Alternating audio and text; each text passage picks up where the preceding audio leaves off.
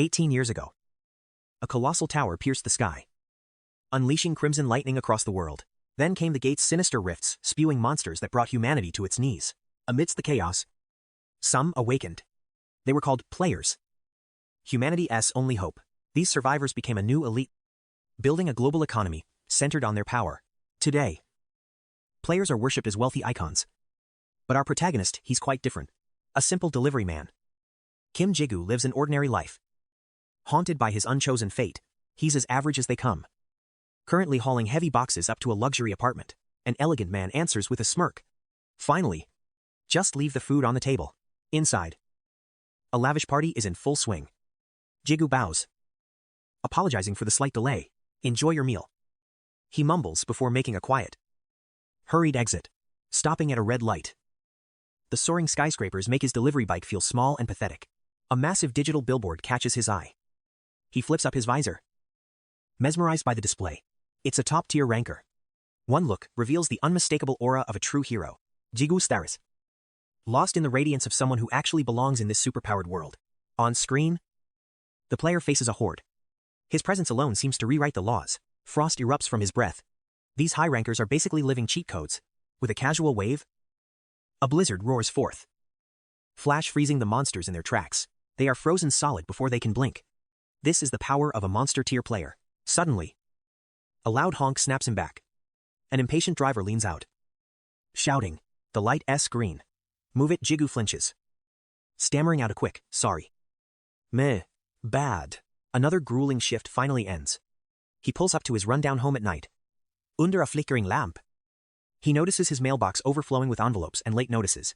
Debt, medical bills, tuition fees, each one is a heavy reminder of his crushing reality. He sighs, forcing a smile. What was I expecting? He steps inside. I am home. His sister, Yujung, greets him with a bright smile. Big brother, you worked so hard. Still awake? He asks. She giggles, tiptoeing around. Just finishing up some homework. He nods toward their mother's room. Sleeping Yujung whispers, "Yeah." She's resting well tonight. Seeing her peaceful face through the cracked door, Jigu finally breathes a sigh of relief. He turns back to his sister. Did you give her the massage today? Suddenly, she presents a small cake with an 18 candle. Happy birthday. Jigu. His eyes widen. A cake? Where'd you get the money? Not from your clothing fund. She laughs it off, pointing at the frosting. Don't worry, I'm secretly rich. Remember, if you don't eat it, I will. I know chocolate is your favorite. It's from a famous bakery. He looks at her worn shirt, his heart aching. She's still babbling about the cake when he cuts her off softly. Yujung. She stops. He gently ruffles her hair, smiling. Thank you. This means everything to me. She beams. Want to read your mail before we eat? He holds up the envelope she hands him, grinning. Let's see what you wrote. He tears it open. But as he reads, his entire world grinds to a halt. It's a player invitation. His hands tremble. He lets out a sob. Ime? A player. Yujung's eyes well up with tears. Yet she keeps that triumphant smile. I wanted to surprise you. She lunges into his arms. Congratulations. Big brother. Asterisk. I did it. Asterisk. Tears of joy fall. Their lives are finally about to change forever. He looks at his sleeping mother. A new fire igniting.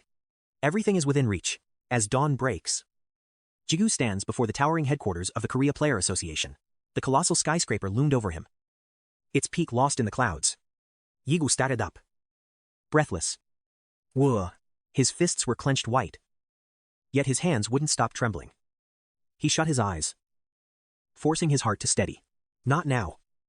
Hey, he sit. Get it together. He locked his gaze on the entrance. This was only the beginning. Inside, a staffer beamed at him. Welcome. Player Kim Jigu, congratulations. Jigu rubbed his neck with a nervous, awkward laugh. Just say status window to see your stats. She explained with a wink. Go on. Give it a shot. Status window, he commanded. Instantly, a glowing blue interface flickered into existence right before his eyes. He scanned the floating text, but his brow furrowed. Excuse me. What's this question mark next to unique trait? Her jaw dropped in shock. Congratulations, you've been granted a unique trait, she stammered. It's just not awakened yet. Jigu stared at the glowing system notification. His brain struggling to process the impossible words floating in midair. It was real. A surge of adrenaline hit him like a freight train. I actually have a unique trait. He vibrated with excitement, unable to stop shaking. Beside him, the receptionist cheered. Absolutely, you're officially a rare hunter. Little did they know, a mysterious figure named Yu Suk-woo was standing nearby, eavesdropping on every single word. Seeing him tremble, she placed a steadying hand on his arm. Breathe. Your instructor will explain everything shortly. Pardon me. A calm voice interrupted. The girl spun around, her face lighting up instantly. Oh, is the instructor here? Her eyes widened in total shock. Wait. Player Yu Suk-woo. Jigu flinched. That name? He was a living legend. The famous hunter stepped forward, his gazing thanksy. If you don't mind, I'd like to serve as his mentor. Jigu pointed a finger at his own chest, completely baffled. Wait. Me. You want to guide me? The receptionist was already flushing beet red. Suk-woo gave a slight, sincere nod in response to the rookie's confusion. I overheard your conversation. Suk-woo admitted. You possess a unique trait. That makes you special. Jigu. Jigu's knees felt like jelly. His mind was a chaotic mess of anxiety and disbelief. This is happening too fast. The girl cleared her throat. Well, that's highly irregular. But she waved her hands frantically, blushing harder. I'll allow it. Señor Administrador. I have the authority to approve this. Don't worry about the red tape. Jigu. I've been a pro manager for 10 years. So consider it a favor. Suk-woo gave a cool nod. Thanks. Standing before the shimmering dimensional gate, Jigu gasped. The tower entrance. Suk-woo looked at him, ready to step inside. Yes. Jigu gulped. He stared into the swirling blue abyss, his instincts screaming for him to be careful. Relax. I've got your back, Suk-woo assured him. Jigu nodded nervously as they stepped through the threshold together. On the other side, Jigu froze. Mister. Suk-woo. His voice echoed, instantly alerting a pack of monsters nearby. Are there always this many on floor 1? He panicked as a swarm of shadows charged toward them. Suk-woo didn't flinch. Looks like a double spawn glitch. They've been piling up here for a while. Even I've never seen a horde this size, he added. Jigu's jaw dropped. Wait. Isn't that incredibly dangerous? Suk-woo stepped toward the threat. Actually, this is a blessing in disguise.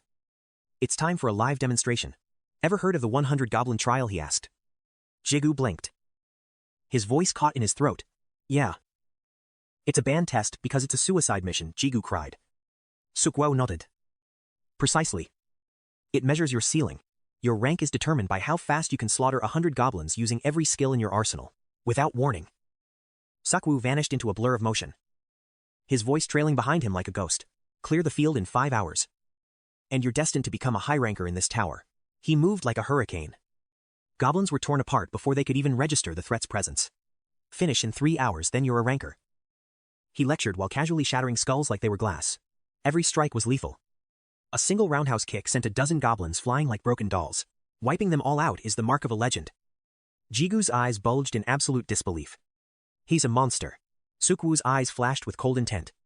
But for someone with a unique trait, their time is... He unleashed a cyclone. With a final surge of power, frost erupted from his palm, instantly freezing the entire goblin army solid. 10 minutes. Suk-woo finished. Jigu's breath hitched. So, this was the true power of a unique trait holder. Suk-woo stood amidst the frozen carnage, completely unfazed. Jigu could only whisper one word. Incredible. Suk-woo checked his stopwatch with a bored sigh. 47 seconds. Jigu sprinted toward him, panic flaring. Wait. An hour for regulars. But 10 minutes for an awakened Shu-vu nodded. Regulars grind for years. Special ability holders master it in months. Their growth, potential, and evolution speed are beyond your wildest imagination. Ever heard of the Angela Guild? Jigu nodded. The leader is a legendary young ranker. Exactly. Their elites cleared the goblin trial in under 3 hours. My goal is to build a guild that crushes Angela and dominates the tower. That is why I need special ability holders like you. Jigu. The main character stood frozen, stunned by the weight of those words. Break your limits until we meet again. I have talked too much. He tapped the frozen monster. The ice shattered, releasing the beast's bloodlust instantly. He locked eyes with Jigu and smirked. Time for your first hunt. The beast lunged. Shuvu shouted. Focus your hips, watch the axe. Jigu focused. Nerves, screaming. He stared down the monster, swearing to rewrite his fate. Under a bright sky, a lone player tracked the sound of clashing steel. He swung hard, but the sword hit air. Damn it. Another hunter approached him. Late as usual. Huh. The hunter barely looked up from the task. Look at this, Jigu roared, stabbing his blade into the dirt. Lungs burning. He is exhausted. Is he seriously trying to clear that trending goblin trial? Killing 100 goblins. For a guy like him, that is a suicide mission. The observing hunter sighed. I thought so too. Jigu gasped. Hitting his limit, the system window flickered. Jigu gritted his teeth, remembering his awakening 5 years ago. Damn it all, he screamed. Nearby players gasped at his abysmal stats. Jigu clutched his head, unable to understand his own pathetic progress. I have a special ability. Yet after 5 years, one goblin takes an hour. A level 1 awakened. He felt like a total degenerate in this world. Suddenly, a sharp blade bifurcated a goblin. A man in blue exhaled slowly. Jigu gathered the rookies. Good job today. They thanked him for the carry. Check your levels. They cheered. Even a few kills triggered a massive level up. The early floors are designed for rapid growth. Jigu explained with a hollow smile. He turned to leave. Meet at the entrance tomorrow. Floor 2 at dawn. As he walked away, a rookie whispered, Is that guy actually famous? He is a legend. Another replied, while the blue-coated man scavenged a mana stone. What is his deal? The man in blue smirked. There are dark rumors. They say he is awakened. But why work as a low-tier guide? He is actually the lowest-ranked player in history. The rookies blinked in confusion. Is there even a rank for that? The man shook his head pityingly. He watched Jigu disappear. We call him the player who can never level up. Jigu leaned against a tree in the shadows, far from the guild's prying eyes. This was his sanctuary, a hidden spot he found after 1,000 loops. One goblin spawns here daily. Right on cue. The monster emerged from the brush. He drew his blade. A surprise attack on its vitals. My only shot. He crept forward, hot hammering. Sweat slicked his palms as he closed in. Suddenly, the goblin spun. It caught his scent and thrust its spear forward. Steel clashed. The ambush failed instantly, turning into a desperate struggle for survival. Jigu parried the blow, his muscles screaming. Another life-or-death battle begins. As the sun dipped below the horizon, I trudged back to the Hunter Association. Looking at the measly 20,000 credits in my hand, I felt a sting of defeat. After subtracting the cost of mana potions, I was actually in the red. Jigu rounded the corner and was startled to see Teo. He quickly offered a polite greeting. Teo looked equally surprised to run into him. Ever the optimist. Jigu asked if the late-night shift was treating him okay. Teo's face clouded over, without a hint of regret. He muttered a stiff apology and rushed away, sensing something off. Jigu headed to the office to ask Oates, his head instructor, what was going on with Teo, avoiding eye contact. Oates hesitated before delivering. Starting tomorrow, Teo would be taking over Jigu's current training group. Stunned, Jigu demanded to know why. Oates couldn't even look him in the eye, mumbling that things had been going well at first. But then, the rumors about Jigu's stats leaked to the group. A heavy silence settled over Jigu, biting his lip in frustration. Jigu asked what rumors had to do with his skill as a guide. Oti Sahil. Admitting the truth of those rumors was the problem. Suddenly, a news broadcast blared. People were buzzing. Angela was preparing to conquer the 75th floor. Both men turned toward the screen, listening silently to the anchor's excited chatter. They confirmed Angela's upcoming raid and a massive departure ceremony at the Soul Gate scheduled for tomorrow morning. Jigu mused how everyone worshipped players, yet most never even dared to approach the tower themselves. Otis pursed his lips, admitting that in this world, players are treated like gods. Jigu listened blankly as Otis droned on about gates appearing anywhere and the hidden potential within every human. Ignoring the talk, Jigu stared at the TV. Otis's words echoed in his mind, and his future felt like a void of pure darkness.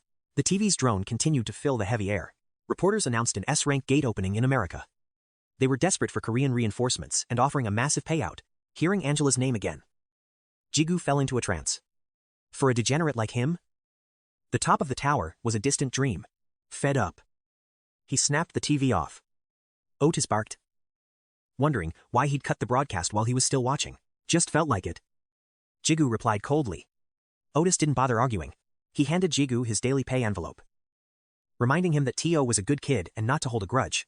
Jigu forced a smile, insisting it wasn't Teo's fault and there was no need for pity. Satisfied, Otis told him to arrive early tomorrow to hand over his duties. Otis mentioned a special request for Jigu as a small consolation. The next morning, Jigu met his new client. The man introduced himself as Kim Seon-pil, greeting Jigu with an enthusiastic handshake. Jigu introduced himself as the guide, but Seon-pil interjected, saying he'd heard legendary stories about him from Sugvu. Jigu blinked, trying to place the name. Seon-pil clarified they were cousins. A faint memory sparked a smile. Jigu thanked him and asked to meet the rest of the crew. Seon-pil pointed them out: Junjan, Jun Sungvu, and Kim Hanun. They greeted him warmly. Jigu laid out the plan, hoping to wrap up their training within 5 days. He took the lead, promising to explain the ropes as they moved deeper into the zone. From dawn until dusk, they marched. As twilight fell, Jigu ordered them to set up camp while he fired up the portable stove. Kim Han-yoon offered to help, but Jigu waved her off, telling her to rest since the camp was ready. Soon, the aroma of a delicious stew filled the air. The group cheered, calling him a master chef. Suddenly, Jun Jae-von asked if it was true that his level was permanently stuck. Seon-pil immediately snapped at him for being rude. Jigu stayed calm, confirming it was true. He told them to ask him directly if they were curious. The boy muttered a sheepish apology. Seon-pil gave a final warning glare. Jigu just scooped out the food. Asking how their first hunt went, Han-yoon admitted it was easier than expected. While Sung-vu complained about a minor scratch, Jigu warned them. First-floor goblins only have crude weapons and predictable patterns. He urged them to stay sharp and keep grinding. But then, looking at the boiling pot, he warned them never to cross a guardian. He explained that every floor has a guardian beasts capable of wiping out an entire elite squad. Their power rivals gatekeepers. They give massive experience, but even high rankers wouldn't dare hunt them alone. Seon-pil and Han-yoon stared at him, their eyes wide with terror. Seeing their faces, Jigu reassured them. He tracked their respawn timers, and specialized guilds handled the hunting. There was nothing to fear. On the 4th floor's edge, between forest and desert, a goblin flees in pure terror. It trips, sprawling onto the dirt as a massive, dark silhouette looms over its trembling form. Without mercy, the creature is torn apart. Under the cold moonlight, a ferocious floor guardian reveals itself. Tutorial Day 2. Floor 2. Kim Jigu's team advances, with Seon-pil easily clearing the mobs. By day 3 on the 3rd floor, they encounter a massive swarm of orcs and goblins. Seon-pil scoffs at their stupidity. Jigu needs only a single stone to trigger a monster riot. Seon-pil realizes their insane leveling speed is all thanks to Jigu's hidden knowledge of the routes. Jigu catches Seon-pil staring and asks, "What exactly are you doing over there?" Seon-pil admits he's been keeping a diary since the very first day he was summoned. He dreams of becoming a ranker and publishing his autobiography after passing tomorrow's Floor 5 trial. Han-yoon wipes her face, buzzing with excitement over what rank the system will grant her. Sung-woo joins in the laughter. The team's spirits high as they bond around the campfire. Only Jigu remains quiet, staring into the embers before looking up at the vast, uncharing sky, bathed in moonlight. He whispers a quiet prayer, desperate to finally break through to Floor 5. Next morning, Jigu briefs them. Floor 4 mobs are faster and more aggressive than the last. Seon-pil's blade sings as he engages a massive goblin warrior in a brutal head-on clash. Han-yoon fights with grim focus, while Sung-woo's sword decapitates a nearby monster. Not wanting to fall behind, Jun Jae-von carves through another goblin with lethal precision. Jigu observes from the side, but his eyes widen as a dust cloud rises. The guardian shouldn't spawn today. His knuckles turn white as he tightens his grip on his blade.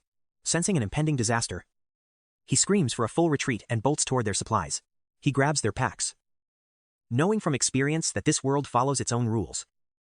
Not a game-s. Thinking fast, he slings the gear over his shoulders, preparing for a life-or-death escape. Suddenly, Jae-von screams in agony, a leg injury. A goblin lunges at the immobilized hunter. Seon-pil roars, his sword cleaving the goblin's head from its shoulders just in time. Jigu watches, realizing that a single second of hesitation here leads to a total party wipe. Jae-von is paralyzed with fear while Han-yoon takes a hit, cursing as their formation breaks. Jigu glares at the approaching dust storm, his heart hammering against his ribs in pure dread. From the darkness, the floor guardian emerges, confirming Jigu's worst-case scenario has come true. A legion of goblins follows in its wake. Even Jigu is shaken by this early boss encounter. He clicks his tongue and pulls a smoke canister. "Everyone, prepare to run on my mark." The smoke bomb explodes, blinding the horde. Move. Get to high ground. Now, Jigu commands. Seon-pil asks where they were going. Jigu leads them toward a hidden cave he scouted before. Gasping for air, they retreat inside. Seon-pil, carrying Jivan, asks what that monster was. Jigu identifies it as the Floor 4 Guardian. Though its presence here is an impossible anomaly, he drops the supplies. Thanking the stars, they manage to salvage their essential rations. Sung Woo shouts for help. Han Yoon is flushed, her breath coming in shallow. Ragged gasps. It's goblin poison. Jigu stays calm, reaching for the painkillers to stop the spread. His heart stops. He frantically digs through the medical kit. But the vials are gone. The bag must have unzipped during the chaotic flight. A rookie mistake that could prove fatal. He forces his breathing to slow. Panic is a luxury he can't afford right now. I'm going out for help, he tells them. The group immediately protests the suicidal plan. Jigu reassures them, reminding the team he's cleared this tutorial more times than he can count. He jokes about being the world's strongest level 1 before slipping out into the dangerous night, hiding behind a jagged rock. He watches the goblins, wary of the Guardian's twisted intelligence. Shadows lengthened. He stood paralyzed, debating a desperate retreat. Kim Jigu scaled the cliffs, aiming to signal and flee. He moved like a ghost. Yet the Guardian loomed behind. Terror struck. The goblin's blade fell like a guillotine. The impact shattered him. Blood sprayed against cold stone. His smoke bomb detonated, masking his desperate, wounded escape. He glimpsed that savage bloodlust and cursed his wretched luck. Pisto in hen, he prayed. The beast wouldn't fail twice. The flare hissed skyward. He scrambled to gain distance, sprinting wildly. He spotted at the gate to floor 5. Death seemed easy, but thoughts of family fueled survival. A level 1 at this gate, it was pure insanity. He wept. If high rankers struggled here, he was doomed. This was a suicide mission. The Guardian roared closer, teeth bared. He forced the doors open. Fate was his. Light blinded him. System alert. The first trial commences. Player verified. Entry requirements met. The system voice echoed. Trial 1 initiated. A solitary goat appeared before him. Quest slay the target. Jigu gasped, his heart racing. He cursed and lunged, his blade buried deep in flesh. Trial complete. Rewards surged as the creature's blood spilled. Jigu stood frozen. He had fully expected his demise. The corpse dissolved. Was survival truly this simple? Suddenly, obsidian threads coiled around him like a shroud. The abyss swallowed him. A spectral voice whispered nearby, floating in the void. He searched for the unseen speaker. The voice spoke again. Are you my new master? A boy's voice. Jigu reeled, the term master echoing. The voice snapped in anger. Jigu roared back defiance. Give me a name, it commanded. Jigu blinked, confused. It demanded a soul link. The contract was now active. System synchronized ego visions of his family flashed vividly. They rushed forward. Jigu awoke in a sterile hospital. Consciousness returned. Panicked, they summoned the medical staff. 2 weeks had vanished since the 5th floor nightmare. Hunters had intervened. The Guardian fled into the darkness, seeing his friends arrive. A rare smile finally returned. His mother called. He reassured her with a gentle voice, clutching his IV. He comforted her. No apologies needed. I've grown up. Mom? Please? Just rest easy now. Insurance covered everything. I'll focus on getting stronger. At the window, he signaled his sister and hung up. He cleared the floor. Yet nothing felt quite right. Still level 1. He clenched his fist, fighting frustration. Suddenly, a mysterious artifact materialized, a strange, glowing ring, even with a frozen level. He strides into the tower management building without a hint of doubt. Inside, hunters train relentlessly. The moment he steps through the gate, every head in the room instinctively turns toward him, seeing Kim Jigu with his signature black backpack. A trainee whispers, "Is that guy actually some kind of legend?" Others nod. But Jigu walks past like they're ghosts. Behind him, the curious whispers grow. Why is he so famous? A veteran hunter leans in, bringing up the dark rumors surrounding the man's mysterious past. They say he can't level up, yet he's clearing higher floors alone. Suddenly, a voice interrupts. That rumor is ancient history. He smirks, asking the crowd if they've heard his terrifying new hidden title yet. Confusion fills the air. Meanwhile, Jigu stands before a pack of bloodthirsty goblins, their eyes locked on his throat. He's the bloodthirsty guide now, the youth explains. Jigu stands solo as the green tide of monsters rushes forward. With a cold smirk, The ring on his finger erupts in a sinister crimson light. A blade manifests in his grip. Wreathed in red mana. Jigu's aura radiates pure, overwhelming confidence as he readies his strike. In a flash, he vanishes. The goblins only feel a breeze before their entire squad is decimated in a heartbeat. He leaps high, bringing the sword down with a tectonic slam. Goblins fall like wheat before a scythe. That eerie voice from the 5th floor echoes again. Relentlessly demanding, he finally granted a name. With one final execution, he mutters the name Do. The sentient blade trembles, acknowledging its new identity. Suddenly, his system interface is consumed by a violent, pulsating red light that blurs his vision. Ignoring the alerts, Jigu continues the massacre, hunting down every last straggler with cold precision. A new trait appears: Ego Partner. Do stats flash, level 7. Strength 18. With balanced stamina and mana, its only skill is accessory form. But within seconds, the system pings Do has already reached level 8. Jigu peers into his pack, now overflowing with high-tier purple crystals, and exhales in genuine awe. Not long ago, a single orc terrified him. Now he's casually harvesting legendary loot like it's a walk in the park. He glances at the serpent ring. Not bad. Right, Do? The ring pulses red. As silent. Loyal response. Rewind the clock to 1 month ago. Deep in the forest. Jigu's eyes widened at a new category in his status window: Ego Partner Skills. This wasn't a dream. He was glad he hit the tower right after discharge. But then a cold sweat broke out. Dudung is going to kill him. He can already see her Asura-like face screaming about his hospital bed. Despite the fear of his sister, he had to move. His resolve was already set in stone. He couldn't just sit still. Not when his status window finally updated after 5 long years of stagnation. He focused, racking his brain for a way to synchronize with this mysterious ego entity. Minutes ticked by until an idea sparked. He struck a pose. Boots crunching the grass. Eyes burning with intensity, covering one eye and thrusting his hand forward. He roared with ultimate power. Link start. Dead silence followed. Only the sound of the wind mocked Jigu as he froze in that incredibly awkward pose. A nearby bird perched on a branch, staring at him as if he'd completely lost his mind. The bird flew off in disgust. Blushing, Jigu quickly knelt down, pretending to tie his laces to hide the shame. He scratched his head, ears turning bright red from the sheer embarrassment of his own actions. I look like a total degenerate, he muttered, thanking the gods that no one witnessed his performance. He grew frustrated. He'd named that arrogant voice Do, but he had no clue how to actually manifest its power. Suddenly, a crimson spark ignited, followed by a mysterious blue orb manifesting in thin air. Ego Do has been successfully summoned. Jigu stood frozen, eyes wide as he stared at the floating entity. The system explained, Do lacks a permanent form. Due to the player's low rank, its vessel will be randomized. He cheered. He'd actually done it, but the system warned that to create a physical body, it would randomly absorb nearby matter. Jigu blinked in confusion. Wait. It's going to absorb what? Violent gusts of wind suddenly spiraled around him, whipping his hair into a chaotic frenzy. The gale intensified, threatening to lift him off his feet. That blue orb was officially out of control. He was hoisted into the air, screaming as the orb suddenly snatched his backpack and surged with power. 5,001 might be pocket change to some, but for a penniless degenerate like him, it was a lifeline. Suddenly, a violent tearing sound erupted.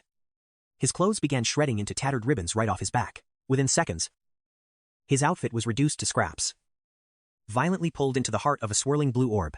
The gale intensified. At this rate, he'd be left completely exposed. Panic-stricken, he begged the phenomenon to stop. He screamed until his voice went hoarse. Finally, the chaotic winds died down, and a heavy silence returned. The blue sphere had transformed into a prismatic orb, now pulsating with a sinister, deep crimson radiance. He lay there, breathless. Was the nightmare over? Suddenly, the sphere began to vibrate with terrifying force. A thunderous explosion rocked the forest as a pillar of red light shot upward, piercing the night sky. The shockwave sent birds scattering in a frenzy, their feathers drifting through the air like falling snow. As the light faded, Jigu's eyes widened. Ah, dark. Purple-black blade was now hovering silently in midair.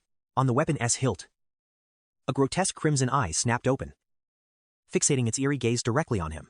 After scrambling for a tattered cloth to cover himself, the reality of the situation finally sank in. He confirmed the blade's identity as Do. The sentient weapon hissed, clearly annoyed by his repetitive questioning. It even had the nerve to call him an idiot. But he chose to swallow his pride and endure, getting down to business. He demanded to know the truth. What exactly was an ego weapon? He guessed it was a soul. But Do scoffed. Jigu gripped the hilt, waiting for a straight answer. To his surprise, the legendary blade admitted it had no idea what an ego actually was. It then snapped at him for touching its body, calling him a total pervert in a mocking tone. Infuriated, Jigu forced himself to stay calm. He curiously asked if Do could move on its own. Not yet. But maybe someday. It replied vaguely. Jigu then wondered if the soul link could ever be severed. Turns out, only the master holds that power. An ego is bound to its owner forever. Intrigued, Jigu pushed further. If it could move, could it potentially turn its blade on him? The answer was yes. However, if the master dies, the linked ego vanishes into nothingness too. That made betrayal a death sentence. Jigu smirked darkly and asked if Do could feel physical pain. It boasted that, as a great ego, it could possess any sense the master decided to activate. Do suddenly felt a chill and asked what he was planning. Jigu was already tightening his grip. A system window flickered, asking to enable Do's pain receptors. He slowly raised a heavy stone. He smashed the rock against the blade, teaching the arrogant weapon a brutal lesson in basic respect. Its screams echoed through the heavens.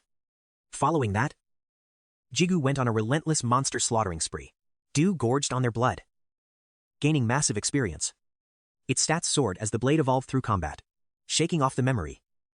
Jigu sighed and glanced at the ring on his finger. He asked the ring if it remembered its former arrogance. Do gave a nervous, embarrassed chuckle. Do claimed its blood boiled with rage, then quickly pivoted, saying it was actually boiling with happiness. It groveled, praising its wonderful master to avoid another round of the rock treatment. With a full inventory, Jigu prepared to head back. But Do complained about being cooped up. It was starving for action. Jigu decided their next hunt would be through a gate, not the tower. When Otis heard the plan, he immediately warned Jigu to stay away from all gates. The stakes were high. 4 elite high rankers had just been slaughtered inside a gate in America. Abnormal gates were appearing everywhere, ranky dungeons that were secretly rank C death traps with twisted structures. This level of system instability hadn't been documented in over 23 years of Hunter history. It all started a month ago, the exact moment Jigu had first awakened Do's power. Could they be connected? He dismissed the thought. Surely, it was just a strange coincidence. Seeing his silence, Otis clarified he wasn't forbidden from hunting, just worried for his life. He knew Jigu was itching to use his new traits, but urged him to be patient during this crisis. Jigu sensed his sincerity and offered his thanks. Otis smiled, relieved his warning had been heard. With that, the two went their separate ways. Mocked as a bloodthirsty guide, he left, his mind already calculating pure crystal yields. Rare loot and completion bonuses made gates far more lucrative than any tower climb. Despite the warnings, he checked his phone.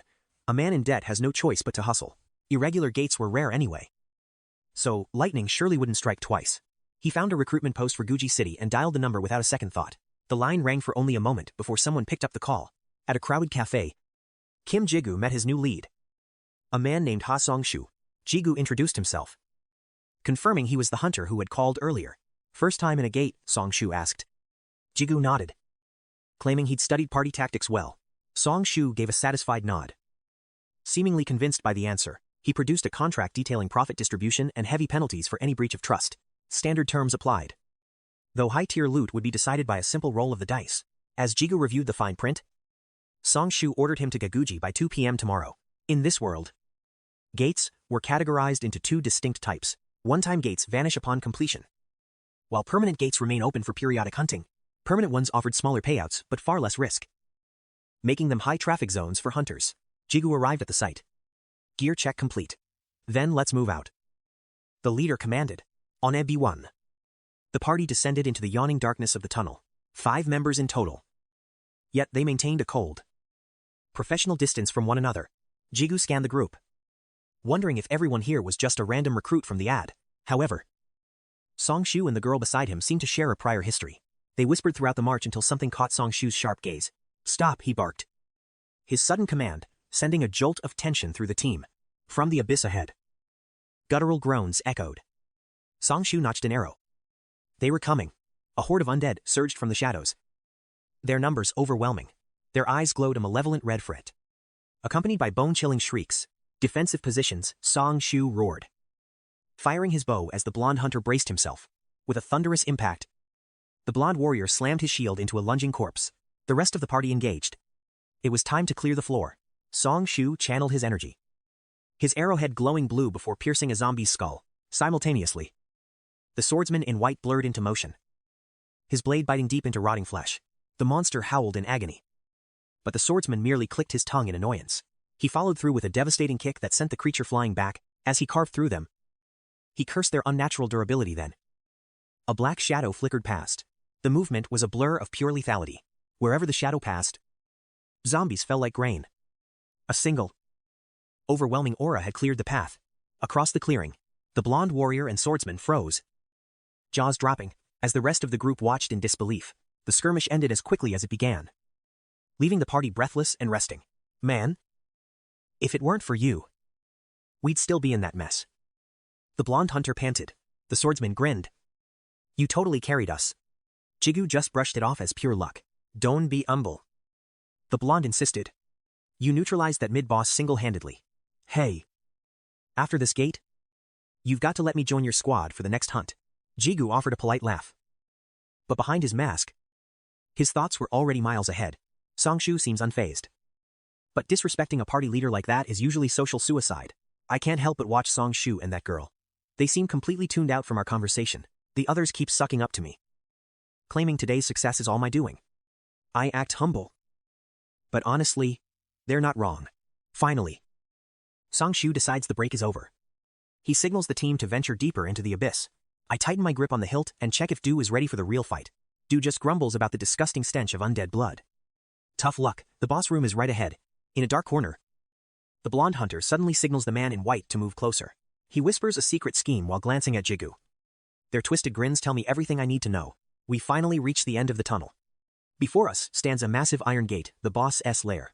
Those heavy iron bars weren't built for protection, they're meant to keep the nightmare inside. Song Shu prepares to brief us on the gatekeeper. Talent a colossal. High-ranking hungry ghost. A rude voice cuts him off. The blonde hunter dismissively waves a finger, signaling him to stop. He claims they've researched this gate already. He demands we stop wasting time and just start the raid. Song Shu counters firmly. In a dungeon, one person's carelessness can lead to a total party wipe. The guy just clicks his tongue. Song Shu's female companion finally loses her patience with his arrogance. She glares at him, but Song Shu's cold stare shuts her down instantly. She flinches in surprise, seeing his dark expression. She quickly swallows her anger and retreats back into total silence. Song Shu resumes the briefing as if nothing happened. Jigu watches him, sensing something is deeply wrong. After melting through the bars, we enter. There sits Talent, its massive back turned toward the entrance. Seeing its hulking, muscular frame, someone blurts out that it's way bigger than the initial intel. Another hunter hushes him instantly. The team begins to move, executing the pre-planned strategy with precision. Song Shu opens the engagement with explosive arrows, drawing his bowstring to its absolute limit. He releases. The arrows streak through the air with terrifying power, whistling toward Talent's vitals. Just as predicted, the beast roars in fury and lunges, swinging a massive fist toward the group. The blonde tank, Song Byung-hun, bellows a challenge. He braces himself to intercept the boss's devastating strike. Talent closes the distance in a blur, slamming its fist directly into Byung-hun's reinforced shield. The cataclysmic impact kicks up a massive cloud of dust. Shield fragments fly everywhere like deadly shrapnel. The blow is too much to handle. Byung-hun is sent flying, crashing violently into the stone floor. In that split second, Jigu and the swordsman in white, the team's main damage dealers, strike. They capitalize on the opening, unleashing everything they have to shred the monster's health bar. Their coordination is flawless, weaving strikes together. Talent howls in a guttural, demonic tongue of pure rage. Its eyes glow a murderous crimson. The crucial moment arrives as the boss curls inward to transform. In its new form, its defense triples. Standard attacks won't even leave a scratch on its hide. Someone shouts for Jigu to strike. The team gambles everything on his hidden stats to deal damage. Jigu's power explodes. An eerie, spectral aura suddenly swirls around his blade like a vengeful ghost. He leaps high into the air, gripping his sword with both hands for a decisive downward execution. While suspended in mid-air, the cold, mechanical chime of the system echoes in his mind. Synchronization with Du has increased. His power reaches a new level, leaving him momentarily stunned. He pushes the shock aside, pouring every ounce of his new strength into a devastating strike. The blade hits home, exploding with crackling arcs of lightning that terrify everyone watching. A system window flashes. You have successfully defeated the gatekeeper. Talent. Byung-hun and the swordsman stand frozen, their eyes wide with pure, unadulterated disbelief. Even Song-shu and the girl look horrified by his power. The system notifications begin to spam. Experience points gained. One-shot kill bonus achieved. The messages repeat, flooding his field of vision. But the real surprise, the system reveals that Talent's blood has permanently evolved his core abilities. He unlocked the cannibalism skill. Now, he can restore vitality by consuming fallen corpses. As Talent collapsed, a member of the squad spat out a bitter curse. The situation felt insane. Yet, others cheered loudly, chanting Jigu's name in victory. Eung-hun gripped his shoulder, demanding his contact info, while the other hunters joined in, overwhelmed by their aggressive enthusiasm. Jigu awkwardly pushed them off for later. Suddenly, Song-shu intervened, revealing a paralysis dagger dropped from the slain boss. The hunters gasped. A one-shot kill and a rare item drop. Unbelievable luck. Song-shu prepared to roll the dice. Following the loot contract they'd signed earlier, Eung-hun leaned in close to Jigu, whispering in a sinister, twisted tone, "Shouldn't that blade be yours?" Jigu glared. Disgusted by this degenerate's lack of respect, Eung-hun kept pushing, insisting that the entire victory was Jigu's credit alone. He proposed a scheme if Jigu agreed. He and Ryo would pressure Song-shu. Their plan was simple: leverage Jigu's power to force a larger share for themselves. A petty double-cross. Did they really think they could manipulate a pro like him? Years of working as a guide had taught him exactly how to read human scum. He'd suspected these two damage dealers from the start. But this betrayal was bold. Meanwhile, Song-shu and that mysterious woman were clearly hiding a much darker secret. The party formed a circle. The air grew heavy with unspoken killing intent. Song-shu reached into his pocket for the dice, ready to begin the roll. Ryo and Eung-hun locked eyes, signaling the start of their lethal ambush. Ina blur? Eung-hun lunged with his sword and shield, targeting Song-shu's throat. Despite the blade inches from his face, Song-shu sat perfectly still, unfazed. At the critical moment, Jigu moved like lightning, intercepting Eung-hun's sword arm. The traitor gasped in shock. Before he could react, his world flipped upside down. Jigu slammed him into the ground, his body tracing a perfect, devastating arc. A scream of agony erupted as Jigu pinned the traitoress face into the dirt. Eung-hun thought they were allies. Jigu knew one wrong move meant instant death. Struggling in vain, Eung-hun shrieked for Ryo to jump in and help, but Ryo stood paralyzed with fear, unable to even utter a coherent word.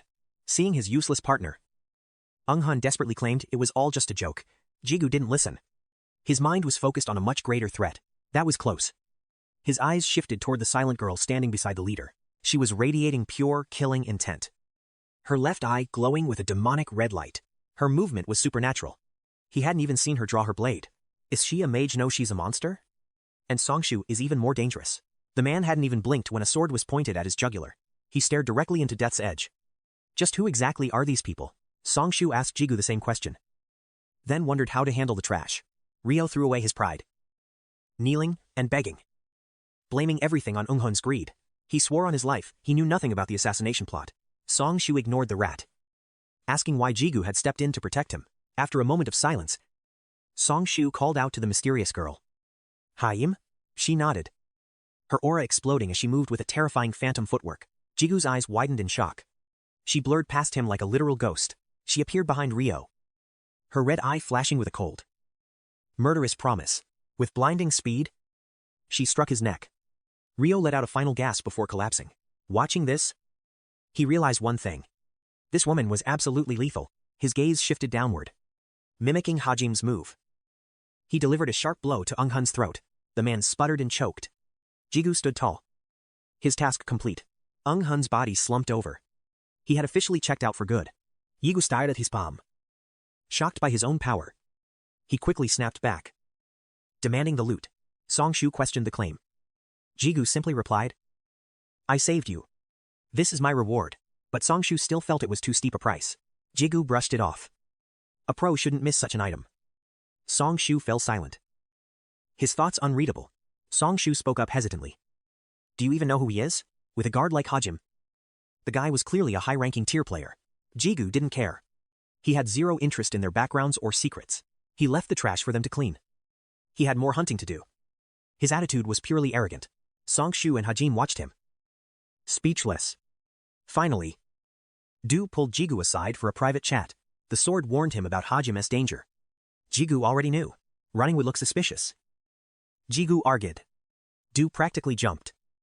That was just talking. Who leaves the dirty work to dangerous people after a chat? Taking their item was bold. Jigu countered. I saved his life. It's a fair trade. Now they could hunt in peace. Suddenly, the system notified him. Undead blood absorbed. The blade greedily consumed the lingering dark aura. Pulling it deep within, Jigu asked if Du was satisfied. The ego groaned. Undead blood tastes like trash. I'm dying here. Since Du hated the taste. Jigu didn't push it, checking his glowing ring. Jigu prepared to hunt. The undead were already cleared out. Du had fed well. His stats were soaring goblin agility, orc strength, and undead stamina combined. His hidden stats now far surpassed his actual level. Jigu decided to hit the reward room before leaving. The reward room, a gray void accessible only via the gatekeeper's corpse. He approached the pale remains. He reached out to touch it. Then stopped. Looking at his ring.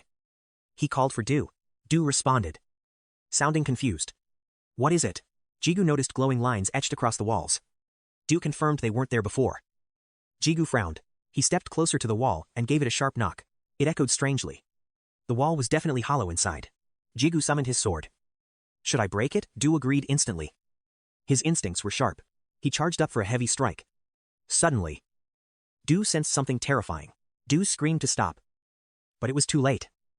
The wall shattered, collapsing into a cloud of dust. Jigu coughed. Waving his hands to clear the thick air, he asked Du what was wrong. Du mumbled something about an ego that Jigu couldn't grasp. Du clarified. I can feel it. Another ego weapon is nearby. Jigu froze. Through the settling dust, a mysterious silhouette began to emerge. He couldn't believe it. An ego. Hidden in a place like this. Suddenly, a blinding white light erupted from the center of the debris. Jigu started. Paralyzed. How could there be so many egos in one dungeon? Why did I struggle so hard for years? Jigu sighed. Du mocked. Because you are an idiot. Jigu snapped back. Du ignored him, urging him to find the source. It was close. Another wave of dust hit him. Jigu choked, waiting for the smoke to clear with curiosity. This gate was farmed out long ago. No secrets could possibly remain here. Yet, he sensed another presence. Suddenly, something caught his sharp hunter's eye. As the dust settled, a pristine white blade stood embedded in a stone altar. He approached the holy sword, watching raw energy surge through its divine steel. With Du silent, he cast hesitation aside and gripped the hilt with both hands. The embedded gem flared, flooding the chamber with a blinding celestial radiance. A voice echoed through the void, asking Jigu if he was its true master. Opening his eyes, he found himself in that familiar, endless white expanse. But the atmosphere felt different. He addressed the mysterious voice directly. It was the ego of the white blade, waiting for its destined master. He wasn't its master yet, but he vowed to claim that legendary title. The spirit paused before asking for a name. He chose to call it Io. With a flash of light, the contract sealed, and Jigu returned to reality, holding the white sword. An unnatural, cold calm washed over his entire being. Suddenly, a violent tremor shook the cellar, followed by the sound of collapse. Cracks raced across the walls. The dungeon was on the verge of total destruction. Du and Io screamed for him to move. He bolted, desperate to survive. Hearing the new voice, Du demanded Io's identity. Io just scoffed arrogantly. The blade's ego began boasting about its own supreme, transcendent greatness. Shut up, both of you, he roared, his blood boiling in the chaos. Spotting the talent's corpse, he prepped for extraction. Then, the ground shattered. Fear gripped his soul. He lunged toward the monster's remains before everything fell. His fingers grazed the loot. The system window flashed. Proceed to reward room. Hurry, he barked. Instantly, a violent vortex of wind erupted around him. The gale swallowed him whole, whisking him into a hidden, distorted dimension. A colossal beast watched with burning eyes. News broke. A permanent gate collapsed. An unprecedented event occurred. The world was stunned, unable to explain the destruction. Public panic surged as new gates manifested across the globe simultaneously. Media outlets screamed of an impending apocalypse, a disaster beyond human comprehension. Jigu felt lucky. The collapse happened after he left. Keeping his identity hidden, he scored 30 purple crystals and a rare amulet of vitality from rewards. A true treasure. Even an unawakened person could use its life-enhancing power.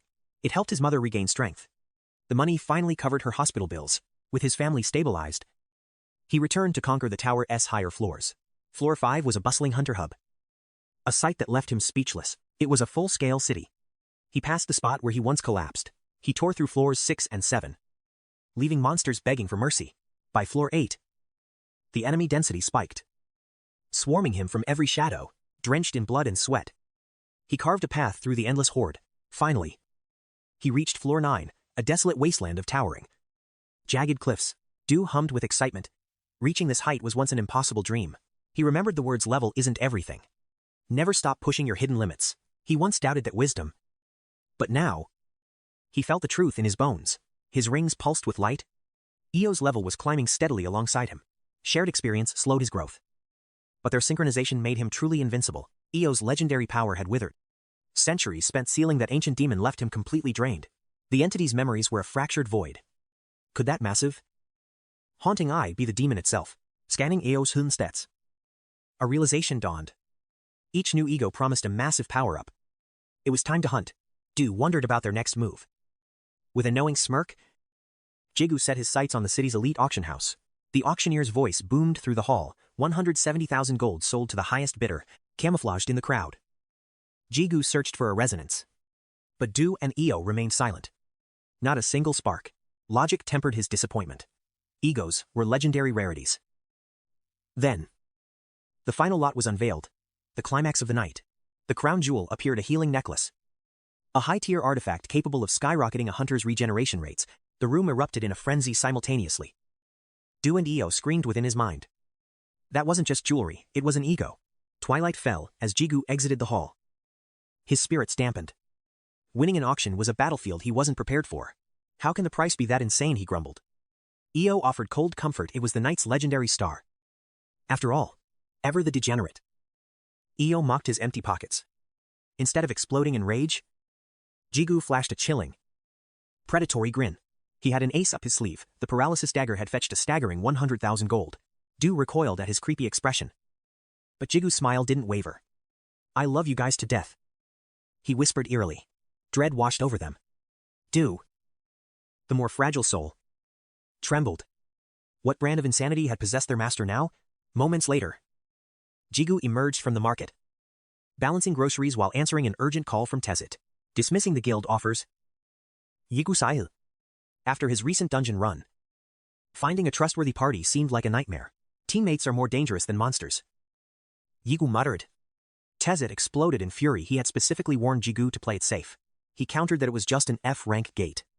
Without his top-tier gear, he'd revert to level 1 trapped in ranking hell. Survival in this world left him with no other cards to play. As the light turned green, Jigu prepared to hang up. But not before demanding a celebratory meal for 𝐃𝐄𝐋𝐈𝐕𝐄𝐑. Ending the call, Jigu fell into deep, weary contemplation.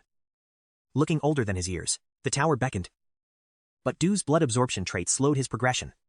Still, the rewards from that gate were simply too lucrative. He exhaled a heavy sigh. There had to be a way forward. For now, the immediate crisis was managed. Rattling his grocery bag, a small spark of joy remained. At least tonight's dinner featured premium beef. Io noted Jigu's bizarre frugality despite his riches. Du blurted out the truth. You mean he's just a cheapskate, right? Veins popped on Jigu's forehead. When was your last etiquette lesson, he asked, triggering Du's traumatic memories of discipline. Instantly, Du became the picture of a model student, apologizing profusely. In this world, earning gold was a brutal grind. Speed was essential. He needed a fortune to relocate Du Dung to a high-security zone, a sanctuary from the chaos. Under the moon's cold glow, Jigu climbed the steps. Suddenly, his eyes widened in horror. A rift in space-time was tearing open. The anomaly expanded, radiating a blinding, celestial light. Jigu stood frozen, his jaw hitting the floor. Ethereal blue radiance consumed the alleyway. From the rift's epicenter, a wave of overwhelming, raw power surged forth. Could this be a gate? The protocol for an unannounced dungeon emergence flashed through his mind. Rule 1: do not panic. A nascent gate hasn't stabilized its lethal mana yet. Contact emergency services and evacuate immediately. Rule 2: stay away. Entering an unranked gate is a suicide mission for any hunter. Trespassing without association clearance carries a 5-year prison sentence or a 10,000 gold fine. Rule 3. Always secure the evidence immediately. Disputes over dungeon ownership can turn deadly before the association officially verifies a discovery. The first witness to document a gate claims priority rating rights. A golden ticket to power and wealth. These rights are tradable assets. Signed, the Hunter Association. Gate Management Bureau. Deep within the office. Otis was buried in paperwork when an emergency alert flashed a new gate detection. He clicked the file. Stunned to see the coordinates. It was right in Jigu's neighborhood. He checked the reporter's name. Otis nearly choked Kim Jigu, he roared. His voice rattling the office windows and drawing stares from the entire staff. Shortly after, an association official at Jigu's doorstep snapped his briefcase shut with a grave expression. If you don't clear this gate within 5 days, your priority rights expire. It goes to the highest bidder at auction. He issued a final warning, urging me to stick strictly to the safety protocols. After a formal word of thanks for the report, he turned and summoned Tesset. Tesset nodded, offering a rare word of praise before requesting a private talk with Jigu over a strange coffee blend at a nearby cafe. Jigu worried about the sugar levels. It's the siroma flavor, Tesset noted.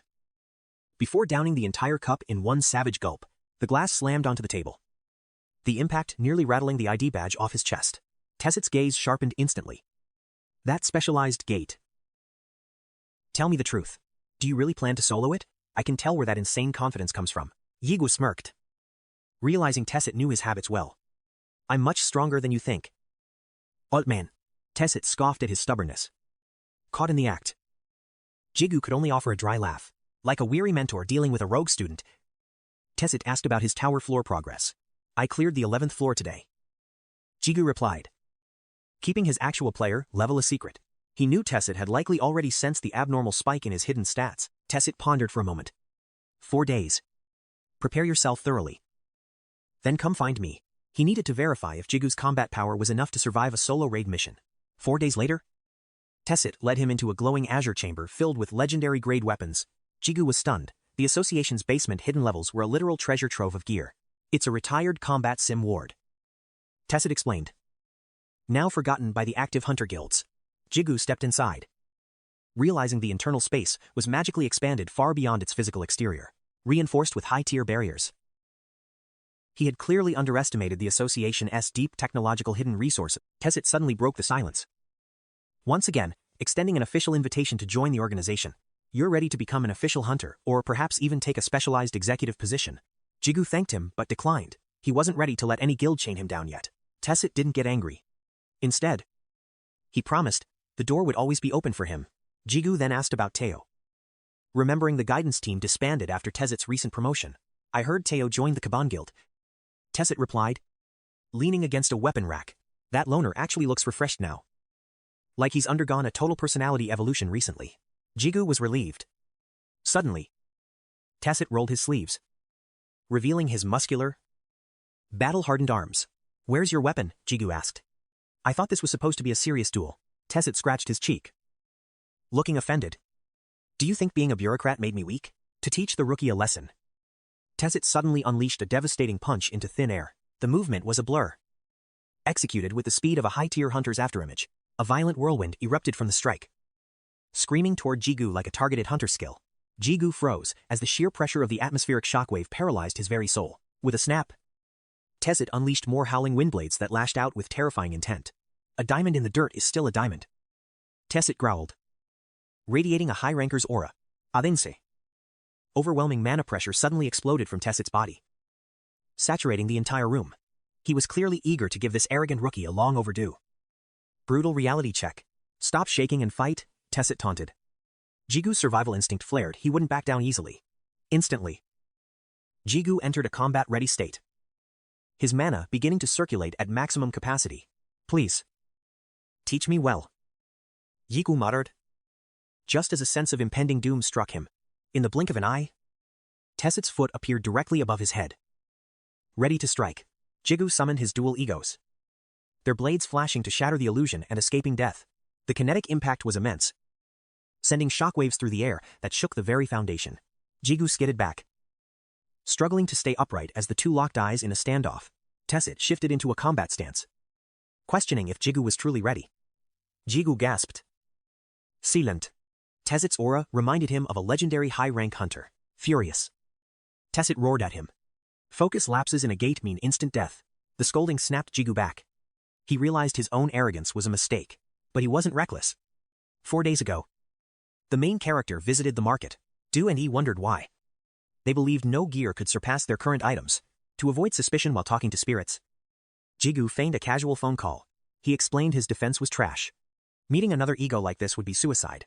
Surprisingly, Do promised to alert him if another ego's presence was detected nearby. Jigu scouted the stalls until a weathered set of armor caught his eye. It was a basic apprentice's plate, offering a meager +9 defense bonus. Jigu sighed in disappointment. This low-tier trash was useless for his goals. He checked a high-end boutique, but the astronomical prices were absolutely insane.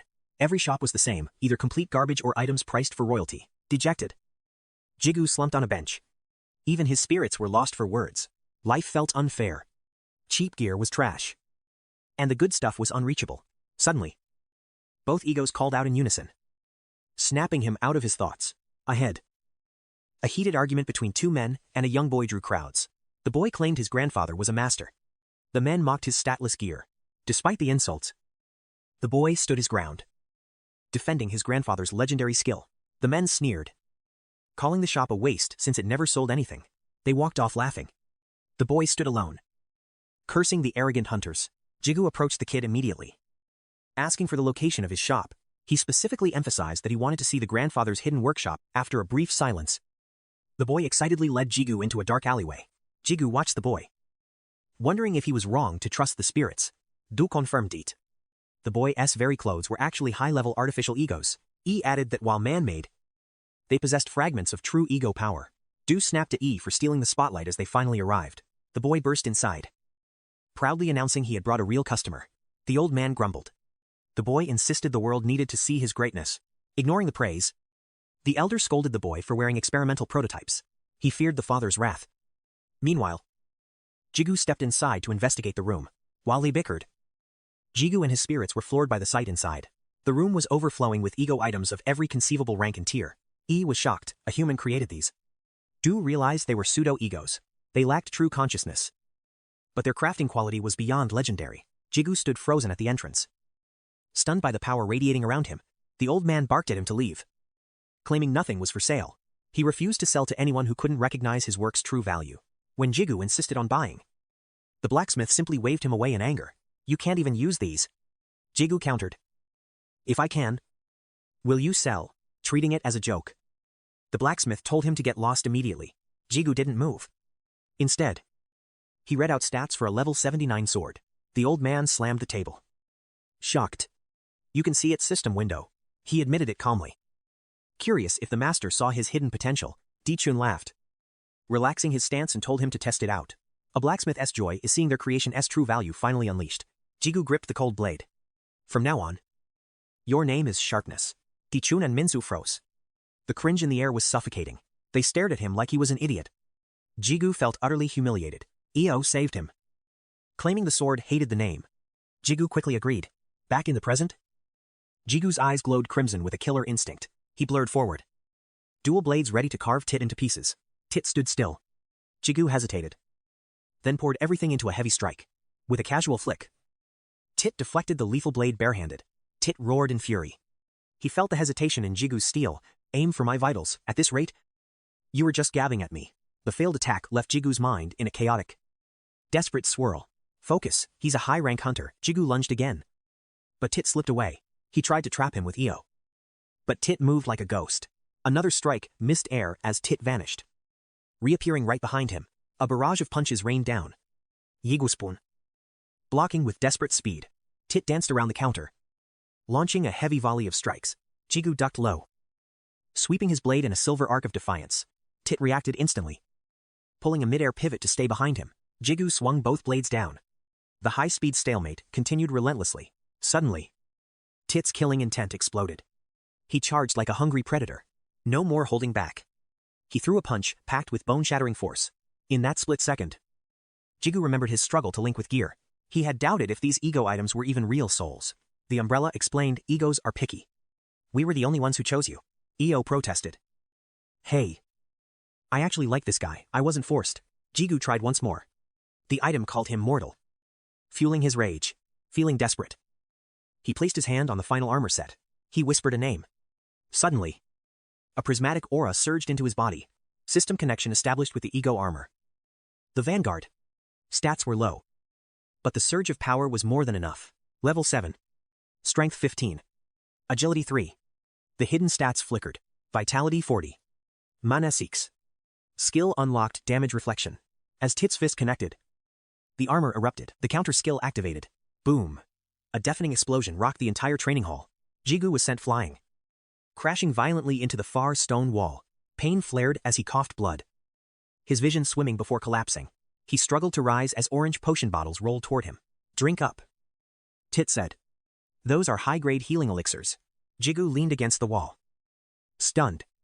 Why use such trashy bottles? He reached for one, but his hands shook too much to open it. You passed, Tit announced, showing his own bloody, trembling hands. Even a legend didn't expect to take real damage from this rookie. He replayed that explosive moment, knowing it wasn't a fluke, it was a calculated strike. He'd seen that smirk when it worked. Realizing he'd completely underestimated the main character, curious about the trick, he asked. But Jigu just claimed he was well prepared. He didn't pry. Only warning, the association would intervene if the gate stayed uncleared. After wishing luck, Tessit suddenly cut the deadline to 5 days as Jigu entered. If you ran not out by then, I am dragging your sorry hide out myself. Jigu's lip twitched at the drama. No need to go overboard, he muttered. But Tessit insisted. Going solo was easier than mobilizing an entire guild task force. Like a worried father, he nagged about potions and rations for this dungeon raid. Jigu nodded along despite the annoyance. Wasn't this just like the undead zone? Why the stress? It wasn't like he was digging his own grave in there. He realized the guy truly cared. It was like having a second father. Waving goodbye, Jigu stepped through the shimmering portal and entered a dark cavern. Instantly, the system window pinged, confirming he had successfully entered the gate. His blood boiled with excitement, hoping for a permanent, money-making gold mine. Asked how to spot one. He noted only a full conquest reveals the truth. Since it wasn't a tower or labyrinth, he planned a lightning-fast dungeon clear. Let's roll, he growled, aura surging as he encountered the first lurking monster. Lightning crackled around his fist as he smashed it into the wolf's maw. With a brutal slam, he pinned the beast, ending it in a single heartbeat. Conversation over, he muttered. Suddenly, dozens of demonic red eyes ignited ahead. The pack stepped forward, a sea of wolves hungry for his blood. A savage grin crossed his face. Time for a assisted level up. Jigu blitzed through the horde. While the system tracked his massive cumulative damage, a wolf lunged for his blind spot. But Jigu anticipated the strike perfectly. A blinding flash erupted, obliterating the beast. Exhausted, Jigu slumped down to rest, tired already. Human, the ring mocked. Jigu checked his watch, calculating his time. 5 hours in. These monsters were mindless fodder. This was almost too easy. Chewing a ration, he muttered that his level shouldn't even allow entry here. Luck was on his side. He swallowed, mind racing toward the next floor. He needed an official ranking. But those tests were done without any gear, without his traits. He was just level 1. They'd never see his strength. Even Otis couldn't help. What's the point of high-ranking friends otherwise? Miles away, Otis scratched his ear, sensing someone was talking trash again. Jigu drank. The system revealed higher stats allow remote summon links. Sounds great, Jigu replied. But I've no clue how to boost stats yet. Lu teased him. Earning a flick. Watch it, Jigu warned the whimpering summon, strengthening aside. Jigu mused. This system interface is still a total mystery. A status window appeared, listing a disturbing skill evolution: cannibalism.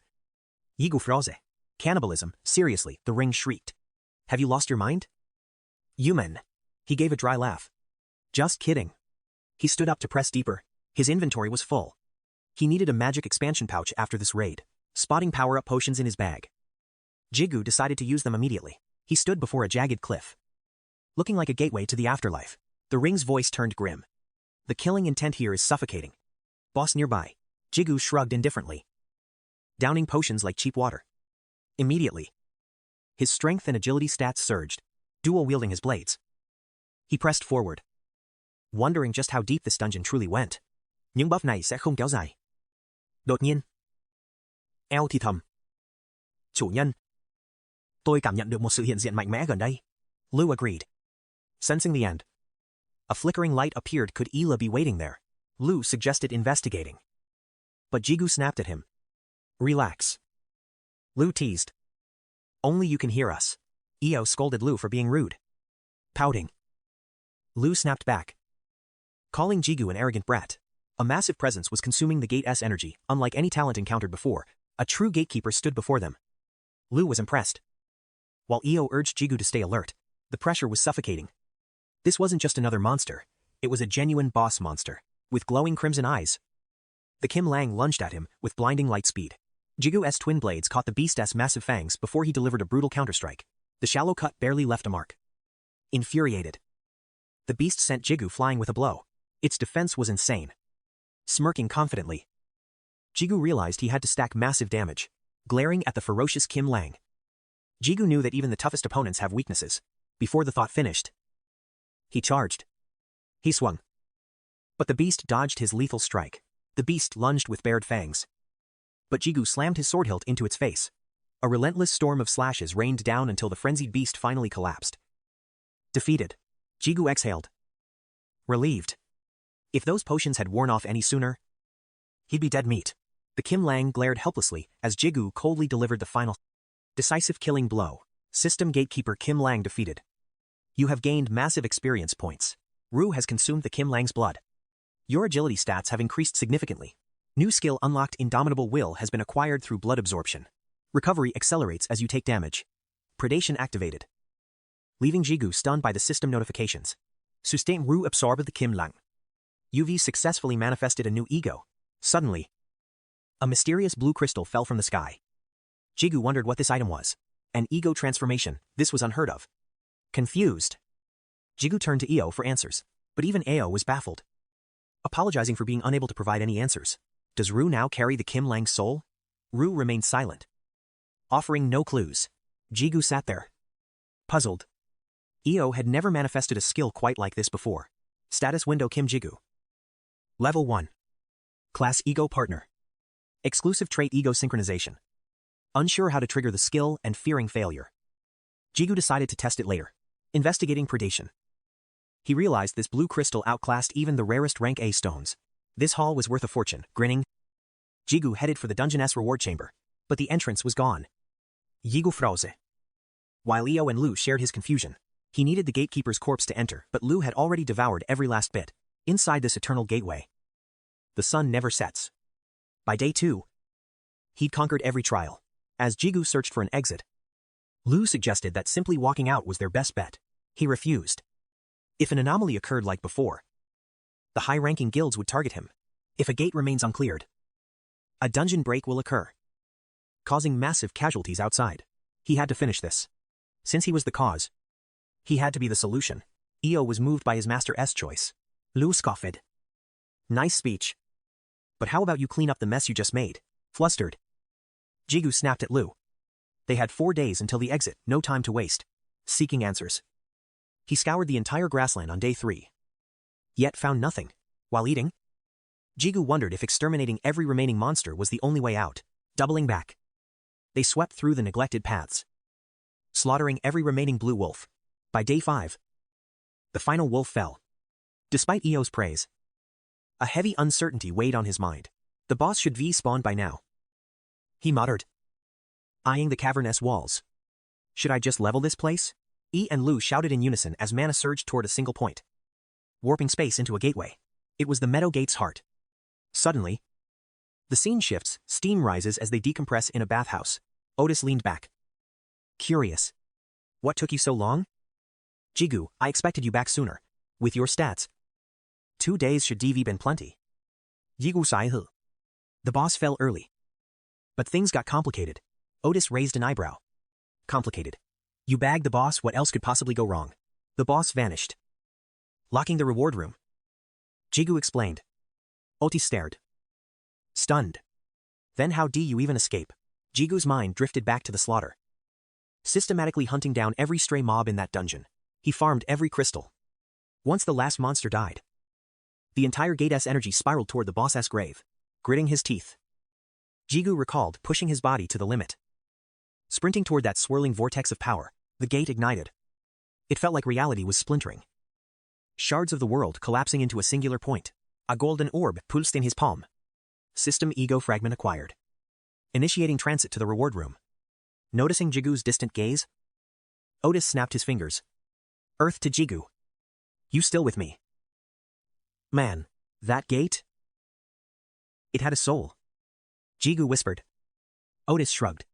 Anyway, I wired your crystal loot to your bank. $50,000 total. Jigu nodded. Thanks. I need to head to the hospital now. Otis offered a lift. After a moment's hesitation, Jigu climbed into the flashy, neon-pink sports car. With a roar of the engine, Otis floored it, weaving through traffic like a madman. At the hospital, Jigu stepped out with Judong. Inside, Mrs. Lujin thanked Otis for watching over her son. Otis rubbed his neck, grinning sheepishly. Seeing Judong yawn, Jigu asked, Have you even eaten today? Exams are close. He reminded her. She stretched. Tired, but determined. I just napped. I am still hitting the books. Don, too, push yourself too hard. He warned. She smirked. Then how about you play the overprotective brother more? An elderly woman approached. You are Judong's brother. Right. Judong frowned. Ma'am. Why are you still up? Just stretching my legs. The lady smiled. Drawn by their voices, she reached out, grasping Jigu's hand firmly. Thank you, she whispered. Because of your strength. This girl has grown up so well. She praised his vibrant spirit before turning to leave. But suddenly, she froze in her tracks. Conflicting powers are colliding within you. She warned. Don't lose your soul. Survive the coming storm. Jigu stood there, confused by her cryptic words. The next morning, he woke up feeling strangely refreshed. A doctor approached. Fazgav. Are you the guardian for Mrs. Lee Sujin? We need to talk. Meanwhile, a gate flared to life on the city outskirts. Hunters emerged. Battered but alive. Finally, home, they cheered, dreaming of cold beer. Then, they spotted Jigu and moved to greet their idol. Their smiles faded instantly. Jigu's expression was dark shadowed by a cold, suffocating intensity. Jigu replayed the doctor's words. Her condition is critical. The medication. It's no longer enough. She has a year at most. The doctor had said. At worst. Maybe 3 months. Consumed by rage, Jigu tore through monsters. I need more power, he roared. Cursed by his own weakness, Lu and Io felt his heart shattering. His mother was fading, and no skill could heal her. Jigu stood motionless under the downpour.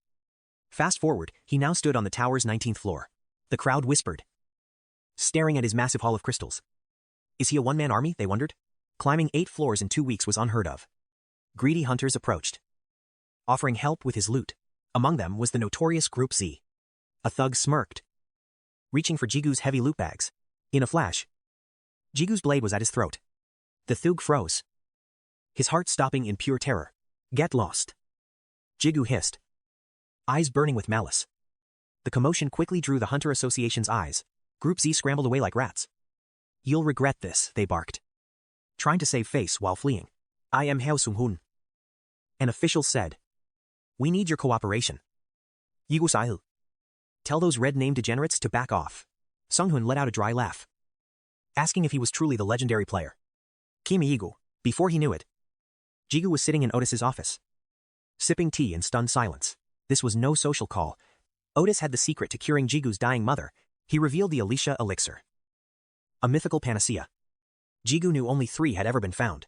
Otis claimed the first conqueror of floor 50 claimed 1. Jigu cut him off. The other 2 were gate rewards. Jigu's deep knowledge left Otis visibly rattled and impressed. Otis smirked. Then I suppose you already know the secret link between the 2 gates. He meant the labyrinth gate's infamous death traps swarming with monsters and lethal, hidden snares. As hybrid zones, separate from ranked gates, anyone can enter, provided they survive identity verification. Otis dropped a bombshell. The 3rd labyrinth gate had just manifested in the United States.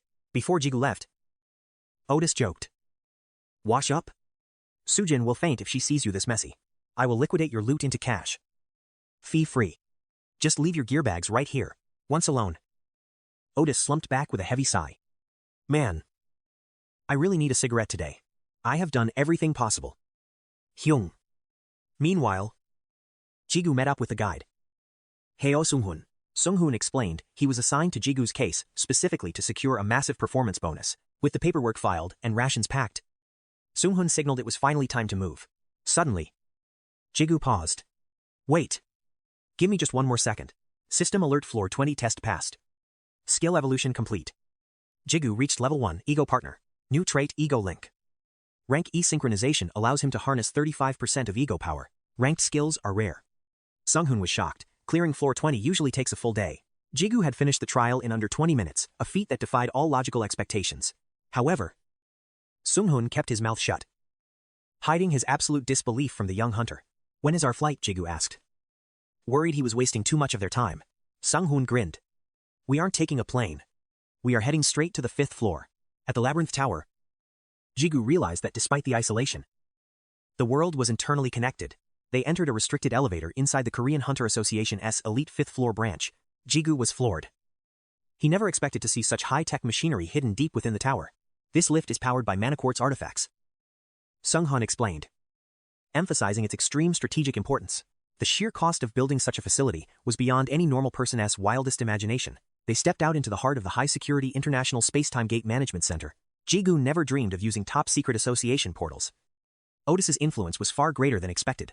Otis was a powerhouse. Soon, the duo stood before the shimmering portal bound for America. Ready for the world's fastest commute, Jigu stepped through, his heart racing with pure excitement. They landed in Los Angeles. While Sung-hoon drove, Jigu scanned files on the elite raid participants. High-ranking titans like Ethan Steele from the United States were already confirmed for the mission. Athena from Europe and Korea's Monster King were joining. Could Jigu even stand beside them? We are here, Sung-hoon announced. Ahead lay a modern-day hell. The gate had finally appeared. The third labyrinth, the Maze of Souls. From the shadows, a mysterious figure watched Jigu. Level 1, no stats. The observer used a hidden skill to scan Jigu's seemingly weak profile. She found Jigu fascinating. His intense gaze was exactly her type of dangerous man. Blades flashing, Jigu engaged a titan spider, catching a massive web shot with his bare hands. Now Jigu roared. Sung-hoon received the signal and lunged forward with his gleaming long spear. He vaulted high, driving the spear through the beast's eyes. The monster dissolved into nothingness. Nice work, Jigu praised, then asked, is it already time for you to head back? 15 hours have passed. Sung-hoon sighed. To make it back in time, I should leave now. With a firm handshake and cold pleasantries, Sung-hoon suggests a meal as payment for his life. Jigu agrees, wishing him a safe extraction. As Sung-hoon promises a reunion on Korean soil, once his comrade departs, Jigu deploys his infinite paint to map the labyrinth's treacherous depths. 7 days of blood and steel pass, and Jigu now slaughters giant spiders in packs. But familiarity breeds stagnation. To reach the boss room, he needs monsters that truly challenge him. Examining a mysterious drop, Jigu holds a peculiar spool of thread with a puzzled expression. He recalls Sung-hoon's intel. It's a rarest yarn, a rare item that warps the user to safety, a gift from Chairman Tesset, reminding him that survival is the hunter's only true victory. Jigu vows to save it for the ultimate prize. But a piercing scream shatters the dungeon's silence. His artifact ring resonates with the sound, pulsing with an eerie, rhythmic light. Twin blade is manifest in his hands, humming with raw power as a girl's voice echoes nearby. Du warns of a trap, but Jigu's hunter instincts demand he investigate this mysterious anomaly. Every unknown variable is a potential threat. His spirits agree, the investigation is mandatory. High in the canopy, a young girl named Dung Soo-dung hangs trapped, pleading for salvation. Jigu watches from the shadows, questioning how a Korean child could survive alone in this gate. Is it a mirage or a predator's lure? Like the glowing light of a deep-sea anglerfish, the suspicion is overwhelming. He turns to leave, but her desperate words stop him cold. She cries out an apology to her mother about unpaid hospital bills, a mirror of his own past. Du scoff at the cliché performance, claiming even a 9-year-old wouldn't fall for it. But the sight of her genuine tears breaks his resolve, and his blades sever the vines instantly. Retreating to safety, Jigu interrogates her about her party and how she became lost. She admits her negligence, introducing herself as Soo-dung, a natural-born buffer with immense potential. And awakened at 10 years old, a rare prodigy often exploited by guilds for their utility. Natural buffers are legendary tier assets, making her a high-value target for any raid team. Realizing she was likely used as a tool, Jigu provides her with a safe zone deployment kit. He urges her to signal for help, but she clings to him, calling him uncle. Jigu reminds her that in this dungeon, everyone must carry the weight of their own life. He refuses to be her guardian, insisting he isn't old enough to be called uncle. Despite her pleas, he hesitates. But his soft heart ultimately yields to her stubborn determination. Their synergy is flawless. Jigu leads the vanguard, carving a path through the monster hordes. Su-dung provides divine buffs while Du consumes the remains. 2 weeks of grinding pass by. As she celebrates a level up, she boldly claims she'll surpass his ranking tiers soon. Suddenly, Jigu's senses spike. He ducks behind a wall. Peering at the approaching threat, it's a massive US guild, led by Iron Shield. Getting caught means being labeled a spy. The wall evaporates instantly. Jigu barely evades a projectile blade launched by the American master. A guild member questions the sudden attack, asking why the commander threw his weapon. He dismisses it as a hallucination while Jigu and Su-dung escape to a hidden cavern, gasping for air. Su-dung wonders why they are running like criminals from other hunters. Jigu explains the law of the gate-stalking elite guilds is often seen as a provocation. While she marvels at the high rankers, Jigu warns that massive guilds always attract deadly enemies. As they consider a detour, Jigu decides to maintain their distance and observe the masters. Following their wake means they are on the guaranteed path toward the dungeon's boss. He spots the tactical markers left on the walls, the clear footprints of a professional raid. They've cleared the path for us. All we have to do is follow the bloodstains. But suddenly, Su-dung vanishes into thin air. A terrifying presence enters the room. A voice screamed, "Dodge, Master!" But CL appeared behind him like a vengeful ghost. "Caught you, kid." Jigu couldn't even react before a massive hand seized him, slamming his head into the dirt. His vision blurred as his skull cracked against the earth. 𝐼𝐾-𝐑 fall asleep. Then, darkness took him. A stinging slap brought him back to reality. A voice mocked, "Well, look who's finally awake." CL grabbed Jigu by the hair, his eyes cold. "Who sent a brat like you to shadow us?" Jigu started, paralyzed. "I don't understand English. Is he accusing me of spying? Damn. I should have studied more." The man leaned in, his breath cold. "Talk now, or you re-meeting your ancestors today." Jigu's face went pale as he shrieked, "Wait, I'm just a hunter. I wasn't spying on anyone." Total chaos. Neither understood a word, the other said. 𝐃𝐄𝐋𝐈𝐕𝐄𝐑. "You really don't speak English, do you?" A lackey chimed in from the side. He's lying through his teeth. "Boss." A long-haired man named Johan stepped forward. Jigu wondered, is he Korean too? Will he help his own? Johan sat down with arrogant grace, acting like a celebrity. "Everyone knows me, but I won't bother introducing myself." He held up Jigu's bag, eyeing the loot. "You're Korean, aren't he?" Only Koreans carry this expensive gear. After a long, cold lecture, Johan suddenly smirked. "Pardon my intensity. Our guildmaster is in a foul mood today." Jigu felt a spark of hope. A translator, finally. "We can talk." The interrogation began. "Which guild do you serve? Why were you tailing us? How did a weakling like you slip past our guildmaster's senses?" It was pure madness. Jigu pleaded, "It's a mistake. I'm just a homeless hunter. I don't have a guild. And I'm not suicidal. I thought you guys knew I was there and just didn't care." His voice cracked with desperation. Johan gripped his dagger, nodding as if he understood. Then, he plunged the blade deep into Jigu's thigh. Jigu's scream tore through the air. Why won't you just believe me? Bound and bleeding, Jigu looked pathetic. They stabbed him again, mocking his weak constitution. Through the haze of pain, the voice hissed, "I don't know what trash brought you here, but you played us for fools. You weren't hunting monsters, you were after our elixir." CL unsheathed Jigu's blade. "This sword, there's no system window. I can see its stats. It's garbage. Can't even cut low-tier mobs." CL paused, then tossed it aside. "Melt it for scrap later." Johan sneered at the broken blade. "A piece of junk compared to my holy sword." He uncorked a potion and poured it over Jigu's open wound. The liquid, burning like acid. "Expensive stuff. Right. Now you'll stay awake, no matter how many times I stab you." He grinned. "Don looks so sad. I'm just helping you use these up. My patience is wearing thin." He leaned in, his voice a lethal whisper. "Whose dog are you? Tell me who sent you. In this world, the truth is the hardest thing to sell." When Jigu denied it, the torture resumed. Jigu had finally reached his limit. He spat out a provocation that made the hunter's blood boil. "What are you thinking? We checked your hidden stats. You're bound by ordinary rope. How can we trust a bottom-tier loser who can even break a string? Do we look like idiots?" Dinner was called. Before leaving, Johan delivered a brutal kick to Jigu's chest, sending him flying. "Quit the act, kid," he spat, turning his back on the broken hunter. Left alone in the dark. Jigu spiralet. After the Tessit fight, he knew he was nowhere near clearing the gate. He had been living a delusion. Desperately trying to prove he was more than a degenerate. His power was borrowed. His strength, a hollow lie. Without his weapon, he was nothing. Suddenly, a detection spell flickered. 2 kilometers away. Near the checkpoint, a white-haired girl tracked his mana signature. She turned to a masked figure. What's the plan? Meanwhile, Kim Jigu remained tied to a rotting post. He sat in a pool of blood and wasted potions. Looking back at the last 4 days of hell. Fingers severed 27 times. Bones shattered 63 times. Stabbed 127 times. Pure. Unadulterated agony.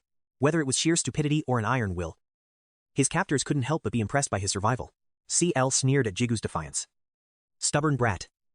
If you had real talent, I might have actually recruited you. He tossed Jigu's blade down. I was going to melt this. But your tenacity deserves a final salute. CL grinned maliciously, vowing to use Jigu's own weapon to send him to the afterlife. Raising the sword, he mocked. You're lucky. I'll make you a legend before ending your miserable life. CL lunged forward, driving the point into Jigu's neck. Blood sprayed like a crimson rain.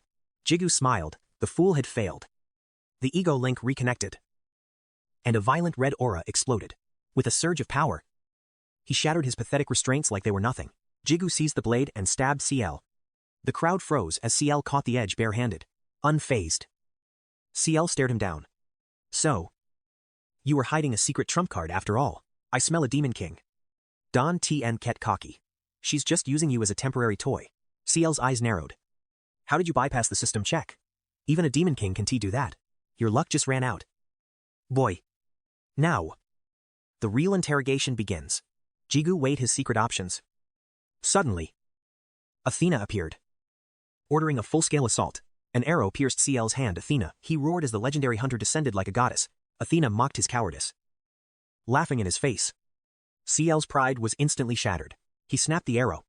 This means guild war. Athena just chuckled at his empty threats. With a violent swing, she launched a spear that tore through the air toward CL. CL drew his blade, summoning a massive shield to block the divine projectile. The collision was catastrophic, sending a massive boom echoing through the entire canyon. Trees leveled as the shockwave hit. Through the dust, CL barked orders to capture Jigu alive. He shattered his own shield. Let's settle this debt once and for all. Athena reclaimed her spear. CL raised his weapon high, signaling his men to charge. Below the cliffs, the ancient forest screamed under the weight of their devastating combat. A spectator watched. Chills. Right? It's like watching 2 ancient gods tear each other apart. He looked at Jigu's broken body. Well, kid, are you ready to give in yet? The guildmaster said not to kill you. But accidents happen in battle. Before the words could hang in the air, he vanished, reappearing for a lethal backstab. His blade swung toward Jigu's throat. Jigu's heart screamed.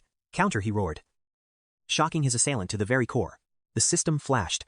Damage reflection activated. A blinding light consumed Jigu's entire frame. What the heaven-shaking explosion cut him off, rocking the foundations of the earth. As the smoke cleared, the attacker lay broken. He had poked a hornet's nest. He groaned pathetically. Jigu gasped for air. Reading the warning system limit reached, Jigu stood amidst the wreckage. Hangar was neutralized, but the system was fracturing. Jigu stumbled toward his foe. The coward, seeing his grave, began to beg for mercy. Too little. Too late. There is no mercy for those who betray. Jigu finished him without hesitation. As the enemy fell, Jigu collapsed, his body giving out. That power was too much. The internal damage was severe. The bleeding wouldn't stop. I am at my limit.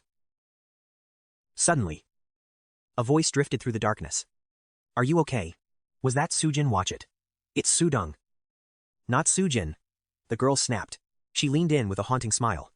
How will you repay me if I save you? Slavery or sacrifice? Choose. Jigu weakly raised a single finger toward her. One condition. I will annihilate CL and the entire guild. Sudong chuckled. That sounds like 2 things. But fine. Let's make a deal. Jigu whispered one last request regarding the sword of the white-bearded man. Jigu lies broken. Sudong mocks his greed, while Ba-an senses a hidden monster. Watch him, she commands. A demonic seed sleeps within, waiting for the perfect moment. Sudong points at the blade. Did you see that? He butchered that fool effortlessly. That wasn't luck. He targeted the weak point instantly. A born killer with zero hesitation. Ba eyes the corpse. What now? High rankers have annoying ways of coming back. It's serious. His rank grants him insane self-regeneration. He might already be healing. Forget him. She sneers. If he lives, he's useful. If not, bury the trash. Her hair shifts to purple. Revenge is a dish best served over a long time. 10 years is nothing for vengeance. The Demon King is here. But Ba-an is bored. Only fools fear him. I'll kill him myself. Jigu awakens inside a glowing system cube. Confusion turns to dread. This is the 5-year nightmare that has haunted his very soul. A rope dangles above. Since meeting Su-dung, this omen has finally started to fade. He grabs an exclusive skill through the veil. Is this? Seriously, just a rusty bucket. Flashbacks hit hard. The well. The trap. The darkness, the day his true struggle began. How pathetic he was. Why didn't he just climb? Was that power ever truly his? A crimson shadow appears. Du's voice spits venom. You miserable. Worthless. Pathetic failure. Shatter the barrier. Du roars. Borrowed or not. The power you wield is yours alone. The shadow echoes the demon. Du is right. Jigu. Stop doubting and embrace your strength. She reaches out. My power belongs to you. Master. Do not fall into hollow despair. Jigu bolts awake. Ba-an looms over him. Back from the dead, you look rattled. Ba, and gestures. Jigu and his sword resonate like long-lost lovers reunited by dark fate. Rest. He warns. Your body is screaming. Move now and you might actually die. Suddenly, the sky bleeds. A crimson omen covers the world in a terrifying blood-red light. Su-dung ascends, channeling a massive spell that causes the very earth to shatter apart. Rocks float like gravity died. Jigu tremble. That Ba-an grings is a monster commander. Behold the labyrinth master. The legendary commander Hoson has arrived to claim his domain. Jigu is paralyzed by the titan's size. Ba-an beams. This is the dungeon's true king. Hoson looms like a mountain. Jigu gulps. Am I really supposed to fight this monster? Su-dung sneers at the beast.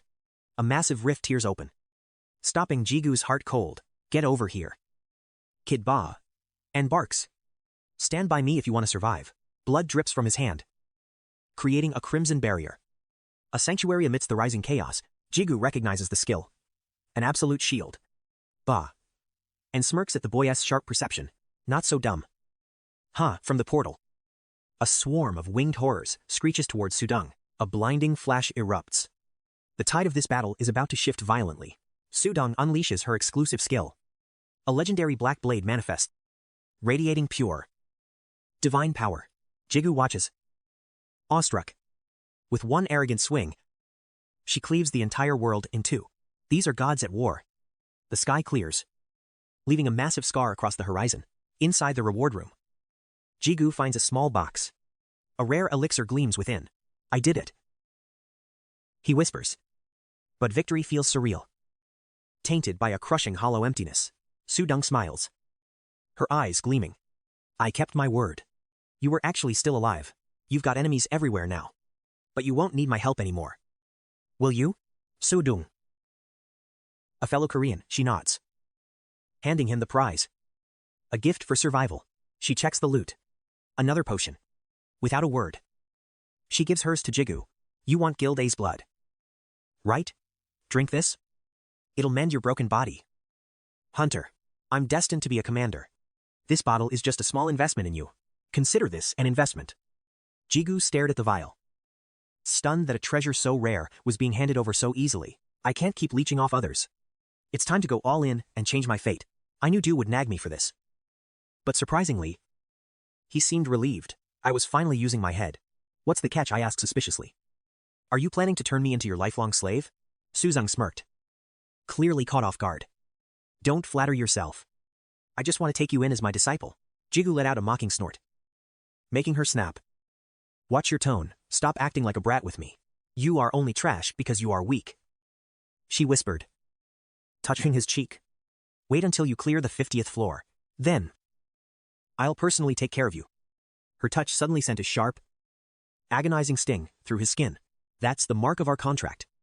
Your power is resetting now. So listen closely, because I won't repeat myself. That sword is quite toxic. Before the gate closes, I'll teach you how to evolve its hidden potential. Seeing his shock, Suzong urged him to drink. It's a dangerous gamble, your first lesson as my student. Back in the ruined forest, the ground was shattered, and the brutal skirmish showed no signs of stopping. Jigu's hands trembled as he leveled his blade at CL. Behind him, the system interface flashed desperate warnings. Don't trust her. Du screamed in a panic. Master, you are going to lose control. Stop this now. CL stood there, gripping a girl by her hair. Jigu felt lost. CL growled. Is this another dirty trick? Trying to steal my boss while I'm not looking? How pathetic can you hunters be? Suzong laughed. It was never yours, finders keepers. She cheered for Jigu, making him wonder if she was a devil. Jigu could have chosen a peaceful life. But instead, he walked straight into the eye of the storm. He lunged forward, taunting the psycho. Hey, ACLIM, going to send you straight to the afterlife. CL's face contorted with rage. He lunged like a predator, closing the distance in a heartbeat. What did you say?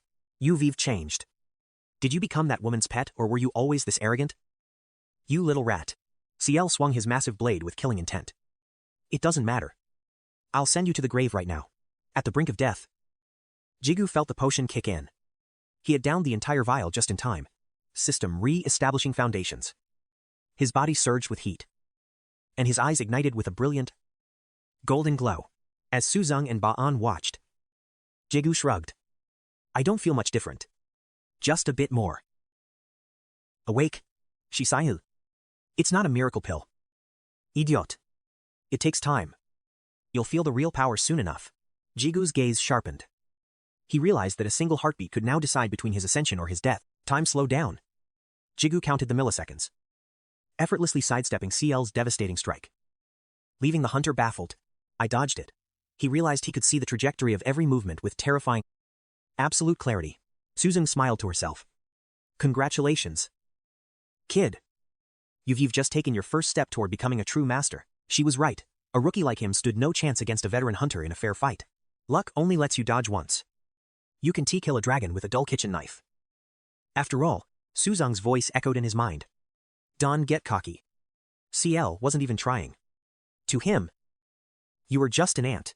But that one move exposed everything: his growth, the elixir's influence, and our telepathic link. CL stopped playing and activated the holy sword Khan, aiming a lethal strike directly at Jigu's throat. Don, just stand there, Suzong barked in his head. Block it with your sword right now. Jigu reacted instinctively, raising his blade.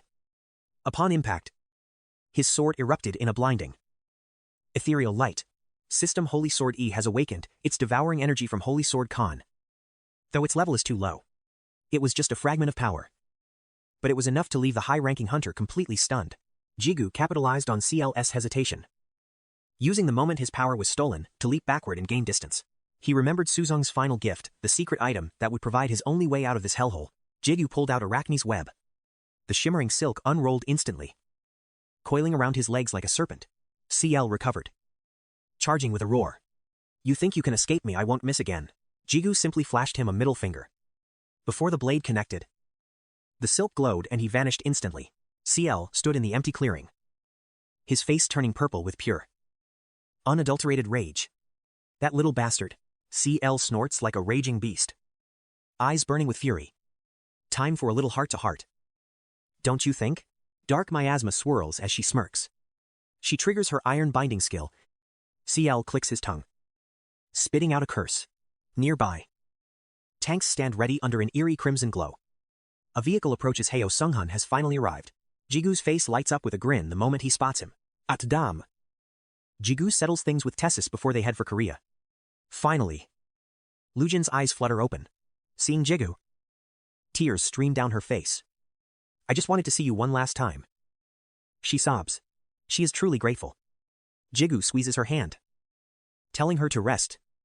But she has a secret to share. A violent cough cuts her off. Desperate, Jigu uncorks the legendary elixir and pours it down her throat. A mystical violet aura erupts. Jigu exhales, the crisis averted. Before collapsing from pure exhaustion, Du speaks calmly. The master has pushed himself past his limits today. Io frets over the danger, but Du sighs. We're powerless. Let him rest and face the storm later. while Jigu drifts in darkness. A strange, divine light begins to emanate from Lai Suan. Her eyes snap open. Meanwhile, Dudong is fuming. Her calls to Jigu going straight to voicemail. She grumbles. A whole month gone. And all I get is one lousy text message. She bursts through the door, shouting, "Oppa, are you seriously messing with me right now? You ignore my calls after making me rush home I skipped class. Do you know how worried Mom was?" A familiar voice stops her cold. "Is that you?" Dudong, she breaks down, crying out for her mother. Confusion flickers. Who is this woman in the other room? Joyful laughter rouses Jigu from his slumber. He sits up, blinking. The rich, nostalgic scent of his mother's soybean soup fills the air. His heart aches. This simple scene worth his very life is finally happening right behind that door, shaking off the tears. He steels himself. He must show her a smile. Not this weary face. He opens the door with a grin. "Sleep well, Mom, and..." Wait. Who is this lady? A woman, looking younger than his mother. Smiles warmly. "You were awake just in time for dinner." Later, Dudong grills Jigu. He explains the tower rankers he crushed to claim the divine elixir. Even Jigu is stunned. He never imagined the system healing would have such an extreme side effect. Mom is rejuvenated. Dudong jokingly asks for the elixir, but Jigu scoffs at her greed. Mom looks at him with guilt. "You've suffered so much because of me. I am so sorry." "Son, it was nothing." "Mom?" He reassures her. By sunrise, a guest arrives, seeking a private word with Jigu. The visitor bashfully accepts a thank you gift before the two head out to a nearby tavern, over drinks. He demands answers. "Seriously? How'd you score that divine elixir? The suspense was killing me." Jigu remains unfazed, cutting straight to the point. "So, you've got a crush on my mother, don't you?" The man chokes, spraying his drink everywhere. "What? Where is this coming from?" Jigu smirks at his bright red face. "I've seen the way you watch over her while I am away, and I know it's not just because she looks younger now. Your feelings are real. I'm on your side. If Mom's with you, I think even Dad could rest easy."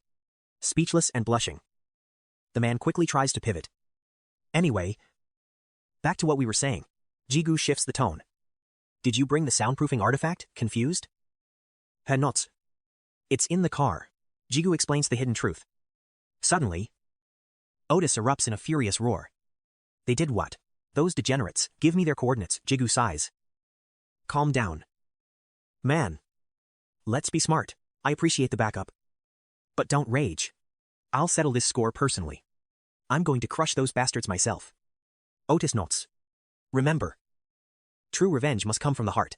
He stands, thrusting meat toward Jigu. But a clear heart needs a full stomach. "Eat up." Jigu stares, completely lost by the sudden shift. "What are you even saying?" He asks about Thesis. "Speaking of revenge, I have another debt to pay." "What's the status of the floor 4 Guardian?" A C-rank squad was deployed. 37 hunters, enough firepower to raid a floor 30 boss. Success news should arrive any moment now. Jigu noted quietly. "Shame. I wanted to blow off some steam." Deep in the forest, a man runs, gasping. He cries, "I must report this." The C-rank tamer squad, wiped out. A beast looms behind. A scream echoes. Then silence. "Priority checking your and your mother's condition post-elixir." A voice echoes. "This isn't for a standard hospital. We need high-tier facilities. Otis is handling it." Next, the mana stone and elixir rewards. Half the proceeds went to Chief. "Oh. As you requested." He smirks. He nearly fainted. "Your debt to him is finally settled. After taxes, you've got 20 million. He accepted, though he was hesitant. Regarding the move, I've scouted luxury spots north of the Han River. I've narrowed it down. Just give the word. Any questions? Jigu stares. Thanks. But why are you picking our house now? He snatches Jigu's phone. Is that really all you were asking? I am your new personal assistant. Let's work together. He Hao Sung-hun. Jigu sighs. Asterisk. Is this guy always this intense? Asterisk? In Dongdaemun, Sung-hun carries suitcases. I followed orders. But why this? 8 million in cash. My gear was trashed. Time to pay up. Sung-hun freezes. Exactly how much debt? Jigu's answer shocks him. 3.5 million. Jigu thinks back. They were both insane. It was reckless. But somehow, I survived the impossible mission. At the forge, a child calls. Grandpa. We have a guest. Sung Hun waits upstairs. Master Quan gasps. Is that you? You've changed. It's me. Master. Hope you've been well. Jigu greets him. I got the money. Though it was slightly short. Jigu sighs. Sorry. Quan Jae-chun chuckles. I am joking. That letter. It felt like a will. Jigu grins. I am here for the rest. The old man sighs in relief. I nearly wrote it off as funeral money. But I'll gladly take it. He inspects Jigu. The armor gone. Jigu nods. It saved me. Master Quan clasps his hands. It did its duty. I have no regrets. Still. An armor. Life is lonely. Tell me. How did it end? Next morning. Jigu's sister wakes. Heading for the checkup. Jigu says. She stars. Did you get taller? At the clinic. Sung Hoon gasps. Kim Yigu. You look like a model. Why aren't you a star? Drop it. 3 centimeters, and those muscles. That elixir is insane. Can I have one? Jigu sighs. My sister said the same thing. He looks in the mirror. Assilon. Massive, physical evolution. Asterisk. My limits have been recalibrated. This is true growth. Du's voice rings, still a weakling. Yigu snaps. Shut it. Du. Sung Hun returns. Your stamina. If this were 25 years ago. He smirks. You'd be an Olympic legend. Jigu frowns. Why then? He grabs his coat. What about modern standards? I don't watch sports. By today's metrics barely level 10.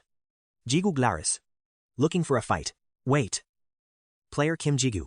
Your mana control. It's S-rank potential. He speaks with conviction. Jigu stares. You are way too calm. Man. Jigu retorts. I told you. Dong-hoon snaps. Act surprised. High rank. Who? Jigu's eyes. Suddenly. Otis bursts inside. Dun Otis asks. My mother, she's now stronger than most. The miracle, even as a civilian. She can equip items. Jigu shouts. Items? Otis checks his phone. Different business now. Why aren't you hunting lately? Jigu blinks. Hunting me. Just resting. He's absorbing power. His inner spirit apologizes. It's fine. Otis asks. When do you start again? Next week? Otis nods. Then save next week for me. We lost the C-rank squad. Team B deploys soon. Jigu realizes. The floor, 4 Guardian is still alive. Otis vans. That bastard hunts players to grow. Jigu freezes. B-rank raid teams have 30 members. Mostly elite B ranks. But Jigu, after divine elixirs, his rank is still unrated. Frustrated. He storms the office. The manager just sighs. Take the appraisal. You'll finally use your gear freely. Physicals are D rank. But your potential is a solid B. Jigu slumps. B rank requires level 100. I am level 1. Is this ranking legit? Basing it on potential is vague. Otis counters. Mana and skill define combat. Not just levels. Look at mutants. Their level never tells the full story. Power isn't a level. It's stat growth with every awakening. Besides, player levels are now top secret for national security. If Jigu tests now, he'll become a massive public target. A guide suddenly hitting B rank, that's legendary. World-shaking news. Jigu groans. Stop with the nickname, you're making it worse. Otis smirks. The press will call you the ultimate prospect. He teases. What's wrong? Don't you want the fame? Jigu fears Jeongui. Excessive attention is a death sentence. Otis respects the caution, but can T just bypass ranks? Jigu's shocked. I thought you had a secret workaround. Otis laughs. I didn't expect you to actually refuse. In this world, a high rank is the ultimate pass. Otis has an idea. He shows a list of guilds. Join a guild temporarily. You can enter the raid. I'll act as your broker. Otis offers. Jigu doubts. Who would recruit a stranger for a high-stakes raid? Leaving after would just trash their reputation anyway. He spots Morningstar and decides. I am joining them. Captain Dong Hai Kim addresses the troops. I am leading. We deploy after roll call. Let's kill this monster. The guild cheers. The dangerous expedition finally begins. Jigu marches with Seong Pil, who's endlessly grateful. Seong Pil smiles. We owe you our lives. Gladly help. We were just C-rank support. But we've at your back. You've been a massive help already. Just being more than a mere porter is a huge relief. If the opportunity arises, I'm definitely joining the fray. The two chatted for a while before the topic shifted to Captain Dong Hai Kim. Rumor says he's about to hit rank A. Becoming a true elite. Jigu just offered a dry response. He secretly wondered if reaching rank A was really that big of a deal in the grand scheme of things. I mean, compared to the Demon King or an 𝐈𝐄𝐃-class threat. Suddenly, a mysterious voice echoed in his head, reading his thoughts perfectly. That woman is a total anomaly. As if peering into his soul, the voice rang out again, mocking his sky-high standards. Why are your expectations so damn high? While he was lost in thought, Kim Hun rushed over and grabbed his arm, eyes wide with shock. Wait. Mr. Guide? You look like you've gone through a complete awakening. Jigu blinked, confused. Come again. The hunters nearby swarmed with curiosity. He's right. Did you get some legendary cosmetic procedure or something? Another hunter chimed in. Hey. That's incredibly rude. Jigu wondered if his transformation was really that drastic. The voice sneered. Your entire aura has evolved. You idiot. Finally, you actually look like someone who can leave a lasting impression on others. You might even be worth remembering now. Jigu gave a forced laugh and tried to explain. It's not surgery. I just unlocked a specialized trait back on the 5th floor. I just grew a few inches. That's all. The mysterious voice mocked him instantly, laughing at his pathetic and clumsy excuse. As soon as he spoke, someone gasped in awe. Wow. I'm so jealous. I didn't even know those types of height evolution skills existed. Man. I wish I could loot a skill like that. The voice cursed again. Are these degenerates seriously falling for that garbage? Shut it. Jigu silenced the voice as the party marched forward. Unbeknownst to them, a rank B strike team had already locked their eyes on them. Up on the 4th floor of the tower, Dong Hai Kim barked out orders. Scouts, track down the Guardian immediately. As for everyone else, take 10 and recover your mana. We move soon. Jigu's party rested under a nearby tree. He scanned his teammates: a marksman, Mei, a swordsman, and Jun Jivan, the tank. Right. But why is the guild name Morning Star? In English, it means a spiked mace. But nobody in this squad actually uses one. Seongpil and Jivan burst into laughter at the question. Seongpil's face turned beet red as he yelled for them to stop laughing. Sungwoo stepped in to clarify the mystery. Seongpil chose that name because of you. Mr. Guide, when you left the dungeon to call for reinforcements, he said you were glowing with a brilliant light, just like a morning star. Seongpil fumed with embarrassment. I told you to stop. Jigu smiled warmly. Just talk to me normally. I'm not your guide anymore. I'm your teammate. You are the same age as Sungwoo, right? Songpil asked tentatively. Can I call you Hyung from now on? Of course you can, Jigu replied. But their bonding was interrupted by a group of thugs approaching with pure malice in their eyes. Wow. Has the world really gone soft? I thought you losers were here for a dungeon raid. Not a damn picnic, Jigu whispered to Seongpil. Who are these guys? He replied. That's Gonk Nam, a rank B player from the Jir Guild. He's their lead representative for this expedition. Jigu frowned. What's their deal? Seongpil explained their brutal philosophy. They're notorious for being power-hungry. Their motto is survival of the fittest. They only care about who can adapt and dominate. They claim to value tradition and hierarchy. But above all, they demand absolute loyalty to their twisted system. To put it bluntly, they're just primitive thugs acting noble. The rank B hunters continue to provoke them with sneers. Is this all rank C trash is capable of? How pathetic. Jivan's eyes narrowed, his voice low and dangerous. What did you just say? I asked if you're here on a field trip. You think you're hot stuff just because you joined a rank B subjugation team. You low-tier hunters should be on high alert, shaking in your boots at every corner. Instead, you're just sitting here slacking off. You're even more useless than the porters. You lazy degenerates. Jigu's party trembled with suppressed rage, but they forced themselves to endure. The bullies scoffed. Disgusting weaklings. Let's get moving. Seongpil saw Jigu bowing his head and whispered. I'm sorry, Hyung. It's our fault you had to deal with them. But inside Jigu's mind, the mysterious voice was screaming. Master, calm down. Are you trying to trigger a massacre right here? Control your killing intent. Jigu struggled to hold back his instincts. What's happening to me? My mind is spiraling. He knew this was a side effect of the torture. He endured a deep-seated trauma. Suddenly, a commanding voice snapped him back to reality. What's the commotion? Dong Hai Kim asked. It feels like the mana here is destabilizing. Wait. Are you trying to interrogate me? As the raid leader, I need to understand the situation. I won't have internal conflict ruining this mission. An idea sparked in Jigu's mind. Captain, since there's some friction among the ranks, I have a small request for the raid leader. A request 𝐃𝐄𝐋-𝐈𝐕𝐄𝐑 asked. Jigu stood tall and pointed directly at 𝐃𝐄. I want a duel with that player. Settling these grievances now, before the real battle begins, is the best way to ensure this team doesn't collapse. Don to agree. Onam's jaw dropped at the protagonist's sheer audacity. The crowd buzzed. A duel. Now Kim asked. Are you sure about this? The gap between rank C and rank B was a godlike chasm. Jigu knew that.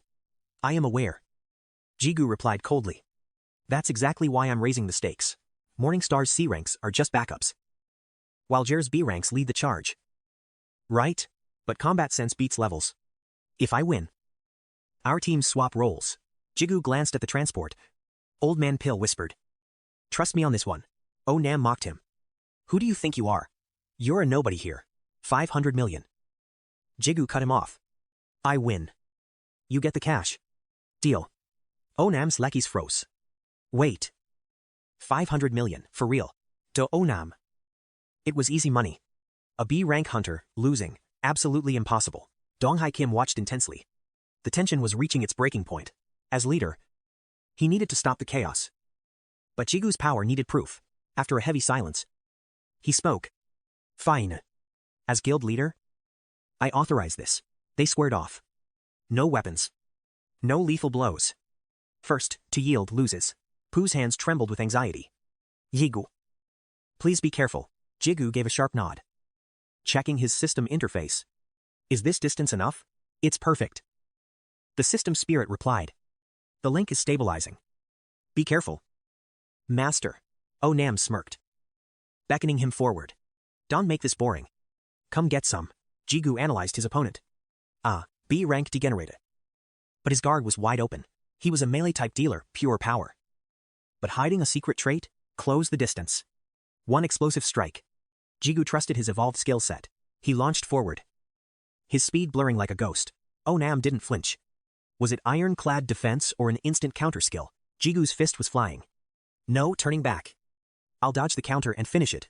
Impact. Jigu's fist buried itself into the hunter's gut. Onam didn't even react. One shot sent the B-rank flying 100 meters. Unconscious and foaming. Total silence. Then Kim shouted. The winner is Kim Jigu. The team swarmed him. Since when were you this strong? What's your level? Onam's crew scrambled to their leader. Kim couldn't believe his eyes. That speed was untraceable. Jigu was the ultimate wildcard of this raid.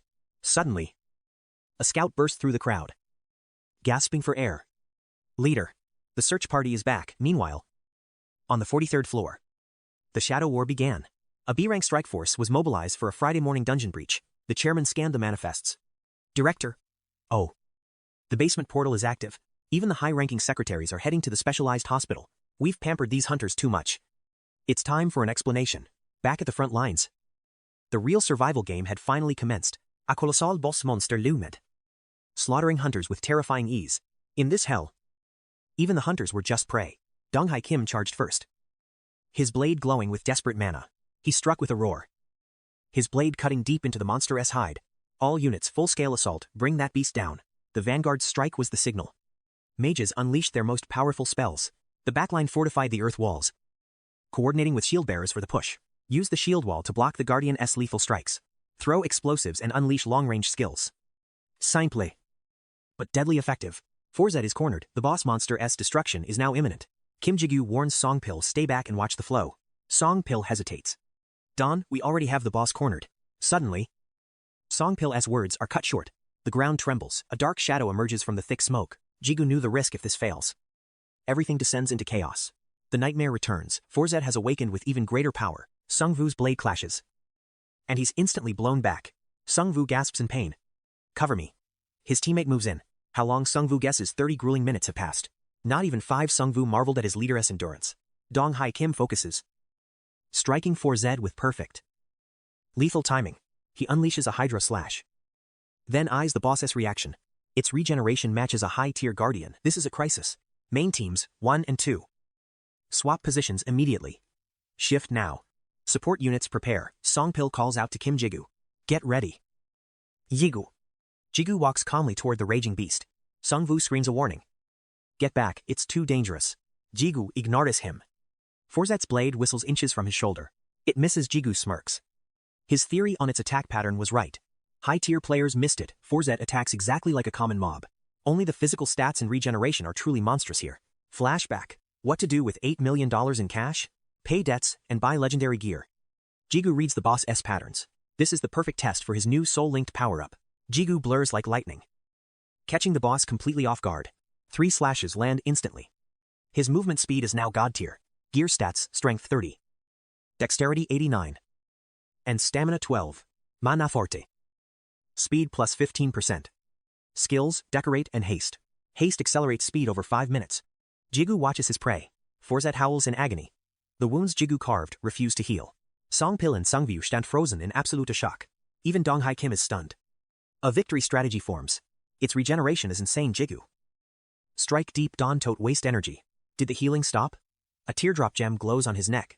This is the teardrop, his secret S-rank equipment. Level 50, 1 high stats with mana regen and mortal wound. Mortal wound debuffs healing. The boss's regeneration is now useless. 𝐵𝐴 roars in fury. It's a cornered beast turning berserk. What's happening? Is it evolving? The hunters tremble in fear. Just a dying degenerate. Jigu scoffs, attacking from the shadows, confident in his prediction. He slashes the boss repeatedly, mesmerized. The guild watches Jigu aim for the final kill. Jigu's blade slices through the air. His relentless strikes leave 𝐵𝐴 no room to breathe before he leaps back to observe. The beast freezes for a heartbeat. Jigu seizes the opening, slamming a horizontal strike straight into its eye. Leveling up doesn't change the fact that trash is still trash. The creature didn't intimidate him one bit. Before the stunned players, Jigu delivers the finishing blow. 𝐵𝐴 falls, leaving the crowd in absolute shock. A solo kill. The system window flashes low-tier demon 𝐵𝐴 defeated. Jigu is stunned. It was a demon. Skill Demon Eater activated. The notification sends shockwaves through the group as the truth is revealed.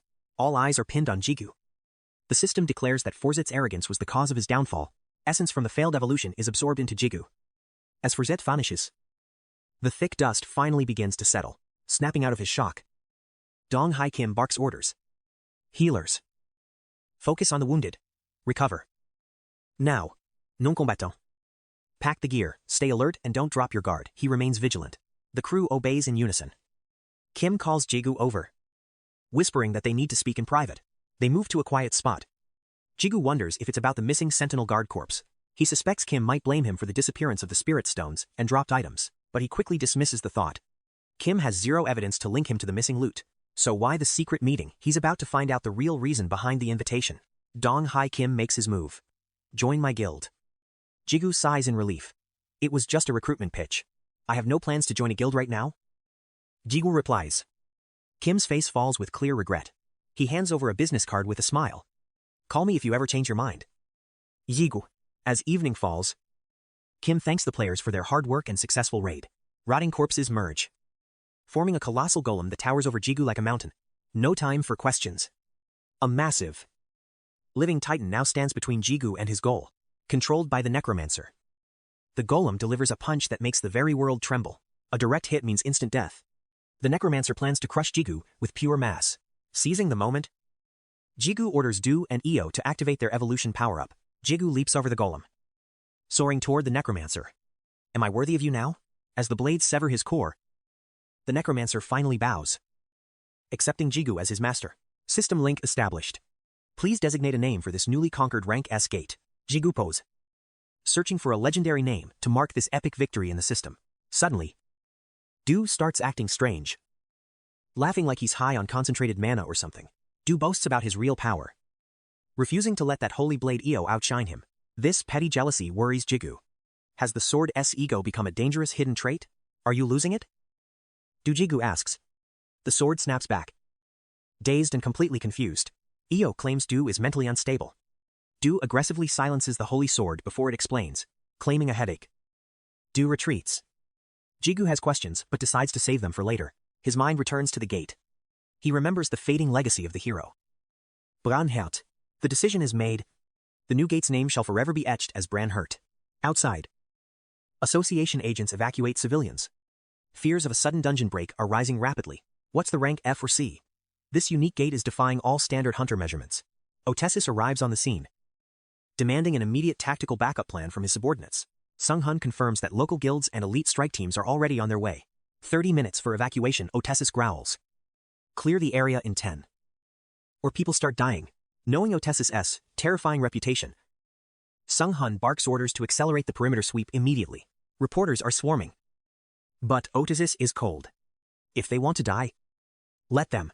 The gate itself isn't the threat. 𝐆𝐿 knows he can solo an outbreak this small, but a dungeon break means Kim Jigu has died inside the tower. That's the catastrophe. The gate barrier cracks. 𝐿𝐿's worst fear is finally manifesting right before his eyes. Consumed by guilt, 𝐿𝐿 draws his weapon, ready to slaughter every monster that emerges. Sung-hun notices 𝐿𝐿's hollow gaze. But the high-ranking hunter is locked in a trance. He charges the gate. Swearing to avenge Jigu with his own two blood-stained hands, he screams Jigu's name only for the man to step out. Looking completely unharmed, 𝐿𝐿 trips in shock, cursing loudly. Seeing Jigu alive is the greatest relief he's known.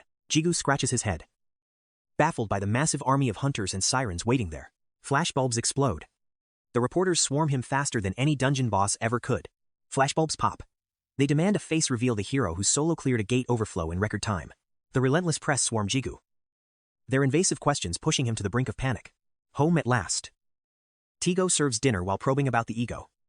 Is that the secret to his explosive growth? Sung-hun hesitates, fearing he's hearing too much. A unique trait isn't just some random skill. 𝐿𝐿 offers, trying to ease the heavy atmosphere. Jigu brought Sung-hun because of absolute trust. Otherwise, he'd never have appointed him as his secretary. 𝐿𝐿 shifts the focus, asking about the gate synchronization. What truly happened inside that anomaly? It was Jigu's first time, so he's unsure. The system mentioned a balance protocol before going silent. Something shifted the moment the gate sealed shut. 𝐿𝐿 worries about Do's sudden silence. Could the ego have pushed past its operational limits? Do is quiet, but Jigu can still tap into its power.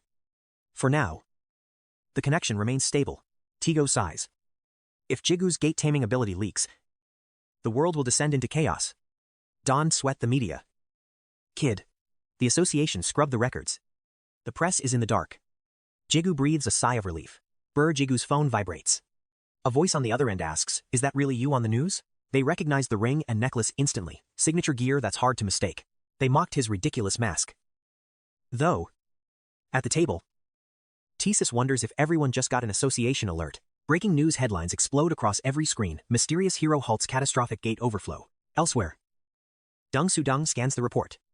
Ba-an notices her smirk. She's clearly pleased with the chaos. With a dangerous smile, she whispers, "It seems I've trained my disciple quite well." Player journalists, retired hunters who trade blood for clicks. Hunting tower secrets. Jigu and 𝐿𝐿 scrub dishes in silence. "Sorry, I couldn't block the paparazzi." 𝐿𝐿 sighs. Jigu nods. He knows it wasn't his fault. 𝐿𝐿 frowns. A dangerous troublemaker was seen among the press. Jigu tilts his head in confusion. It's Hong In-go, a retired high ranker. Even among the elite, his power level was legendary. Don Tia cross him. 𝐿𝐿 Vans. Stay under his radar. Jigu gives a grim nod of agreement. At Senior Guan's shop? The old man scoffs. Hoarding items now, that's a dangerous habit. Jigu, selfish master. Craving more egos. Jigu sighs. Do would definitely say that. It's too quiet without his chatter. Io feels guilty. He's not as talkative as that loudmouthed brat. Do. Senior Guan catches Jigu mumbling. I saw you in the papers. Kid. You're becoming a star. Recognized your tear and hem instantly. Should I charge you for the free promotion? Guan jokes. Actually, that's why I'm here. Guan flinches. Does the kid actually want an endorsement fee? Things are escalating. Jigu needs to disappear into the shadows. He needs a way to hide. A mask. Then Guan sneers, remembering Jigu's hideously ugly current disguise. It's an eyesore. Guan doesn't stock masks. Jigu clarifies he didn't even buy that ugly thing. He needs something better. Guan asks for specifics. Jigu explains that his egos and mask make him way too recognizable. Ditching the mask is easy. But his gear, that's the real problem. The necklace is low-key, but the rings are vital. He needs to conceal them while keeping them active. Grumbling, Guan points toward some iron gauntlets. He only has a few high-quality pairs left. After several failures, Jigu finally syncs with the system. Linking with tear and hem was surprisingly smoother. His ego possession stat must have leveled up. Io confirms it with a solemn nod. Before, he could barely handle E and J. Now, Jigu's vessel has expanded exponentially. Io backtracks. Maybe the name sucked back then. Jigu chuckles. Don, try to comfort me. Io? He needs something low profile. His eyes lock onto a simple, unassuming pair of gauntlets. Guan is impressed. A sharp eye for quality. Jigu initiates the link. Your name is Oberon. Link successful. The system window pops up. Guan asks, well, how does Oberon feel? It's strange. But he'll adapt. These stats are god tier for iron gauntlets, the perfect hidden weapon. One question remains, can he still summon Io and Du through Oberon's frame? Normal gloves would shatter. Jigu focuses. EOJ, come forth instantly. They manifest on his hands. The senior official couldn't help but marvel at Jigu's top-tier weaponry, seeing Oberon materialize. He tests if the gauntlet can conceal the ring. Jigu activates the cosmetic skill, shifting the armor into everyday gloves. The price, just a future favor. A debt to a legendary craftsman. The next morning, pure chaos erupts at the Hunter Alliance lobby. Reporters are hounding the staff about secret agents. Jigu asks what's up. Sung Hun sighs. The media has been relentless since that viral incident. They re-hunting the masked freak who dominated that high-stakes first mission. Jigu offers to lay low. But Sung Hun says it's unnecessary. The press assumes he's a high ranker, lurking on the upper floors. Little do they know, their target is right here on floor 1, standing at the Tower S base. The official's request echoes in his mind. Such a masterpiece isn't free. That favor will surely be a nightmare. Suddenly, a chilling voice whispers through the forest. Are you their master? Jigu spins around. Seeing no one. Even Io heard absolutely nothing. The mysterious voice rings out again, demanding to be recognized. Claimant of mastery. Call my name? The air grows heavy with power. It's not Du. Jigu realizes it's the consciousness of the gate itself. A familiar? Glowing sphere appears an enigma wrapped in overwhelming energy. Jigu recoils as his own reflection twists within the strange orb. System Janhet's form is undefined. Please designate a physical vessel. This awakening feels different. It's more profound than any previous evolution. Place your hand on it. 𝐆𝐎𝐃-𝐓𝐈𝐄𝐑. Visualize what you desire. Touching the core. Jigu connects his very soul to the entity. He remembers how Janhet protected him until its very last breath. Protect me once more. A blinding light surges into Jigu's chest. It manifests as a sleek technological core, chirping with a happy voice. Master, I am so glad we can walk this path again. System ego inheritance complete. Past memories have been fully restored. It really is him, the loyal companion from his previous life. Instead of a stoic knight, Janhet has a surprisingly bubbly personality. Time for a test run. Jigu initiates the integration command. Io greets the newcomer, and Janhet warmly remembers their old bond. Unlike the others, Janhet fuses directly with Jigu's own body. He inherits the reflection trait along with terrifying new gate abilities, scanning the updated interface. Jigu is stunned by his newfound power. He spends a week mastering these states and Janhet's unique skills. First up, open and close. The power to manipulate gate portals. He can't enter yet, nor do the monsters inside obey. For now, still. The tactical potential is insane. He can trigger a dungeon break. If he perfects this, he'll transcend the limits of any human hunter. Next are absorption and domination, the keys to his ultimate evolution. He can consume other gates to grow or subjugate lower tier ones. The path to becoming a god tier ranker is finally clear. However, there's a catch. It only works on gates he already owns. Jigu's itching to test his limits. But first, the 28th floor guardian. The Great Bear Swordsman looms ahead. A week of hunting bottom tier trash is enough. It's finally time for a real challenge. Activating stamina boost. He charges. With one clean strike, he smirks. Just a light warm-up. The beast's claws are severed instantly. Blood sprays everywhere, painting the dungeon floor crimson. It howls in agony. Jigu just scoffs. As the beast lunges in a rage, he effortlessly evades. This great bear is surprisingly agile. Jigu's movements become a blur of lethal precision. Fearless, Jigu shreds every incoming strike. Cornered? No. The crafty hunter is right where he wants to be. Reflection piercing. Light erupts, blinding everything in sight. Size is just a number once you adapt. He grins, impressed by Janhet's high-tier reflection skill. Janhet beams at the praise. Good job. Jigu notes. I'll let you feed soon. System blood absorption initiated. Only a single green crystal dropped, no epic gear today. Disappointing. The carcass should fetch a fortune. Still. Will the Hunter Association ask too many questions? Promises must be kept. Open, he tosses the crystal into the swirling gateway. He discovered Janhet's hidden trait last week. System skill successfully transferred to the gate. Dungeon monsters are buffed. Janhet will evolve by feasting on their essence. Janhet's power is now clear. Jigu's mastered the deadly synergy of speed and stamina traits, du remain dormant. But its power is surging. Meanwhile, 𝐆𝐎-𝐃 level continues to climb. Floor 30 is within reach. I'll decide my next move once I clear the 29th. Floor 29. A red guild member barks at his rivals. Do you even know who we are? The blue team doesn't flinch. Their reputation speaks for itself. Steel clashes as Jigu approaches the chaos. Janhet's curious. But Jigu hesitates.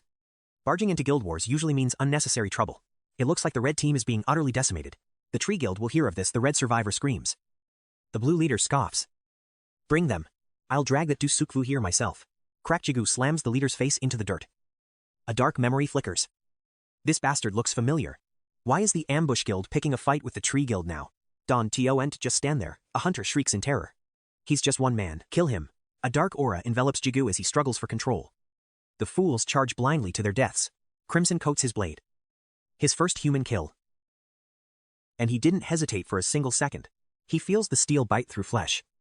His heart races not from fear, but a rising bloodlust, a blur of violence. The blue team falls. 𝐆𝐎 calls out repeatedly, until Jigu finally snaps back.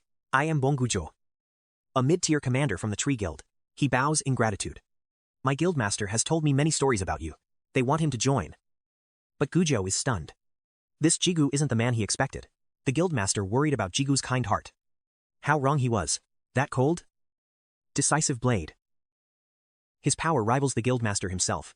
What's the ambush guild's play? Jigu asks. Why are they hunting Sukvu? Gujo shakes his head. Our master isn't the type to start unnecessary wars. We'll get answers through interrogation. These red players are dead. Men walking torture is on the table. The association allows it. But I have no stomach for torture. That word. It triggers something. He recalls the Guardian raid, that terrifying, inexplicably loss of control. It wasn't normal. He blamed it on past trauma and the crushing weight of psychological pressure. But hearing Gujo mention torture now, nothing. No trauma? No fear. Was he ever even broken? Then why did he snap? He shakes it off. It doesn't matter now. Why did taking a life feel so exhilarating? 𝐆𝐎 and Janhet call out. Sensing his darkness, Jigu apologized for causing worry. His voice cold. Stand back. He commanded. I've already calculated our next move. Visions of the Demon Queen flashed. Their connection was undeniable. Jigu returned to Gujo, who was finishing a brutal interrogation. Gujo apologized for the bloody scene. But Jigu didn't flinch. Did they talk? He asked. Eyes scanning the carnage. Information was scarce. The attackers were just pawns. Mindless degenerates, acting on orders from some unseen shadow. Low-tier trash. Jigu scoffed, noting their pathetic stats.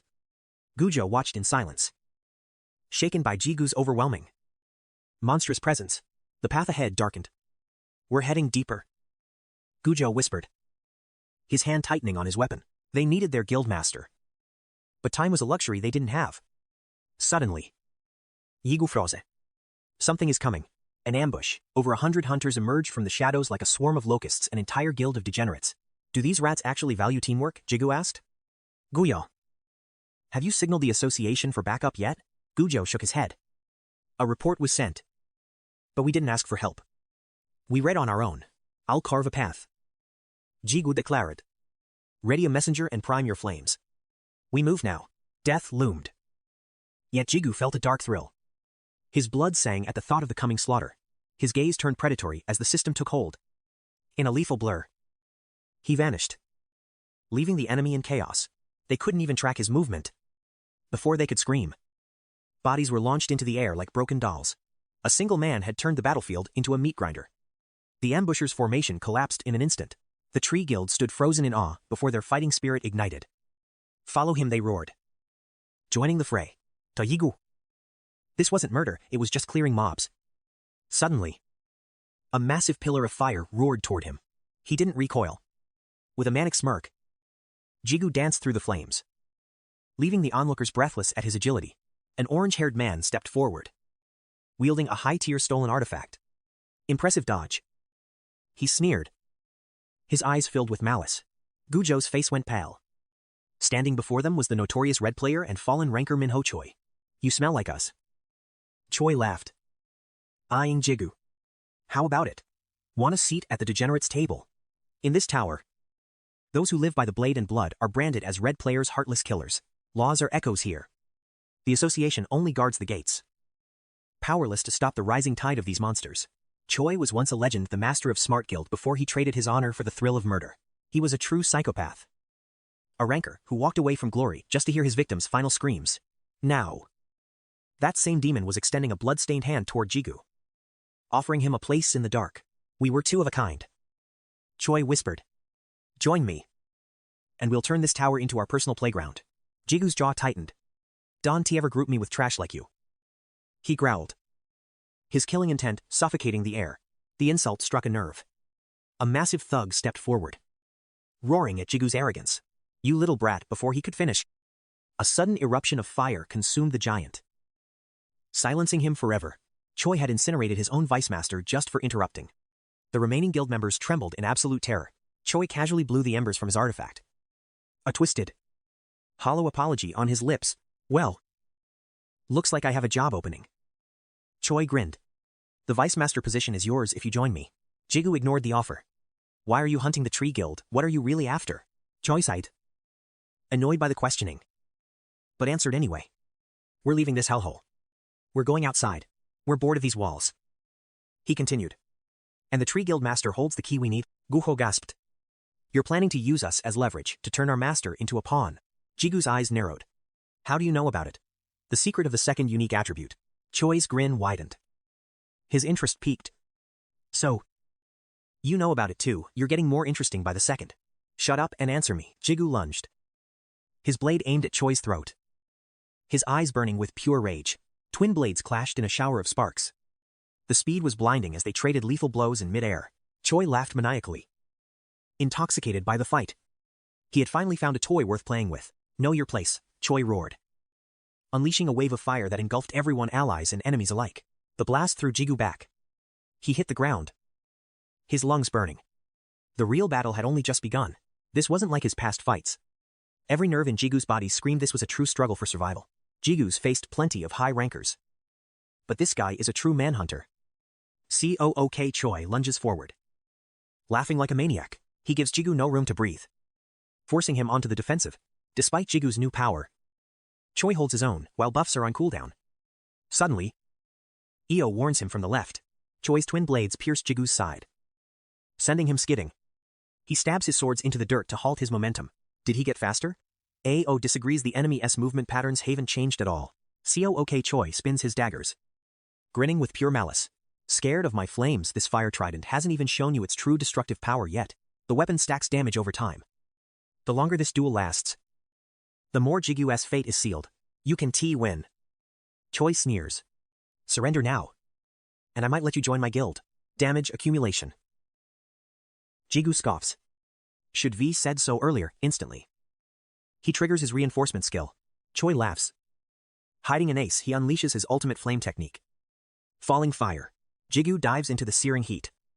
The temperature is brutal, but this is the opening he needs. Jigu's blade slams into Choi's twin daggers with explosive force. Activating Reflect, the system window flashes. All accumulated damage redirected at the target. Choi gapes as his own flames backfire, blasting him across the field. He's out cold. Eyes rolled back. Jigu mocks him? Are you a rookie who just reveals their own weakness like that? System Devour activated. Player Min. Choi absorbed. Process successful. Devouring humans. Jigu stunned. But the activation conditions for this power remain a mystery. Adrenaline fades. And Jigu's legs finally tremble. That was a high-tier struggle. He can show weakness now. The remaining Sneak Guild members are still watching him like vultures. Their leader is dead. Will they surrender or strike? Boss is dead. The thugs mutter. Whoever kills this guy becomes the new guild leader. Right. Exhausted, Jigu stands his ground as the mob closes in with murderous intent. His allies scream for him to run, but Jigu realizes the heavy physical toll of his counter skill. Reflecting damage isn't free. Just like in the Harrian Labyrinth, he had to tank the impact first. The recoil from that last reflect was devastating to his internal systems. Every muscle screams in pain. He just needs 5 minutes of rest to recover. The mob flinches at Jigu's murderous aura. I see why the boss wanted him. One stammers. How can a player who isn't a red rank be this terrifying? They have the numbers. They only need one lucky shot to claim the guild as throne. The guild charges Jigu's opening. He readies for a final stand. But a new presence appears. Jigu's expression shifts into a sharp, confident smirk. A massive blizzard freezes the attackers solid. Good timing. Say oh whoa. Jigu sighs in relief. The Tree Guild members cheer their leader's arrival. Seo-woo notes.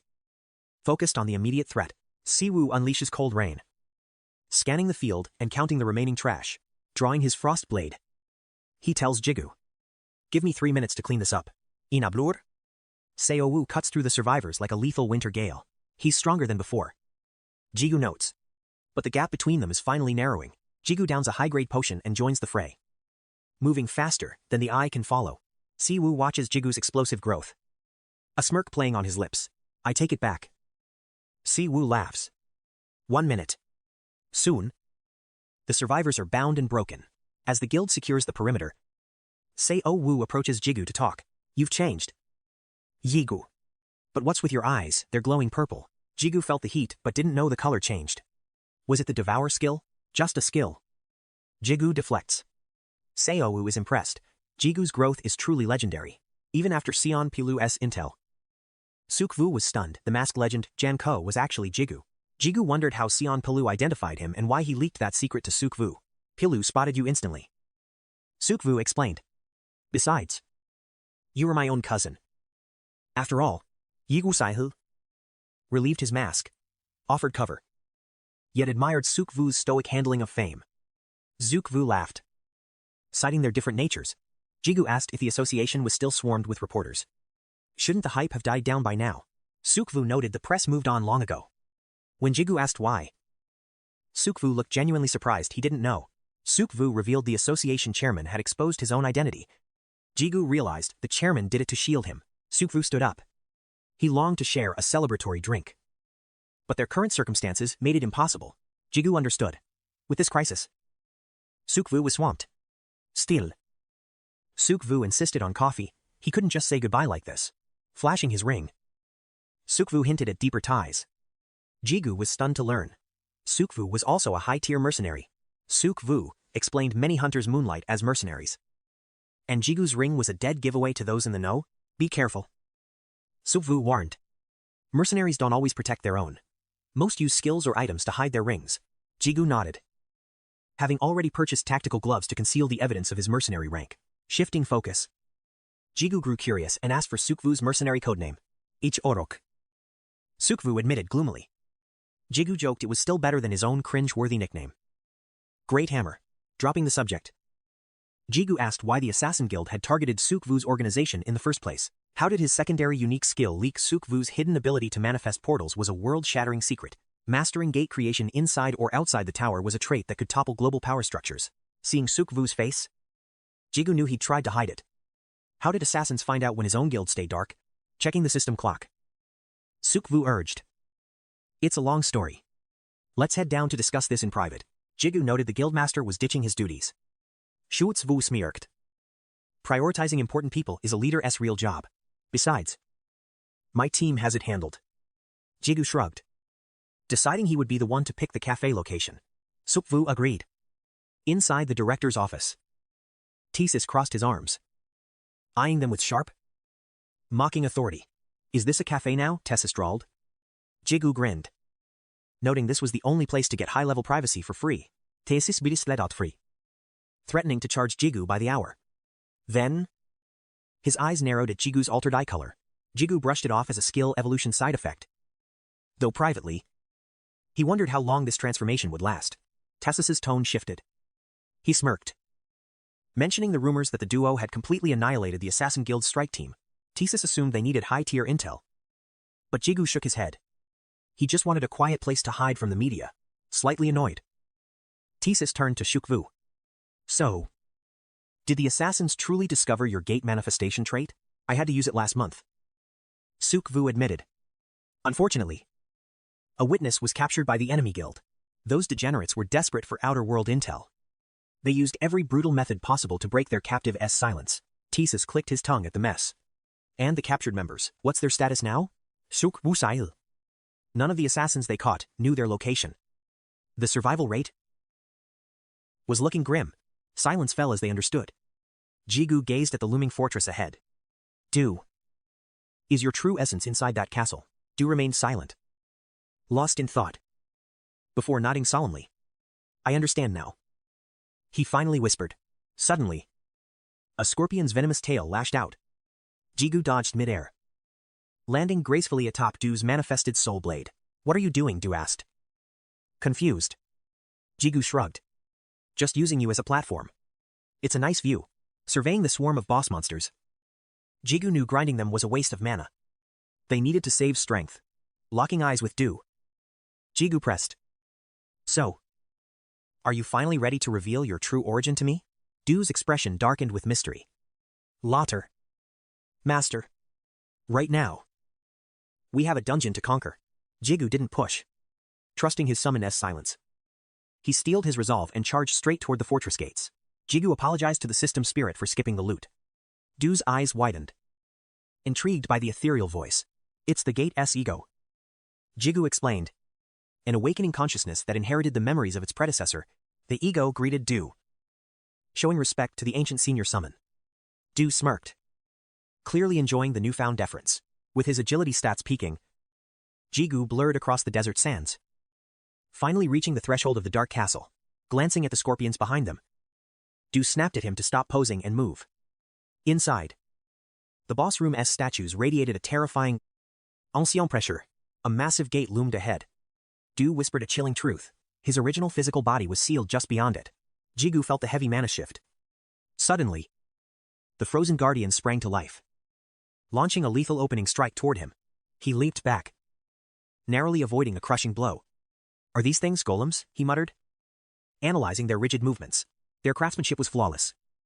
Jigu blurred into motion, aiming twin blades at their legs, yet the steel didn't even flinch. Jigu glanced at the door behind the sentries. Could he just make a run for it and bypass them? He quickly shook off the thought. To survive, he had to fight. He surged upward, driving his blades toward their reinforced heads. Clang. The strike did nothing. A heavy counterblow sent him crashing violently into the stone wall. Blood pooled in his mouth as pain flared. Gritting his teeth, he searched for a weakness amidst the desperation. As the guardians closed in, his allies panicked. Du's voice echoed, Kid. Use their own power against them. Skill activation reinforced, Jigu roared. The guardian's massive weapon swung down with bone-shattering force once more. With a precise parry, he redirected their trajectories, forcing the monsters to strike each other. He survived, but with heavy injuries. Impressive work, Du remarked. Jigu wiped his chin. It was nothing. He lied, trying to steady his breathing. This was getting messier than usual. Standing before the final seal, he warned Du. We're having a long talk after this. Explain it to me. Jigu demanded. What do you mean your true self is trapped inside? Du's voice turned solemn. That's my living body. Back then, I was so powerful, even you wouldn't stand a chance. Jigu smirked through the pain. And what about now? Am I still outclassed? Now, it's just a shell. Du replied. My soul is here. Inside lies only the hollow vessel of a former king. It was a puppet driven by muscle memory, a flawed version of his past. Then, the heavy doors groaned and swung open. Jigu burned through his healing items and stacked every buff in his system interface. He had to be ready. As he prepared to enter, a thunderous voice shook the room. So, you are the one who dared to wake me. The killing intent was suffocating. This was no mere flawed version. Jigu wondered about Du's terrifying. Hit a bust. Are you really? Jigu asked. The figure stood from the throne, stepping down like a god. That name is beneath me. I am the master of demon martial arts and the demon blade. The king of all phantasms. You may call me the demon king. He looked at Jigu. I remember the seal. And the one who bears my mark? Jigu's mind raced. Was Du actually the legendary demon king this whole time? The entity tried to speak his true name, but a glitch in the system silenced the words before they reached Jigu. You've got a lot of secrets, partner. Jigu mocked. Hope you don't mind if I wreck your old body? Du didn't flinch. Destroy it completely. Dawn, let my remains be a puppet. Jigu gripped his hilts, ready for war, activating 2 meters of pure acceleration. Jigu lunged, his blades trailing arcs of light toward the demon king's vitals. The king didn't even move. He just watched the blades descend and whispered, watch your back, Hunter. A hail of spectral swords erupted.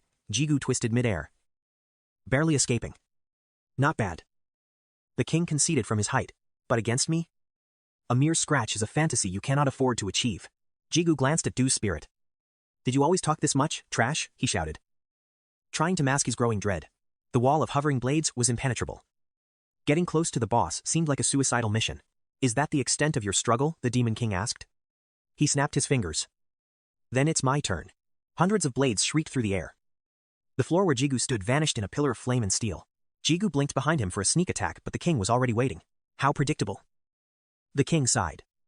Are you truly this foolish? In an instant, the blades reversed course, swarming Jigu. There was no warning.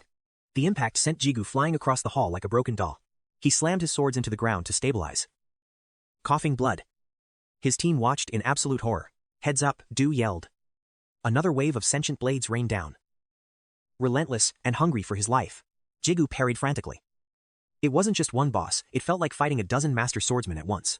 Through the chaos, the Demon King's earlier words finally clicked in Jigu's mind. The realization hit him like lightning. Du, these aren't just weapons.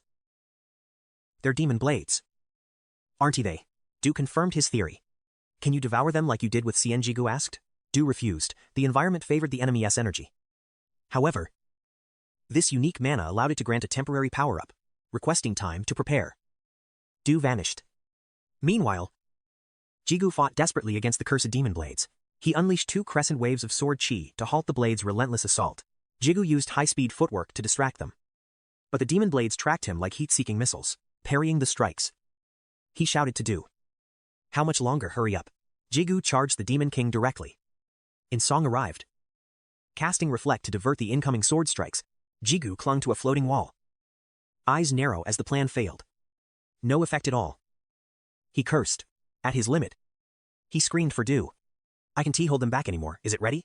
Du finally manifested, praising Jigu's grit. Simultaneously, a system window flashed. Magic sensitivity is surging. Rank C attained. Jigu smirked at the Demon King. You are finished? Above, the sky turned blood red. The Demon King gasped, eyes wide. Impossible. How can a mere human wield such primordial power? Alert, you have mastered Du's death law. Limited manipulation of mortality is now possible. System skill Reaper's authority acquired. You can now command the essence of death itself. The demon blades began to corrode. The Demon King watched, terrified by the human's sudden awakening. As Jigu touched down, the Demon King trembled, his composure shattering into a hysterical, maddened scream. That belongs to me, he roared, spinning the demon blades into a crimson whirlwind of destruction. From the vortex center, he ordered the blades to shred Jigu. They lunged like starving beasts. Jigu took his stance. His blade erupted in light as death energy clashed against the demonic storm. The massive door shattered under the impact. Did you finish him? Master Danhead asked breathlessly. Jigu remained silent, calling out a single name. Through the thinning red haze, a silhouette emerged. Enraged, the Demon King channeled power into his skeletal grip, raising his black blade with a scream. Insolent human, you dare defy the king of monsters. His blade descended with earth-shattering force, pulverizing the ground. Jigu narrowly evaded the cataclysmic strike. Jigu stared at the beast. Even after a direct hit from the death law, its mana remained overwhelming. Du smirked. That body is just my shell. But its original form was always legendary. One more time, Jigu commanded. Du warned. Your body will break if we push past this limit. One strike is all I need. Jigu replied, launching himself into the air once more. He followed the same trajectory. The Demon King scoffed. Reckless fool. Have you learned nothing? The giant blade fell. Jigu blocked with all his might, the ground cracking beneath his feet. The king sneered. No matter how high you jump, you were beneath me. He laughed mockingly. Are you really trying to challenge your pathetic human limits against me? His laughter died instantly. The sword in Jigu's right hand had vanished into thin air. Surprise. Jigu whispered from behind. With newfound confidence, he threw off the king's massive blade. The Demon King watched in horror as the aura of death rotted his body and his weapon. I am the king, he wailed, refusing to accept his impending erasure. The Demon King disintegrated. Jigu collapsed, leaving you and Danhet in a state of frantic panic. He offered a weak smile. Don't too worry. I am just completely drained. You overused that power. Du scolded. Jigu stayed silent, downing a high-grade recovery potion. Notification special trial cleared. Excellent performance detected. Bonus rewards are being issued. Kim Jigu's eyes drifted shut for a brief moment. He awoke in a mysterious dark chamber. Before him stood an altar holding 2 ornate reward chests. The reward room? He realized. System new skills acquired fusion and manifestation. Your skill synchronization rate has significantly increased. He opened his status window.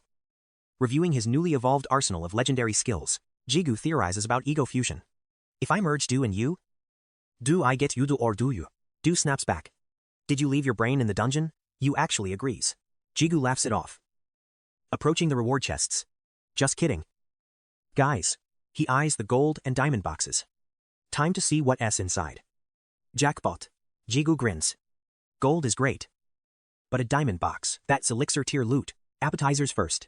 He reaches for the gold box. Saving the best for last. Inside lie 3 golden spheres. A strange sense of déjà vu washes over him. System, Window 3 ego fragments acquired. They erupt into pillars of brilliant light. Fragments, like the ones from the Blue Wolf Gate. He wonders. Why are these inside the tower? He sighs. Closing the lid for now. Now for the main event. He opens the diamond chest with bated breath. 3 bone-like shards appear. Suddenly. Do resonates with a sharp, blinding light. That is a piece of my true body. Do whispers. Later. At a soundproof cafe. In a secure room at the floor, 30 station. Jigu demands the full story. Who are you? Really, Do speaks the truth. I am the sovereign of all demons. Then why are you a sword to counters? How does one survive eternity? To endure forever without breaking. Do continues. An ego requires a specific sacrifice. You must forget. Jigu stares back. His mind racing. Forget. What? Everything. To exist for eons. You must erase the weight of your own past. If you don't, your very existence fades into nothingness. I was the demon lord. Owns. Betrayed by rebels and stripped of my form. I was cast into eternal isolation. To survive. I discarded my emotions. My goals. And eventually. My very name. But awakening as your sword has cracked the seal on those forgotten memories. It is only a fragment of the past, but the confusion is overwhelming. I choose to let it all go again. The talk ends. Jigu stops asking. He won't force Do to relive that agony again. He sets the body fragments aside. Some choices are better left for later, regardless of the past. You air my first ego. You gave me hope. Do. We will just build new memories together. Relieved. Jigu finally heads home. At the director's office, Sung-hun arrives with a low-rank certificate. Otis is focused. Otis tells him to rest. But Sung-hun lingers. Sensing the heavy workload. You stayed all night again. Sung-hun notes. Are you not heading out? Otis's fingers fly across the keys. I need to finish this by tonight. Sung-hun is stunned. Using mana for office work, is it that urgent? The air crackles with intensity as the final task is finally completed. Smoke rises from Otis's fingertips. Tomorrow. I am meeting Sister Sudayan. He catches himself. Wait. No. Tomorrow is Jigu's housewarming party. I cannot miss it. At the party, jaw-dropping silence hits. Jigu's new mansion is absolutely legendary. The group enters. The egos chatter excitedly. Though only Jigu can hear them, they step into a sprawling, majestic courtyard that feels like another world. This is a house, Hondo gasps. Javan jokes about secret basement prisoners. Jigu laughs nervously. Let's not get ahead of ourselves. No one is hidden here. A guest whistles. Compared to this palace, our guild headquarters is a total ruin. Jigu swings the doors open. Inside, his family waits with a feast prepared. Kim Seongpil presented a gift to Jigu's mother, introducing himself as a member of the Moringa Guild, accepting the gift with a warm smile. She asked him to look after her son in the future. Seongpil froze in shock. With her youthful looks, most mistook Lee Suyan for Jigu's older sister, flattered by the compliment. She told everyone to relax, while Yoo-jung suddenly asked if Saeguku was coming. When Jigu teased her, she quickly denied it, claiming she only wanted an autograph for a friend. Jigu reminded her of Saeguku's busy schedule, saying his help depended entirely on her behavior. Yoo-jung then urged him to unmask and get famous just to sell his autographs to her classmates. Having no time for her antics, Jigu excused himself to go welcome a friend, arriving outside. Otesis and Hyo Sung-hun arrived in sharp suits. Though Sung-hun felt awkward for coming empty-handed, Jigu laughed it off, telling him that finding such a perfect home was already the best gift. Tesis asked if he was excused too, and Jigu joked that the new furniture was more than enough, leading them inside. Jigu mentioned that Tessis's generosity wasn't necessary since the original furniture was fine. Then, with a sly grin, Jigu teased him, asking if he'd bought furniture for his own future home. Jigu clearly hit a nerve. As 𝐃𝐄𝐋 turned beet red, his eyes darting around in total panic. Once they stepped through the door, 𝐃𝐄𝐋's demeanor shifted. Becoming surprisingly formal and polite, he carefully presented his gift to Lee Soo-yeon before dinner concluded and the cleanup began. Suddenly, 𝐃𝐄𝐋 requested a private word outside. Jigu hesitated, but 𝐃𝐄𝐋 insisted it would only take a moment. Jigu finally excused himself to his mother and followed 𝐃𝐄𝐋 out into the cool night air. Outside, Jigu asked what was so urgent. 𝐃𝐄𝐋 revealed that the Young Guild had opened a branch locally. He explained that the association opposed the move. But the powerful Angela Guild had intervened. It appeared a secret deal had been struck between the two massive organizations behind closed doors. The association couldn't ignore the nation's top guild, forcing the president to address the media personally. Turning to head back inside, 𝐃𝐄𝐋 paused for one final, chilling word of advice. Cool your head first. He warned Jigu to hide his murderous aura as Jigu's fists bled from rage. Meanwhile, deep within a high-tech rehabilitation facility, a shadow moved in the darkness. Rohan declared he'd return in 3 months. Viciously plunging a blade through a photo of Jigu's face, he turned toward a secure vault, revealing a shimmering holy sword resting silently inside. He sneered that no power could save Jigu from this divine blade. As night fell, the guests departed. Later, Jigu headed down a dark corridor toward the basement. 𝐃𝐿𝐶's warning echoing in his mind. The opportunity for revenge was arriving much faster than he had ever anticipated. He entered a sterile room with a single chair, where his inner ego stirred with chilling excitement. Jigu agreed with the sentiment, knowing this basement was the perfect sanctuary for his brutal training. Suddenly, Du questioned if the external entrance wouldn't be a bit inconvenient to use daily. Jigu explained he needed to monitor the gate personally to ensure no monsters could reach his family. As he began his warm-up, he marveled at the perfect stronghold Hyo Sung-hun had secured for him. With his mind clear, Jigu focused entirely on his next strategic move against the Young Guild. Though only a branch, the Young Guild's power rivaled the Kai Guild, one of Korea's top 10 giants. 3 months was a blink of an eye. To survive, he needed to master his new skills immediately. He pondered the mechanics of the synchronization and containment traits he'd unlocked on the 20th floor. Staring at the system window, Jigu commanded synchronization. A prompt appeared, please select your primary ego. Realizing this would be the core vessel, he decisively selected Du as the primary entity for synchronization. The system chimed primary ego Du and sub-ego Jang Ki-dong will now commence synchronization. To his shock, his ring erupted in crimson light, manifesting the spectral image of a fierce red wolf. A final alert flashed across his vision, synchronization successful. The transformation was complete. Du had evolved into ferret. Though he loudly protested, Jigu just chuckled. Apologizing for the forced experiment, Jigu fell into a deep silence, completely ignoring Du's constant rambling. He realized that sentient egos like Du or Hennet faced extreme risks with this fusion. Ozan and Hemet were essential for his current build. He needed expendable soul fragments instead. While Jigu weighed his options, Hennet's voice suddenly cut through the silence. It pleaded to try. Desperate to grow stronger and serve him better. Jigu hesitated, concerned, softening. He thanked Hennet and began the synchronization process with a sub-ego fragment. As the fusion peaked, a blinding aura erupted from his physical form. The fragment had been dormant inside him all along, glowing fiercely within his chest. Hennet's voice faded. Jigu tried to cancel, but the system forcibly dragged him away. He awoke in a desolate graveyard, Hennet's internal realm. Synchronization was complete, yet unstable. When he questioned the anomaly, Du simply pointed toward the shadows ahead. A familiar, eerie coffin sat there. Was this the same one from before? Du nodded. As Jigu reached out, a system window flashed Gate Guardian missing. It prompted him to forge a new overseer using the freshly fused ego fragments. Visions of nightmare monsters flooded his mind. He had to choose his sentinel now. Undead goblins and skeletal knights flickered by beings born from this dark domain's essence. He pried the lid open, revealing a withered cadaver perfectly suited for the role. Selection confirmed. The system consumed the fragment, binding the corpse as the new guardian. The creature knelt, whispering, Master. Jigu started, confirming its newfound sentience and duty. It bowed low. Jigu wondered if this undead thrall could truly command the horde. Will they obey you, he asked. The guardian shook its head slowly in denial. Confused, Jigu checked the interface. His gate control level was still far too low to gain absolute authority. They had to purge the monsters and force their submission. Jigu watched the incoming horde. So, I just need to beat them into following. He couldn't help but smirk. Reminds me exactly of how Du operates, drawing twin blades. Jigu felt invincible. Reclearing this dungeon would be a total cakewalk. Du warned him the gate had evolved. Ignoring it, Jigu charged into the fray. Swords, flashing. 4 days had passed outside. Frantic with worry, Luyan begged Otis for any lead.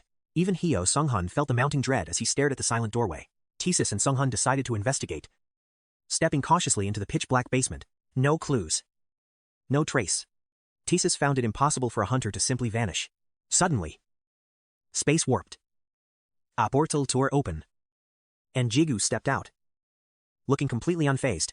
Stunned. Jigu asked why they were there. Instead, they bombarded him with frantic questions. Otis stared at his surging mana. 4 days inside a gate, explain yourself. Sunghun demanded to know if he'd cleared it alone. Jigu just gave them a grin.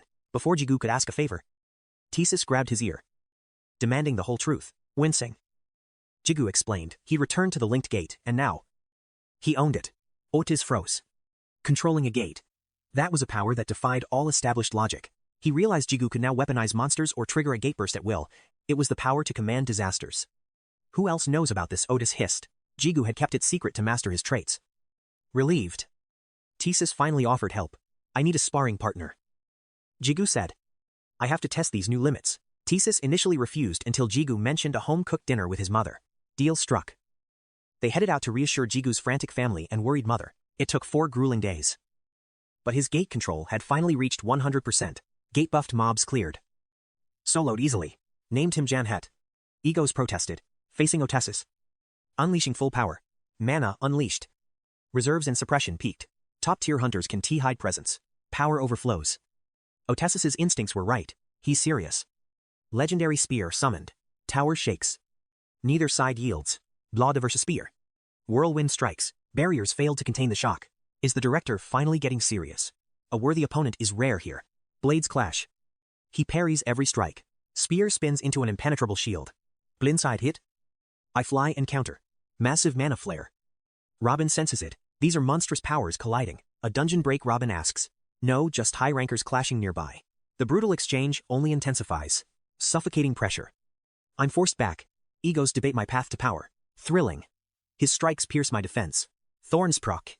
Bleeding effects stack up. He's shocked by my survival ability. You one die. Everything I've got. Godlike speed.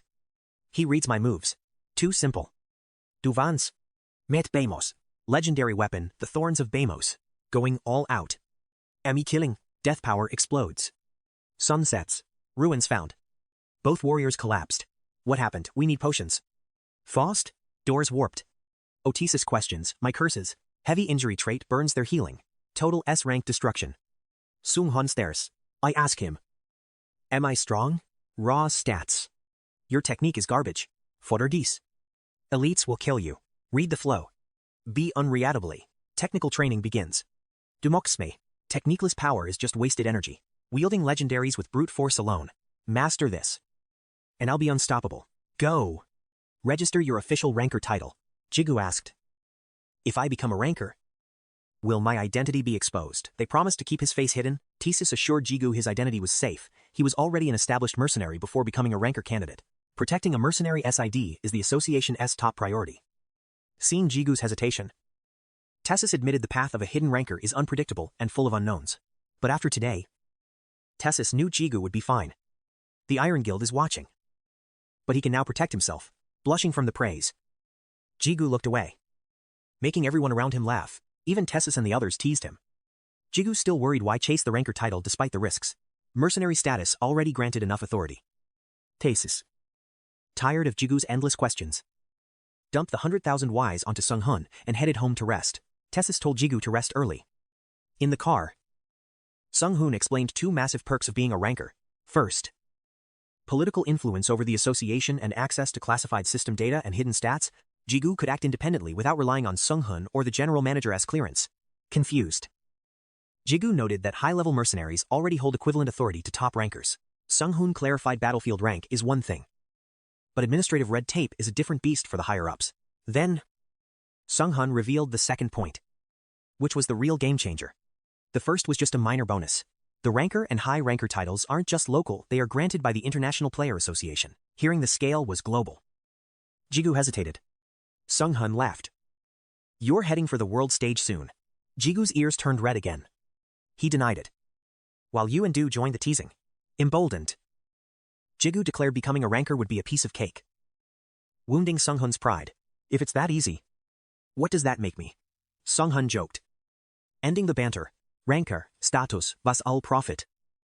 Except for one catch, an unofficial ranking match. Normally, a ranker earns their title through public official ranking matches. Since Jigu's registration was an unofficial hidden ranker entry, the association might recognize him. But other rankers won T unless he proves it in combat, facing 3 or more rankers at once. Jigu worried if he dared to fight a future high ranker. It's just a formality, Sunghun said. Meanwhile, on the 45th floor, a red dragon lunged at players. Its massive maw opened to swallow them whole until it suddenly clamped shut. Standing atop the beast, a woman with dark red hair explained that lesser dragons are mindless. Their hide is thick, so don't hit them head on. Leap up and strike the eyes. The dragon roared in agony. Blood spraying as she leaped from the thrashing monster. She continued the lesson. If things go south, sever the tendons behind their knees.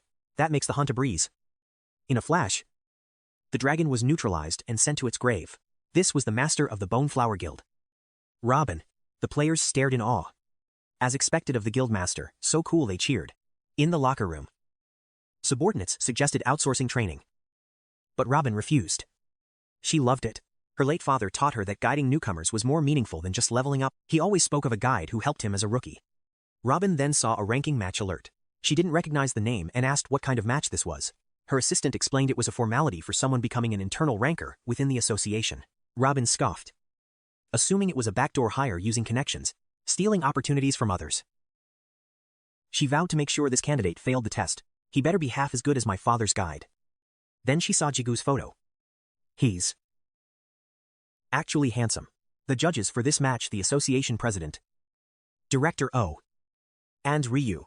Seeing the familiar names, Jigu wondered, is this whole thing just based on personal connections?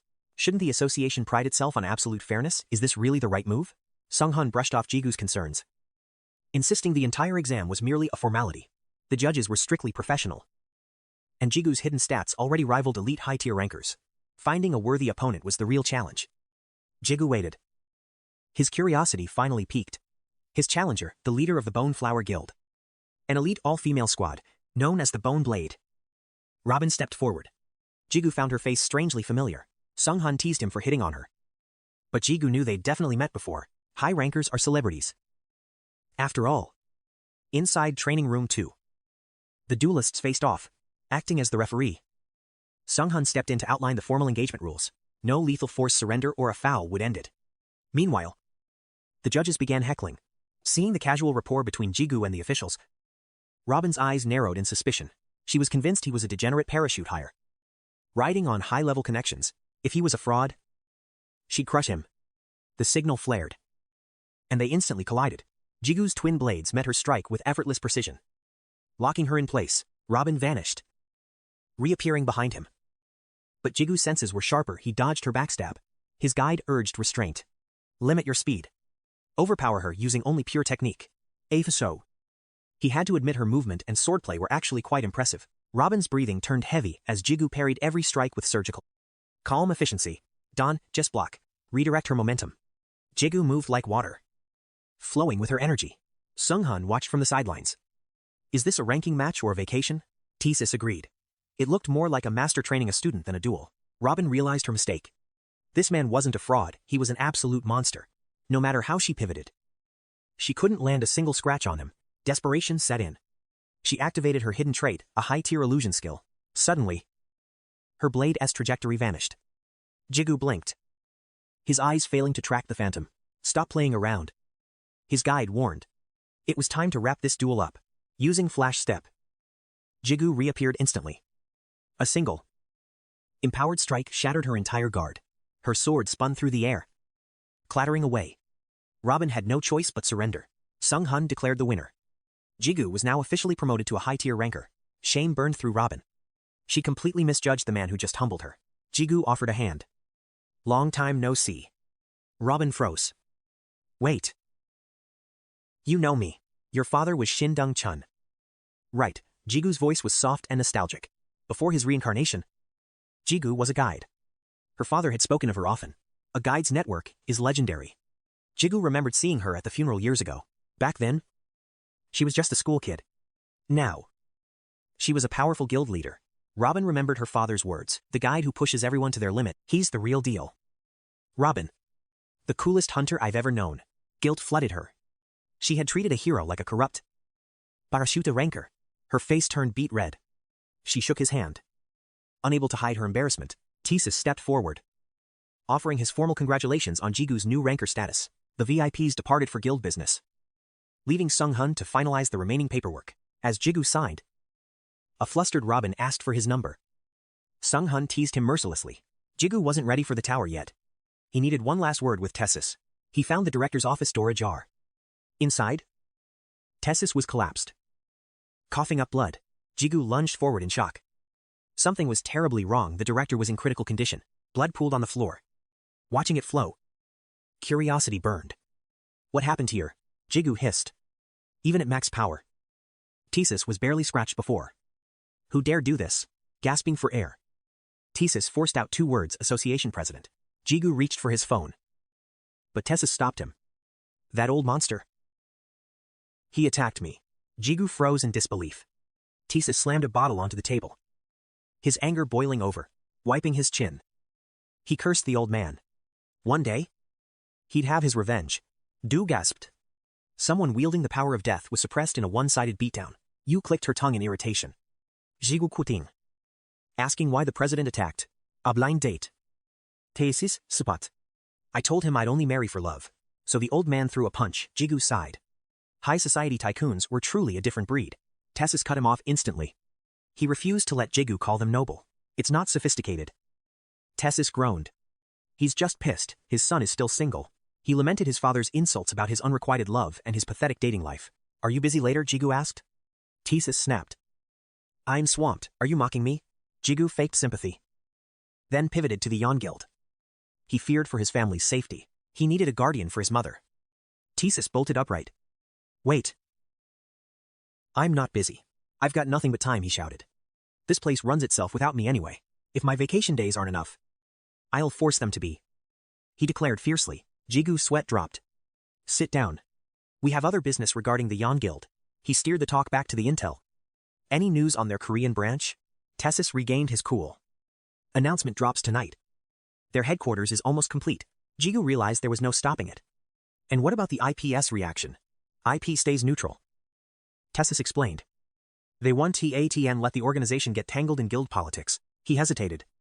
Jigu finished his thought. The Angela Guild. 𝐃𝐄𝐋 confirmed they were backing Ion.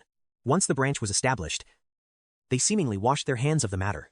The real headache, 𝐃𝐄𝐋 warned, is their toxic relationship. There's zero rapport between them. Yang Ciel and Lion Ho are plotting something. Jigu fell silent, processing the dangerous intel. What's your plan? 𝐃𝐄𝐋 asked. Jigu's gaze turned cold. Revenge, he replied simply. It was a golden opportunity. But 𝐃𝐄𝐋 warned of the astronomical risks involved. It's no coincidence they chose Korea. Jigu noted. And the manager being Rohan, that's fate. They retargeting me. I'll take their heads first. I have 3 months to eliminate every threat. Soon. Headlines exploded across the nation. Yeon Guild establishes new branch in South Korea. Comments flooded the web. Jigu scrolled through his phone. A guild was essentially a private army. Some welcomed the added security. Others feared a foreign military presence on their soil.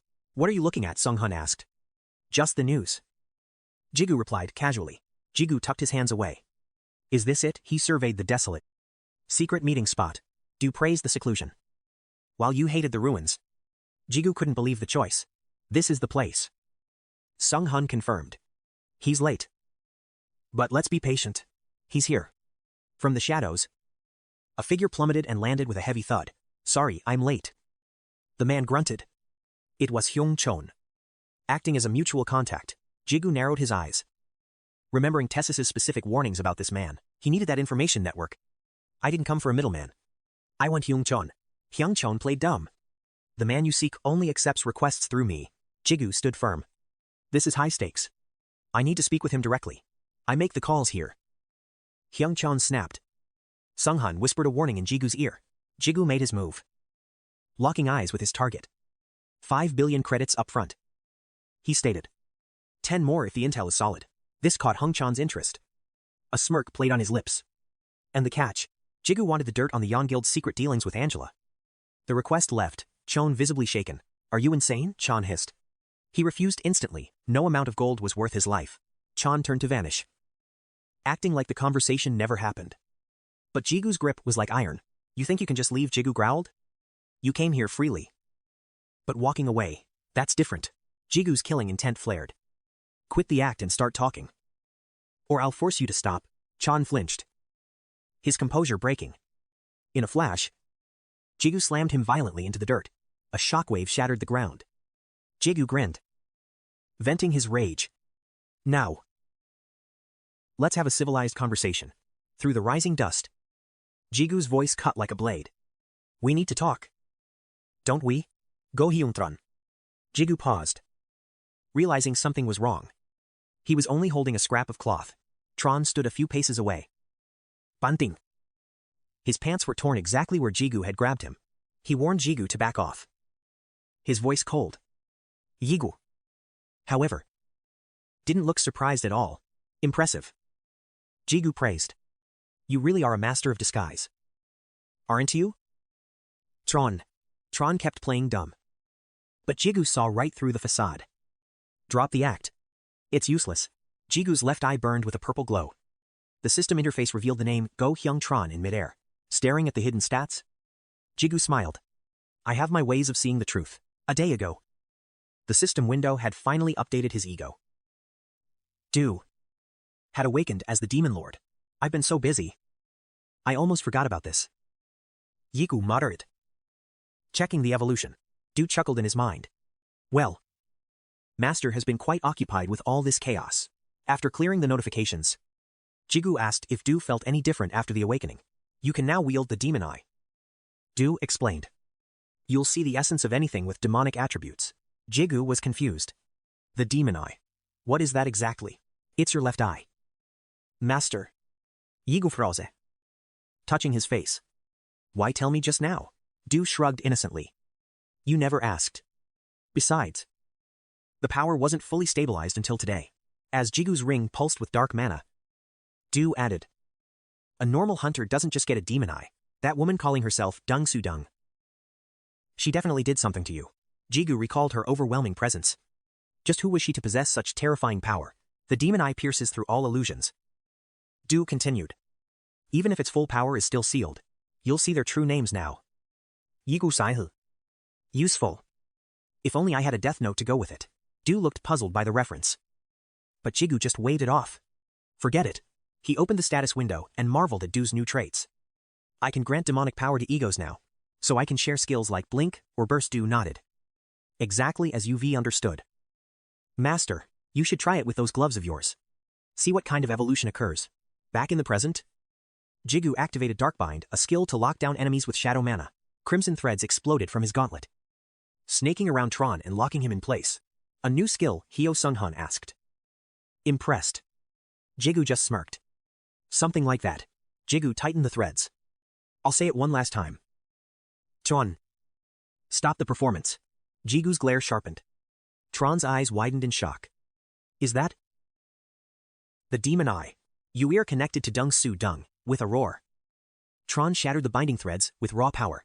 Smoke erupted as the disguise dissolved, revealing Tron's true, lethal form at last. Now I am interested. Tron muttered. Jigu nodded, satisfied. This look suits you much better. Jigu moved to finalize the deal. But Tron held up a hand. Terms first. I don't work cheap. 5 billion deposit. 10 billion on success. I already told you the price. Didn't I? Tron shook his head instantly. Not enough. My life isn't that cheap. Hunter, weren't you about to bolt with my intel? Consider us even for that little hidden identity stunt. Tron found Jigu's boldness hilarious. Jigu just scoffed, asking what the price for his services would be. Tron's demand was simple, the truth about Jigu's ties to Dung Suong and the Demon Eye's secrets. The request caught Jigu off guard. That's it. That is all you are asking for. It is more than enough. Tron replied coolly. You clearly do not grasp the value of such intel. Jigu revealed he was Dung Suong's direct disciple and that his demon eye could pierce through any deception. Tron sensed no lies. With the deal sealed, he stood up, ready to begin the dangerous assignment. He smirked as smoke began to swirl around him. I will find you once the intel is secure. In a flash. He vanished. Du muttered. Did that guy really just believe everything you said? Master. He likely has a truth-seeker skill. Jigu noted.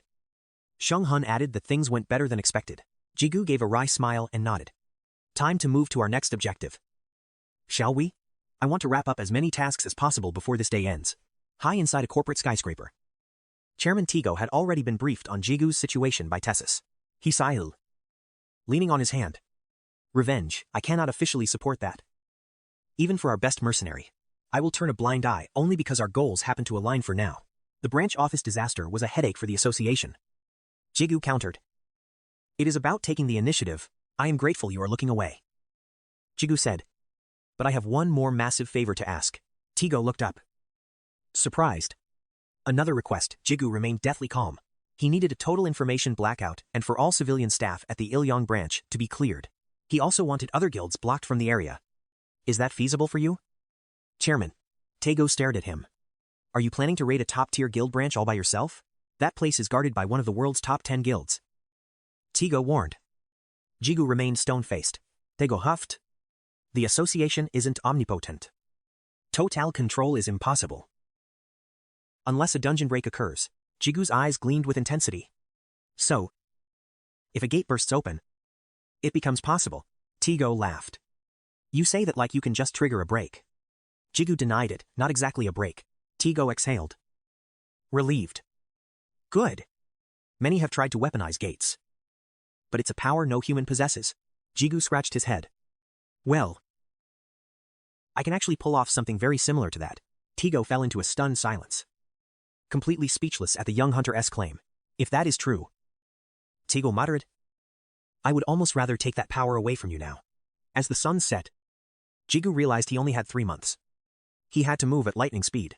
He had tasked Go Hung Chan with scouting risks while securing the association's hidden backing. Time to go find that death note next. Du teased. Jigu groaned. Your memory is too sharp. Jigu knew gate control wasn't enough. He could not win against their sheer numbers alone. Brynhild spoke up. Sounding dejected. Am I really that useless to you? Master, Jigu nearly tripped. No, I did not mean that. You have been a lifesaver. Brynhild. He explained that gates grow stronger by absorbing crystals. That is not your only trick. Right. Our enemy is a top 10 powerhouse. Jigu reminded himself. Staring at the horizon. I cannot solo them. Even in 3 months. He entered a room. The association cannot offer direct support. Jigu stopped dead. Staring at a literal mountain of documents piled high on a desk. Still working even after the staff went home, a voice called out from behind the paper walls. You are finally here. Jigu knew he needed a private army to even the odds. Sorry for the wait. I am currently buried in work. The voice continued. Jigu smirked. No apologies. In this country, everyone knows Ryosuke is the busiest man alive. The man behind the desk adjusted his glasses with a smile. Long time, no see. Well, sort of. Jigu was determined to build his own allied force. Ryosuke listened closely. So, what is the plan? Sub-Yu pledged his loyalty. Ready to serve Jigu's every need. Jigu hesitated. This favor was lethal? He wasn't there as a friend. But a dealer, with the Yan Guild's branch falling. The association would hand their spoils to Sub-Yu. Jigu anticipated this. Sub-Yu waited. Sensing the real play was coming. One finger up. A single request granted, no questions asked in exchange for their aid. Arrogant. Sub-Yu thought. Yet a sharp, intrigued smile crossed his face. He remembered the coward who feared goblins. Deal. They would strike the Yan branch. Sub-Yu couldn't greenlight such a massive operation on his own whim. But this was enough to sway the board. He reached out. Sealing the proposal. Handshake locked. Jigu awaited the call. Both barely suppressing a sudden burst of laughter. Finally, they dropped the formalities. No use embarrassing themselves any further. 5:21 p.m. The Yan branch's opening day. Sung Hun frowned. Where have you been? He's only been inside an hour. A colleague noted. Sung Hun watched the portal. Right on cue. Jigu emerged from the gate. Drenched in fresh monster blood. His hunting speed was terrifying. Still not selling the mana crystals? Sung Hun asked. Jigu nodded. Stretching. Next gate, that's it. Sung Hun replied. Stunned. Every gate assigned by the association was cleared. Jigu just gave a nonchalant shrug. Shower first. Then business. Jigu turned. Sung-hoon. Let's grab a drink. Han River. Sunset. Beer cans clicked. Only 2 months left. Sung-hoon Sai-hu. What's the plan? Jigu aimed for the tower. He needed more crystals. He hadn't fully mastered his new power yet. Sung-hun knew he'd succeed. That person wanted a meeting. Jigu sensed a presence lurking right behind them. Always with the dramatic entrances. Jigu pointed casually over his shoulder. Smoke swirled as 𝐆𝐎𝐃-𝐓𝐈𝐄𝐑 manifested. The mystery guest had arrived. Chan was floored. Jigu had seen right through his advanced stealth technique. Jigu tossed him a beer. Same age. Same vibe. They were surprisingly close. Chan marveled at Jigu's mana perception. Even high rankers usually failed to detect him. Any new intel? Jigu asked. Cutting straight to the chase. Yangqi L was a fake. Chan nodded. He had even deeper secrets to share. I am out after this. Chan warned. This information was far too dangerous. Jigu tensed. Lee Seon-ho had been critically wounded during a tower raid. The injury was severe. Seon-ho was desperate. Hunting for a legendary elixir. Home now. The last known elixir location, the treacherous Mount Heron. Since Jigu's secret was safe, everyone assumed the Yan Guild held the prize. Was Yonkel using a fake elixir as bait? No. Tricking Lee Seon-ho was suicide. Even the Yan Guild wouldn't dare. Past records showed all 3 known elixirs were already gone. The Demon King was the key. But what injury required such divine medicine? Severed mana circuits. Jigu remembered that agony and the miraculous recovery that followed. If he could just find that girl from the Demon King's realm, find me at floor 50. She'd said. Suddenly, Janhet's voice broke his focus. Janhet whined about being stuffed. Jigu laughed. Finish your crystals first. You glutton. Focus. Everyone. Jigu commanded. The real work was just beginning. He checked Jenin's stats. Level 51. Strength. Agility. And mana were skyrocketing. Accessory morph. Mana regen. Critical wound. Jigu locked in his main ego Jenin. The system window prompts for a sub-ego selection. Synthesis sequence initiated. The tier glows with divine light. The Yang branch office opens. Incheon Airport. Chalmon arrive. So this is Kim Seon-ho's country. Ho sneers. I just want to kill. Sen watches in silence. Rohan leads the pack. Journalists swarm. Cameras flashing like lightning. State your policy. Where is Lord Yang CL right now? Rohan scowls at a Pride of Korea banner. Visibly annoyed. How dare you claim me? We aren't the same species. I am on a level far beyond you mortals. A girl offers flowers. Please protect us. Rohan's jaw tightens. His cold gaze makes the girl shrink back. Clutching her gift, Chairman Tigo lifts the child. Up you go. Little lady. It's the association chairman. Get the shot. Shutters fire rapidly. Manage your image. Rohan. Just take the damn flowers. Rohan hesitates. The association chairman is not someone to cross.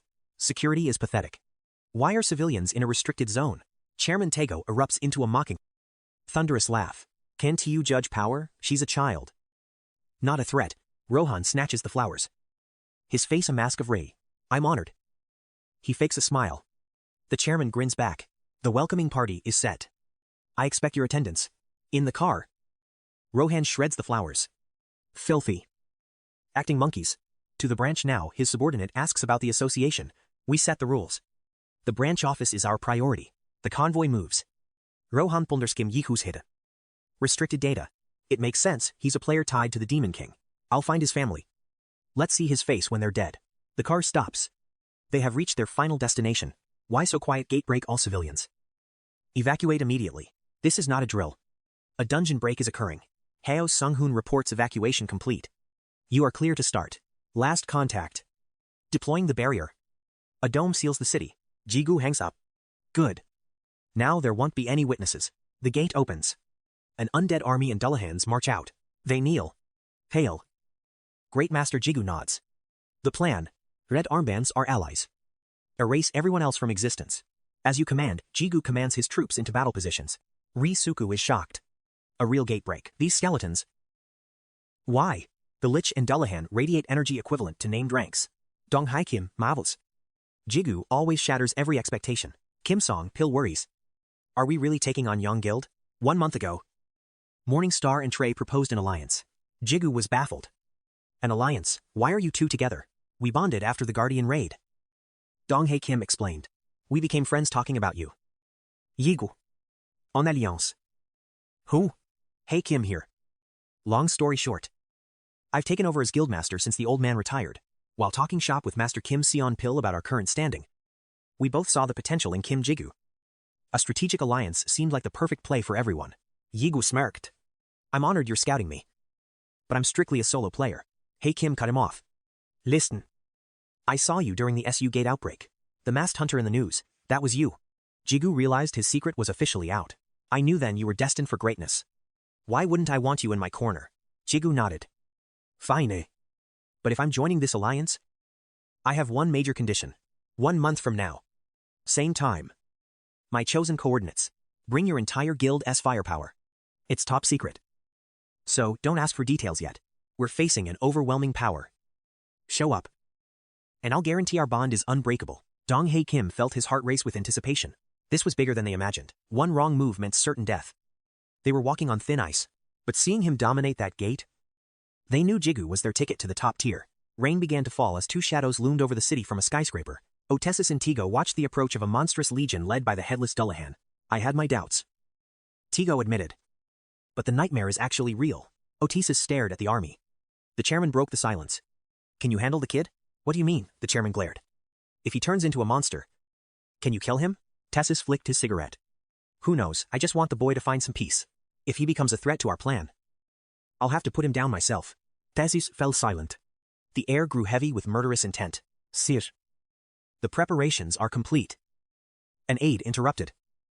Breaking the tension, Tessis's eyes narrowed. Lock it down. Not a soul passes through this perimeter. Civilians. Hunters, not even a rat gets in. Rigor mortis's honor is on the line. Tension peaked as they advanced.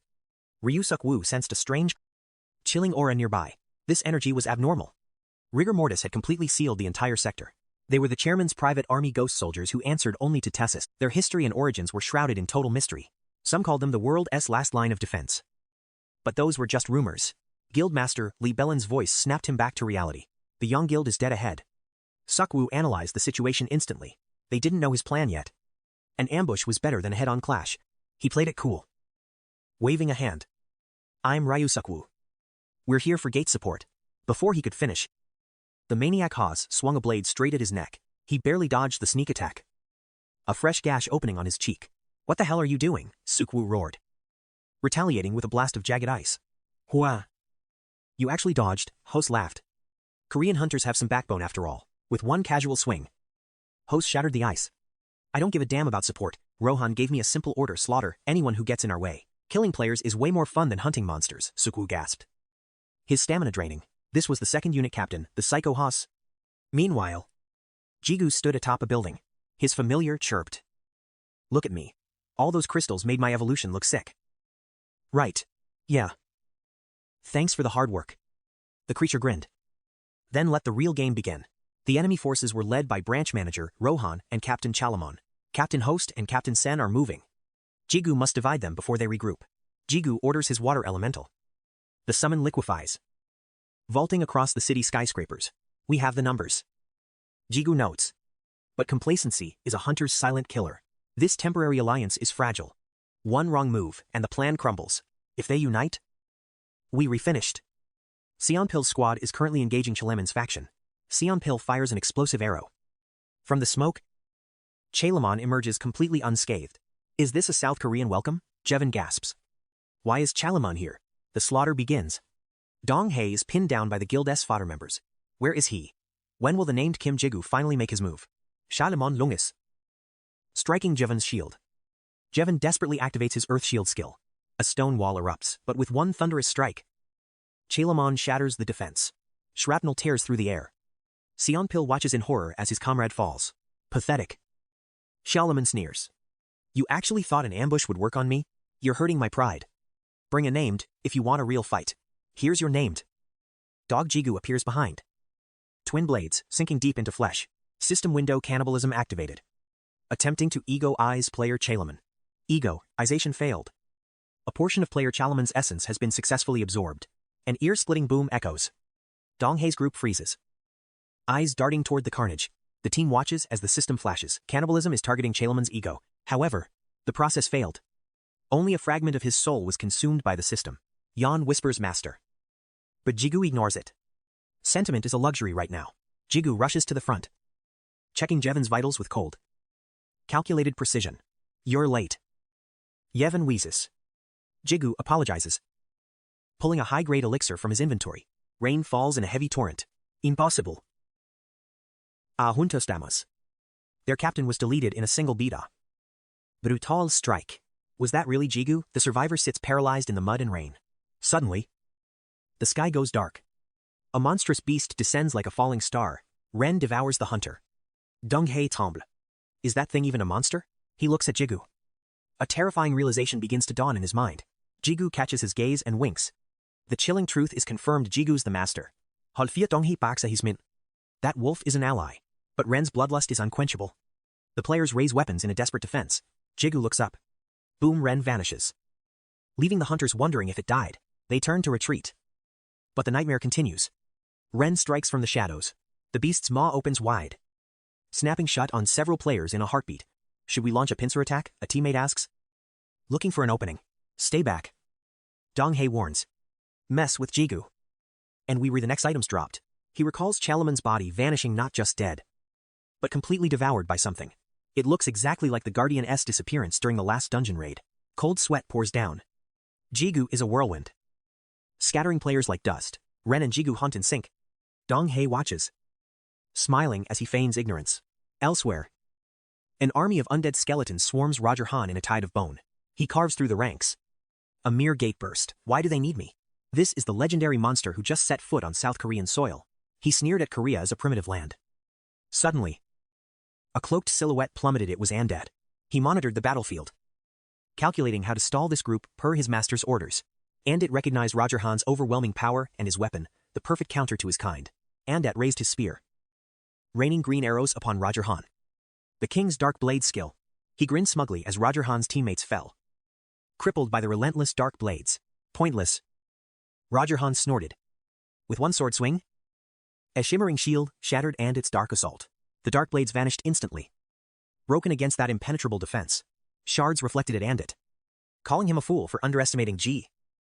Roger ordered Sen to regroup, but Sen felt that retreating now was completely unnecessary. Roger urged him forward. These skeletons moved with chilling precision.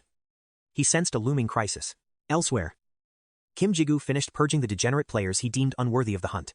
Suddenly, Seonpo, Sanjiu, and Neon witnessed a strange anomaly on the horizon. Was that the Yeon Guild's light? Hey Kim noted the named one's clash was legendary. Jigu consulted Yeon and Ju. Both sensed a foul, disgusting energy radiating from the site. Yeon identified a holy sword-esque presence. Genhead reported the skeleton mobs were finally eradicated. Too fast. Yiku moderate. He signaled Ren. It was time to move. Amidst the downpour, Jigu ordered the team to heal and regroup while he provided support elsewhere. Without a word, Ren grabbed him and vanished into the rain. Ren leaped across rooftops.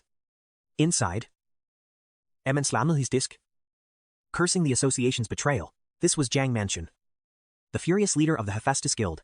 He accused the association of oppression, claiming they abandoned him during the Sorum Gate break. Hephaestus wouldn't submit. Meanwhile, Lagan Guild's Choi Changxian remained eerily calm. The association's behavior was suspicious.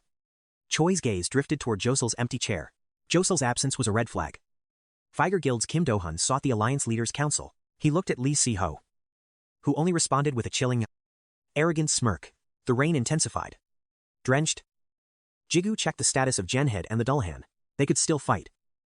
But Jigu's intuition warned him that the real battle was ahead. He analyzed the monster horde. It was split into two distinct, deadly waves. Even crystal-buffed hunters couldn't solo this. He suspected the Kai Guild was currently engaged. He had to hurry. If Jigu didn't end this within 2 hours, the consequences would be fatal.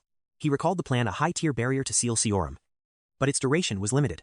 The primary issue was the massive mana cost required to sustain such a barrier. With other guilds interfering, they had 3 hours maximum before the system collapsed. Otis's command was clear. Jigu must terminate the quest within that 3-hour window. Watching the rain, Tigo realized the truth. Jigu had only 1 hour remaining. Tesit gasped. I am dropping the barrier in 60 minutes. Tigo declared, his gaze hardening with resolve. Tessit raged. This wasn't the deal. Tego countered that they had hit their absolute limit. Lilo is coming. Tigo whispered. Call Jigu. It's time for the final stand. Sanju's squad was failing. He swung his blade desperately at a powerful named one. The monster caught the steel barehanded and launched a devastating counterpunch at Sanju. Sanjiu froze in terror. Suddenly, a silhouette appeared behind the beast like a ghost.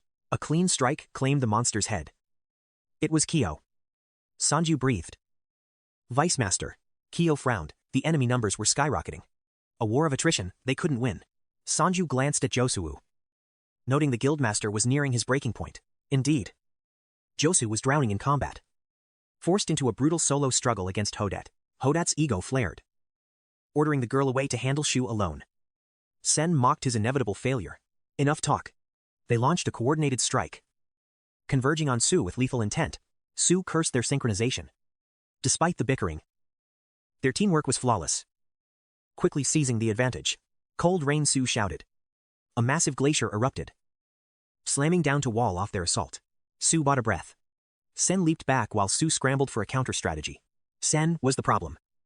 Her god-tier speed and reflexes made utilizing the environment impossible. One twitch was all she needed. Her perception caught every movement before Su could act. One-on-one. Su held the edge. But with Hodet tanking, the odds turned lethal. Hodet lacked speed. The cold rain froze his legs. Sen cursed his recklessness. Rushing in, with a cold flash, Sen sliced through his frozen limbs, severing his legs and arms. Blood sprayed as Hodet's silhouette faded. Escaping the ice's crushing grip, he hit the pavement bleeding. But his flesh instantly knitted back together, regrowing entirely. A unique regeneration trait? Su gritted his teeth, regretting not dealing a fatal blow earlier. Hodet was the ultimate meat shield. He absorbed damage so Sen could unleash her skills. I must separate them, Su muttered. The drizzling rain intensified the suffocating atmosphere. Sen's eyes narrowed. Her senses screamed. Something was approaching them at terminal velocity. Su felt the shift. 2. Then, Jigu exploded through the ice wall like a comet. Jigu's entrance stunned them. He moved so fast. They didn't register him passing by? What is that? Sen gasped. Jigu's interface flashed level 45. Agility, 89. Predator status. His active skills, decoration, flash, and haste. Haste, a skill shattering physical boundaries, granting speed that defies all laws of physics. Jigu recalled Ju's demon arts. It functioned like flash, but with superior explosive leaping power. Sen started at Jigu's back, unable to track his movements. Who was this monster? She never expected a Korean hunter this caliber. Suddenly, Hodet's body fractured. Deep gashes appeared, instantaneously. Hodet's blood 𝐃𝐄𝐋𝐈𝐕𝐄𝐑. He roared in fury, relying on high-speed regeneration to stay standing. Funny guy. Hodet spot. No matter the wounds. They one stick on me. Jigu's voice was ice. Second Army Captain. Unique skill regeneration. I know you. He smirked. Was my pronunciation okay? My English is still a work in progress. He coldly warned Hodet that his regeneration was about to hit its absolute limit. Jigu tapped his necklace. Blue star sync level 81. Strength 77. Agility, 102. Stats, Vitality 91. Mana 98. Très beastification. Mana recovery. And Wound Augmentation.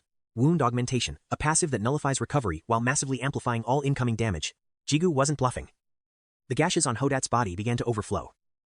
Refusing to close, blood pooled at Hodet's feet, soaking the road. Su finally smiled at the arrival. Sen stood frozen.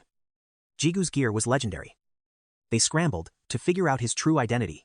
He's a unique skill user, Hodet deduced, his eyes locking onto Jigu with intensity. Jigu just smirked. Hodet's blood boiled. It had been ages since he felt actual pain. His compatibility was off. Jigu's skill had clearly bypassed his primary physical defenses. Don D. cocky. Hodet growled. I've got a way to handle trash like you. Anxiety hit Jigu. Hodet activated Berserker. Veins bulged across his body like writhing snakes. Within seconds, Hodet transformed into a hulking slash. Monstrous giant of pure muscle. He looked like a boss monster. Iondu and Jen screamed for Jigu to be careful. Hodet launched, shattering the road. He vanished, moving faster than the eye could follow. Suddenly, he appeared before Jigu. Now, Hodet grinned. We're finally in the same league. Jigu's face drained of color. Suddenly, a deafening crash shattered the silence. Glass exploded everywhere as the downpour intensified. The noise drew the other fake rankers like moths to a flame. They couldn't believe it, even in this torrential rain. A thick shroud of dust choked the air. Staring into the rising smoke, she figured the odds were in Hodet's favor. He was likely banking on his berserker trait, a devastating skill that converts residual regeneration stats into raw, destructive combat power for a temporary burst. She never imagined he'd risk it. Considering the crippling debuffs and long-term side effects that follow such an evolution, "Where are you looking?" a voice chilled her spine from behind. It was Su now. The real one-on-one duel begins. Su Yu warned her not to drop her guard for a second. Without hesitation, he unleashed his cold rain skill directly at Sen, relying on her high agility stats. She barely managed to evade Su's lethal strike. Chen scoffed, convinced Su's attacks would never land. Her eyes flared with murderous intent. She was certain she could end him in a heartbeat. Sen lunged for a backstab, but he just smirked. "You've seriously underestimated me," he whispered. Instantly, Su Yu activated his ultimate unique skill, Absolute Zero. In a flash, Sen was locked in place. Unable to move a muscle, horror filled her eyes as the frost paralyzed her entire body. Su Yu calmly explained he'd only been hanging back to conserve his mana reserves. "But with Jigu here, the gloves are off." Sen scrambled back, desperate to escape while screaming that Jigu was already dead meat. Su didn't even flinch at her pathetic threats. Meanwhile, Jigu was latched onto Hodet's back, twin blades buried deep in his flesh. Sen gasped in sheer terror at the sight. She couldn't fathom Jigu actually taking down a monster like Hodet. Speechless with fear, she watched Su Yu slowly turn his gaze back toward her. A heavy silence fell between them. Sen gritted her teeth, struggling to contain her rising fury. Su raised his blade, daring her to tank one last hit. He launched a massive Ice Fortress skill, leaving Sen paralyzed with dread, resigned to her fate. She waited for the inevitable end. The Ice Fortress swallowed her whole, turning her into a frozen monument. The other pseudo-players watched in awe. She was nothing more than a glittering ice statue now. Su Yu rubbed his neck, sheepishly admitting he went a bit overboard. Finally, he let out a long sigh of relief. Su Yu glanced toward Jigu, wondering if his battle had reached its conclusion. Nearby, Du softly called out, questioning Jigu's next move. Jigu strained to yank his blades from Hodet's body, but they wouldn't budge. He couldn't understand why they were stuck. Suddenly, Hodet's lips curled into a wicked grin. Jigu's instinct screamed as the beast's muscles began to bulge. Jigu leaped back instantly, narrowing his eyes at his opponent. This situation was getting ridiculously dangerous. Hodet casually gripped his sword. He had assumed Korea's only real threats were the Demon King and Lee Si-no. He never expected to find two more high-tier players here. As Hodet taunted him, Heo Sang-un suddenly called Jigu's name. He urged Jigu to end this fast. The fake ranker Lelo Nyo was already closing in on their position. Meanwhile, Lelo Nyo was busy demanding a formal explanation from Tigo. With eyes cold as ice, he stared down Tigo, demanding the truth about the chaos. Ho Sang-gun says, "Lilo is almost here." Hodet scoffed, annoyed that Lee Si-no had interrupted his fun. He warned that no one should stand in his way during this hunt. Suddenly, Hodet swung his blade at Sang-un, paralyzed by fear. Sang-un couldn't move, but Jigu quickly ordered Du to bind the attacker. Du instantly locked Hodet down, prompting the beast to scream curses at Jigu. Jigu turned to Sun, yelling for him to get out while he finished the job. Sang-un knew the association wanted to stay neutral, regardless of the risk. Sang-un decided to stay and back up the guild's elite. Hodet struggled violently against Du's restraints. With a chilling glare, he shattered the binding in a split second. Jigu gritted his teeth, narrowly sidestepping as Hodet launched a ferocious surprise attack. The monster raised his blade for a killing blow, but a massive boom echoed Jigu had completely vanished from sight. Jigu reappeared right behind him, mocking Hodet. "Hate to ruin your mood, but I'm on a tight schedule." Hodet whipped around in a panic. Coming face to face with the determined hunter, Jigu unleashed a devastating dark element skill. Meanwhile, Lee Si-no cornered Tigo, demanding a full report on the situation. He coldly asked if Jigu was involved. Sensing a challenge in Tigo's defiant expression, Tigo calmly dismissed the accusations, reminding him that everyone had already agreed to the association's terms of cooperation. Si-no scoffed at the term cooperation, feeling that Tigo's words were nothing but a clever mask for his real agenda. He brought up the Hephaestus Guildmaster's expulsion notice. He demanded why Tigo blocked his men from stopping the blast. Right then, Si-no's gaze turned cold and lethal. He asked if Tigo was hiding something. Tigo just smirked, explaining himself with annoying calm. He claimed he was just maintaining the barrier to limit damage. He wouldn't waste lives on unnecessary reinforcements. Si-no felt insulted, treated like a mere extra. Silence fell as the tension reached a breaking point. Finally, Si-no issued an ultimatum. He'd use force to break through. 𝐃𝐄 glared back. Narrowing his eyes, he vowed to stop 𝐃𝐄. No, right there. The crowd erupted in confusion. Suddenly, Otis extended his hand, and a massive iron bar materialized. He slammed the iron down, making everyone jump. A terrifying wave of killing intent exploded from Otis. People trembled at Otis's power. Kim Do-hun prepared to charge.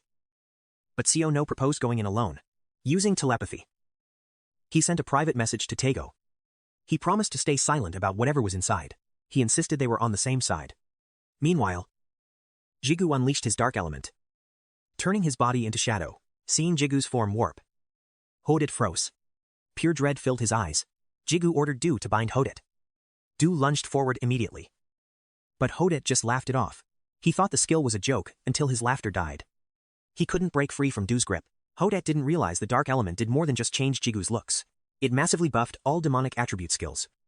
Powerless, Hodet was dragged right toward Jigu. Seeing the opening, Jigu lunged.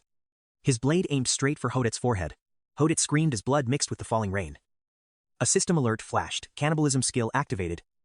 His sword fell. The system chimed again. Player egoification of Hodet has begun. The process was a success.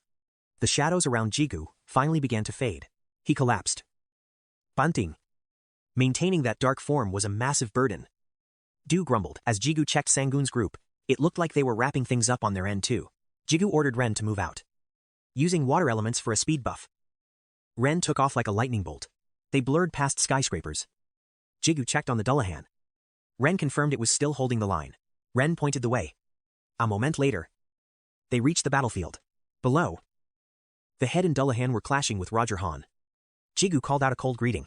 Roger Han looked up, recognizing Jigu instantly. Suddenly, the Dullahan's axe swung in a massive arc. The axe slammed into the earth with a deafening roar. Roger Han barely leaped away in time. He couldn't believe a Dullahan and a Lich were pushing him back. He held a freaking holy sword. Normally, he could wipe out a truckload of these monsters without breaking a sweat. He cursed them as mere trash. He swung his blade at Head, who didn't even flinch. Head let out a screech. Swinging its scythe, an explosion erupted, forcing Head back several steps. Roger Han realized these weren't typical monsters. Something was off. High-intellect summons should have exploited his openings after that massive attack. But they didn't. The Dullahan stayed back, simply waiting for the Lich to recover. They were just stalling for time. As Ren raced forward, Roger Han realized the explosion was just a distraction. Finally, Jigu and Ren arrived. He greeted Roger Han once more. Roger Han turned, spotting Kim Jigu. Jigu ordered Ren to hide back within the tear. Roger Han roared Jigu's name, raising the thorny holy sword high. Holy energy swirled like a cyclone. He finally understood why the summons had been holding back. Jigu leaped into the air, bringing his blade down toward Roger Han. His eyes burned with killing intent. Roger Han remembered the warning. Jigu's sword can absorb holy sword power. Instead of parrying, Roger Han threw himself backward to avoid the strike. Jigu realized his secret was out. He turned to his summons, thanking them for a job well done. Both subordinates bowed deeply, honored to have fulfilled their master's command. Jigu opened a tactical portal, allowing H and Dunlahan to retreat for rest. He sealed the gateway into the tear, leaving Roger Han completely bewildered. Roger suspected Jigu caused the blast, but power was now his only concern. He fixated on Jigu's rapid growth before the young hunter finally turned to face him. The countdown to their duel ended as Roger glared with murderous intent. Thunder shook the sky as rain lashed against the glass while Su arrived. Su witnessed the change. Jigu had evolved into something far more formidable. Jigu's relentless assault forced Roger back before the demon blade finally drew blood. Pathetic, Jigu sneered, throwing Roger's own past insults back at his face. Du urged a swift finish as Jigu raised Ion's radiant holy sword high. The blade pointed at Roger, who couldn't believe an insect was winning. Roger struggled to evade the coming strike. For him, it was already too late. Elsewhere, 𝐆𝐎𝐃-𝐓𝐈𝐄𝐑. Sensing Roger had reached Korean soil, Jose questioned if the holy sword sufficed. Yonko remained eerily confident in Roger. He assured Jose that the blade gifted to Roger was no ordinary weapon. He believed Jigu would only realize the truth at the moment of death. Back at the battlefield, Jigu sensed a disturbing shift within his opponent. He paused, watching a strange energy surge as Roger gasped for air. Yan's voice turned cold. That weapon, it is no longer a holy sword. Ion sensed the corruption. Nizer had officially evolved into a cursed demon blade. Roger mocked Jigu's power, declaring he would deliver a slow, agonizing death. Jigu asked Du for options. Realizing Roger wasn't going down so easily. Stop muttering to yourself. Roger barked as the rain turned into a deluge. With a twisted, manic laugh, Roger lunged forward in a desperate frenzy. Jose still couldn't grasp the true nature of 𝐆𝐿𝐄𝐑's mysterious gift. He assumed it was a sign of trust. 𝐆𝐿𝐄𝐑 simply gave a hollow nod. The corrupted blade swung wide. But Jigu's reflexes were sharpened to perfection. Sanguine moved to intervene. But Su blocked him. Sensing the duel's weight, Jigu vaulted off the ground, delivering a brutal kick that sent Roger flying.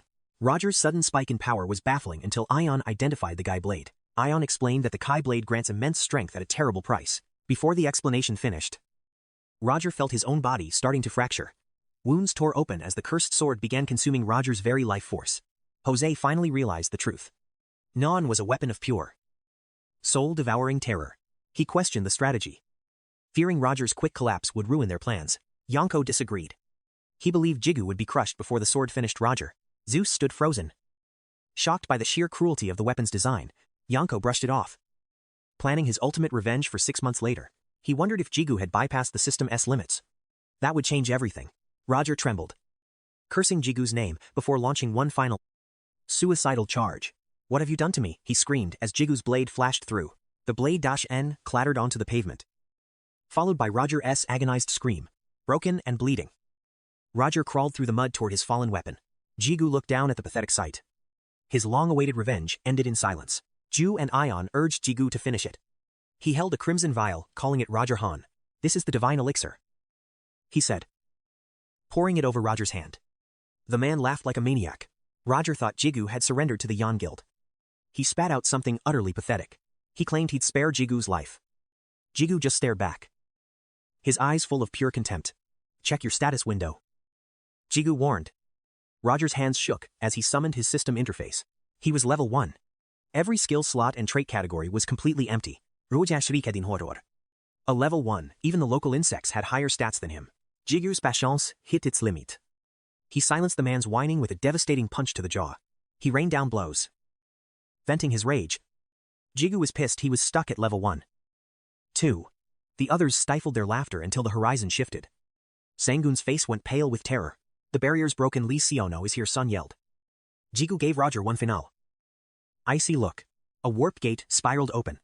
Without a second thought, Jigu kicked Roger into the portal. He ordered them to use the elixir on Roger and told 𝐆𝐿𝐄𝐑 to secure the thorn sword. As his teammates called out, Jigu nodded. Suddenly, a blinding golden light consumed the battlefield. A shadow emerged from the glow. It was Lee Siono, looking exactly like a final boss. That was no ordinary explosion, Siono remarked, locking eyes with Jigu. He knew his name. Jigu asked how. Siono smirked. "The Angela Guild's network finds everyone eventually." The high ranker stared Jigu down, demanding to know exactly what had transpired. 𝐆𝐿𝐄 Sun stepped forward, introducing himself as an official from the Hunter Association. Sun reported the site was secured despite casualties. Siono just laughed at the report. "So," Siono noted, "the association finally finished off those degenerates from the Yan Guild." He revealed a secret deal with Izone. They'd lead him to the one holding his prize. "The immortal pill?" Jigu asked. Siono's expression instantly turned cold and murderous. "If the Demon King wants his successor to live," he declared, "he better show himself now." The threat hit them like a physical blow. Jigu and the others stood frozen in shock, hiding behind threats. How pathetic for an ancient disciple. A mocking voice rang out. A purple rift tore open behind Jigu. Ban and Dung Sugang stepped through the shadows. Sugang smiled at Jigu. He whirled around, stunned by her sudden, silent appearance. As she smirked, Sun gasped in total disbelief. "The Demon King, is it really her?" Sugang crossed her arms, chuckling. "Your friend looks like he's seen a ghost." Jigu's heart hammered. She was right there. Yet he hadn't felt her presence at all. If she were an enemy, he'd be dead. Cold sweat trickled down his neck. Du whispered in his mind. Her stealth stat was on a completely different tier. What a boring reaction. "Shi Sai-hu. I expected a bit more surprise from you." She turned her piercing gaze towards Siono. "So, you're the one after my immortal pill." Siono didn't back down. "That's right. Give it to me." She leaned in, her smile sharp. "Your vessel is already rotting with corruption. Easted. We aren't friends." Siono. "Why should I help you?" He stood firm. "Let's make a deal. And if I say no," she challenged.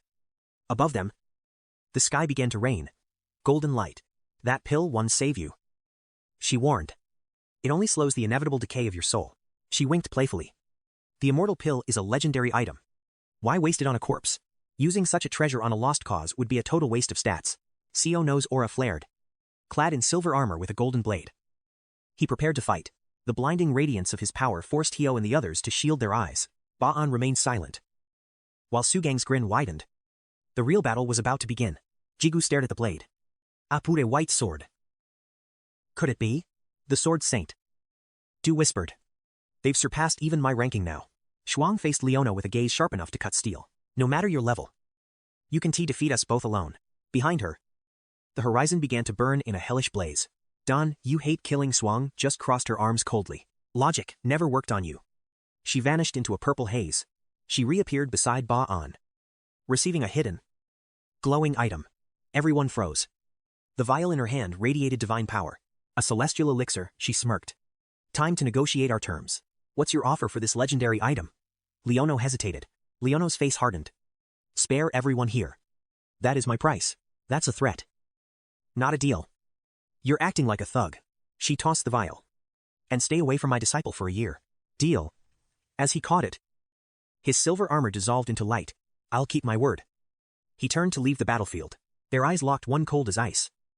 The other full of mystery. Jigu stood stunned as the golden light faded into nothingness. The hunters collapsed. The sheer mana pressure had been suffocating. Are you my disciple as friends? Shuang asked. Pulling Jigu close. Handle the wrist. We're leaving. A voice screamed in Jigu's mind. Get away from him. Jigu felt his consciousness slipping away. In a flash, they vanished. Jigu's system stats surged wildly. He unlocked his potential alone, truly a monstrous awakening. Jigu opened his eyes. Ba'an nodded. He's worth the investment. I never miss a top-tier talent. Shuang whispered with a grin. Wake up. Master Jigu finally snapped back to reality. You are awake. Jigu groaned. His body screaming in pain. He looked around. My basement, how did she find this place? He turned to the woman. That noble system link. Were you spying on me? She laughed. I see everything now. That's a privacy violation, Jigu shouted. His face flushing red. She leaned in. Is the little hunter feeling embarrassed? Forget that. Why are you even in my house? Can Tia Master visit? Consider this a housewarming quest? Jigu winced. His back felt like it had been through a dungeon. He owed her. She'd spent 3 legendary elixirs to save him. Who are you really, and how do you have those items? She silenced him. Too many questions. Now, isn't the time? She leaned forward. There's something much more urgent to discuss. Jigu grew tense. More important than the sword saint or elixirs. Her eyes sparkled with intent. Let me live here. Jigu froze. Wait. What? The shock echoed through the house. Laughter rang out. Inside. Shuang was already charming Jigu's mother. You are, as beautiful as your daughter Sujin, beamed at the flattery. Lujin Priad. Eyes sparkling. Asking where Jigu discovered a beauty like Suja. Jigu froze. Caught completely off guard. Duong and Lujin lean in. Pressuring him to spill the story of their fateful encounter. Jigu's brow furrowed. He had to escape. There was no way he could entertain their wild, runaway imaginations. Cold sweat dripped. One wrong word and Duong would make this a nightmare. He needed a believable lie fast. He massaged his temples. This situation was harder than facing a high-ranked dungeon boss. A desperate prayer for a miracle. Then, a spark. Jigu bolted upright, shouting puppy at the top of his lungs. I just adopted a dog. He vanished instantly, sprinting to the porch until his lungs burned for air. Where are you going? Duong yelled.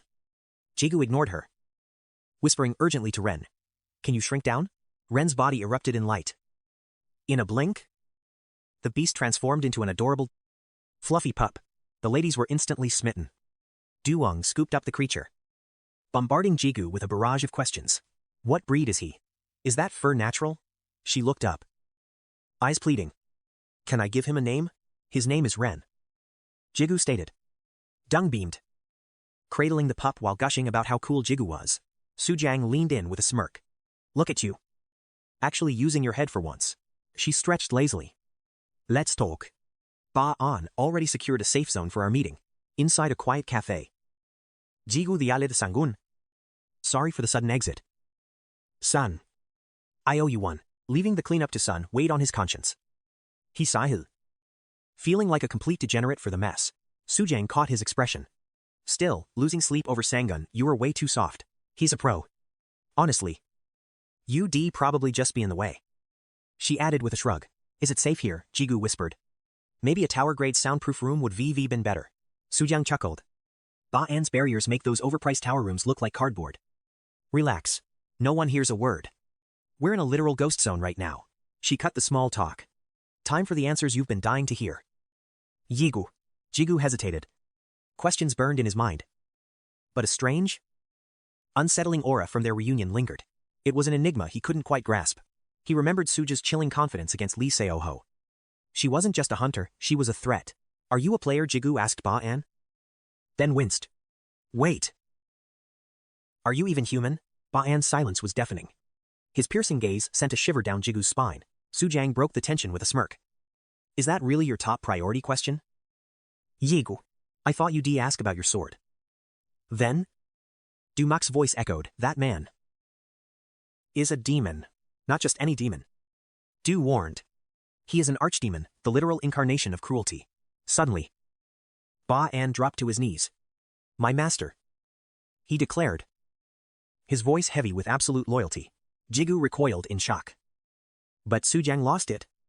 She roared with laughter at the sheer absurdity of the moment, wiping tears of mirth. She finally caught her breath and turned back to him. Jigu's heart stopped. How could Sujiang hear the voice of his inner ego? I hear Yan and Genhead too. She nodded. Du added. Our visions are linked. It's only natural. Jigu surged to his feet. Panic rising. You can read my freaking mind. Not exactly. She teased. You were just projecting your intentions loud and clear. Your inner thoughts are safe. Mostly. She added with a wink. Jigu clutched his head. System overload. You're a bit of a slow learner. Aren't you? She giggled. Fine. I'll break it down into tutorial-level steps for you. First off, Ba-An's loyalty isn't to some ghost, it's to you. Jigu's brain felt like it was short-circuiting. Du's voice darkened. Ba-An was one of the traitors who turned against me eons ago. He led the rebellion that sealed the Demon King. To him, Du is the absolute monarch of all monsters. He bows to you because you tamed the legendary Du. She explained. Ba-An sipped his tea calmly. Save the history lesson for later. Sujiang cut in. We have bigger problems. Sujiang breaks the silence. Proposing they discuss the demon eye, she knows his questions are endless. His awakening, still fresh. She asks the crucial question, how did he trigger it? To demons. That eye is the ultimate mark of terror. Silence falls. Jigu thought the power was Sujiang's gift. Du warns him. Such power cannot be traded between humans. Ion suggests Sujiang was merely the catalyst for Jigu's awakening. Sujiang nods. Harboring the exact same suspicion about him. Du wonders if Jigu is demon-born. But he denies it. Yet, his father's true identity remains a dark, unsolved mystery. Sujiang claims his lineage doesn't matter as much as results. The demon eye is rare. Reserved only for high-tier entities. Colors dictate rank. Jigu's purple hue is a terrifying anomaly. Green is low. Red is mid. Purple. That signifies royalty. It is the ultimate evolution. The peak of demonic sight, thanks to Jigu's data. Sujiang can now harness every variant. Du remains skeptical while Sujiang identifies him as a high demon. Most demons possess one. But Sujiang is a unique case. Jigu wonders if she's human. Why bear a demon symbol? She explains they are both special glitches in this world. Suddenly, she reveals her skin. Leaving Jigu stunned and speechless, Du spots the truth hidden beneath her very surface. Look. Jigu, stop being a coward and see the truth. A cat-shaped jewel is embedded right in her solar plexus. She is a half-demon. A hybrid engineered for the hunt. Her trait allows her to devour and assimilate other powers. She believes Jigu is the key to her dark wish. Her goal, the total assassination of the true Demon King. Meanwhile, the association scrubs news of the recent Yizone massacre. High-ranker Lee Sino's testimony successfully pacifies the frantic public. In this world, a top-tier ranker's word is absolute law. Yonko stays calm. Offering hollow prayers for those who fell. The international firestorm dies down, leaving only whispers of conspiracy. Association members offer empty comforts to the grieving families. Jigu returns home. His soul heavy with the battle's weight. His team offers support. But the scars of loss remain. He finds Sujiang casually raiding the snacks in his kitchen. I've nowhere else to go. She mutters between bites. Exhausted. Jigu realizes he still lacks the day's full details. The truth remains locked until he conquers the 50th floor. His family is out. But Jigu's peace is suddenly shattered. He realizes the truth. She is watching through his demon eye. Stop this, I'm begging you. Do something about it. She calls it monitoring to avoid unnecessary manual contact. Jigu demande la solution. Sujang asks if he's truly certain. Suja clarifies that breaking their shared vision requires reclaiming the energy she once bestowed upon him. Bestowing power was simple. But extraction is treacherous now that his demon eye has fully awakened. To reclaim her essence, Suya acts. She leans in, stealing a sudden kiss that catches him completely off guard. Reeling back, Jigu stammers in confusion. Suja smirks playfully, teasingly asking if that was his very first kiss. Jigu shields his mouth, his face flushing crimson. Seeing his pure reaction, even the confident Suja feels bashful. The link is severed. Suja confirms their shared vision is gone, and Jigu's eyes will slowly fade back. The demon eye remains. Yet without her divine empowerment, the trait reverts to its raw, base state. Regret tinges Suja's voice. She'll miss hearing his inner ego. She offers a brief apology for that kiss. Jigu's temper flares, but Du restrains him. Unfazed, Suja turns away, announcing it's time for their next move. Their destination, Jigu's own basement. Ba-an has prepared a special training ground for the trials ahead. Jigu enters the basement and freezes. The cramped room has been warped into a vast, impossible expanse. This is spatial amplification. With impact nullification active, they can unleash full power without destroying the house. He turns back, eyes wide with disbelief. Did she really just suggest they engage in a duel? Suja's grin turns predatory. In an instant, her aura erupts, heavy with the weight of a high-tier hunter. She claims this is for his level-up quest. Jigu bristles with rage, but Suja's expression turns deathly serious. She has little left to teach him. But surviving the Floor 50 advancement test is a different beast. Floor 50 is the legendary second advancement, the ultimate crucible for those possessing unique 𝐃𝐄𝐋𝐈𝐕𝐄𝑑𝐘. Master your unique skill here, and you might just unlock the path to a second hidden attribute. You could reach Shu's level. She whispers, dropping into a combat stance. She commands him to draw his blade. Jigu centers his mind, combat intent flaring. He pushes off his heels, blurring forward in a high-speed dash. Suja stands motionless, a calm statue amidst the storm. Then, in a flicker, she vanishes into thin air. Panic surges through Jigu. Suddenly, a cold blade grazes his throat from behind. She has already won. Stunned by her speed, Jigu spins, unleashing a desperate horizontal slash. Suja glides away with effortless grace. Du observes calmly. She isn't using her full speed. She's merely adapting to Jigu's current physical stats. Even Ion is forced to admit it. Her combat instincts and mastery are leagues above ordinary hunters. Suya's smirk widens. You've seen my skill, now experience my true lethality. She lunges, her strike trailing energy. Confusion clouds Jigu's focus. As he tries to read her movements, she ghosts past him like a phantom. Her movement speed is off the charts, closing the gap instantly. She delivers a punishing blow across him, while raining down a relentless barrage of strikes. She begins to speak of her bitter history with Lu. Their relationship is pure poison. If they ever cross paths again, only one will leave that battlefield alive. A fragile stalemate held them. But Jigu's existence and Yonko's interference have shattered that precarious balance. Amidst the clashing steel, Jigu struggles to understand. Why is she revealing these secrets during a match? I'm getting to the point. She growls. You must evolve. You need power that transcends your current limits. Surpass Yonko within 1 year, or face certain death. Suddenly, she activates her unique skill, Ink Flame. A deafening roar echoes through the chamber. Ba-an stands at the periphery, silently observing the escalating chaos, protected by a high-level barrier. Ba-an remains untouched by the devastating shockwaves of their fierce confrontation. Ba-an's expression is unreadable. The intensity of their duel begins to crack the very foundations. Yet, thanks to the impact nullification system, the shattered walls stitch themselves back together in seconds. Suya's hair tie snaps, letting her locks flow wild. Across from her, Jigu lies exhausted on the floor. Not bad, she muses, praising his final desperate strike. Suddenly, a realization sparks in her eyes. She beams, noting they're the same age and suggesting casual speech. Jigu stares, baffled by her mood shift. Elsewhere, in the freezing darkness, the sound of grinding stone heralds the arrival of a broken Roger Han. He's laboring under a massive boulder when a shadow looms. A figure appears, tossing a scrap of bread. Eat up. The figure sneers. This is the only sustenance a degenerate like you deserves. The bread hits the dirt, Roger lunges for it, eating ravenously while his captor watches with pure disgust. To 𝐄. Roger Han deserved a brutal execution. Only Jigu's mercy kept the degenerate breathing. 𝐄 hissed a final warning, never forget the debt of grace owed to Jigu. Reminding Han of his healed wrists, 𝐄's whip cracked. The lash demanded he return to work. The strike landed true, sending the broken Roger Han sprawling into the dirt, clawing the earth with bloodshot eyes. Han's hidden rage shifted toward a new target. 𝐄 realized Jigu wasn't looking for a simple, bloody revenge. Han was a mere pawn for the next scheme. 𝐄 marveled at Jigu's tower blueprints. A deeper purpose lay within those walls. Jigu arrived to inspect his broken laborer. Doing well. Jigu noted. Jen wondered why Han was being pushed so hard. He's just paying his dues.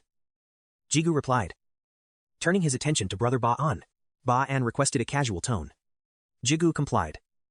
Asking about his mysterious progress, Ba-an approached a glowing hexagram, shimmering like a fallen constellation. Jen watched in awe.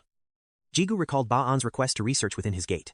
Sujang agreed Ba-an's expertise in demonic arts was a rare, necessary trait.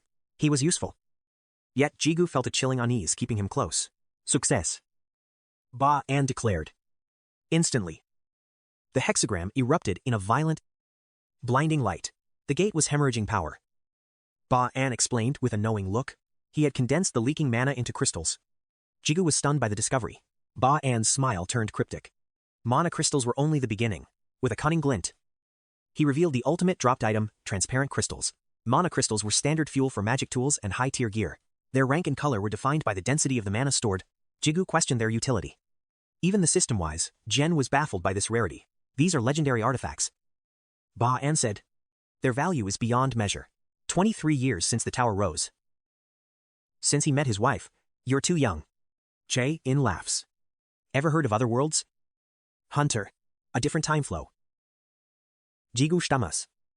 Realizing the scale of this world, Su Dung's cryptic words finally click. Their ages. They don't match Earth's. An outworlder's curse.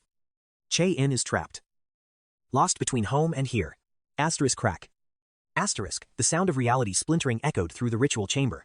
Did you see that Jigu's system window flickers with red warnings? My father sealed the gate. Jae-in cries. He abandoned me here. The truth hurts. A father's seal led to a son's total ruin. I endured the agony. All for the sake of my son. Anjat told me to live for myself. Jigu bristles. Who is Anjat? The commander.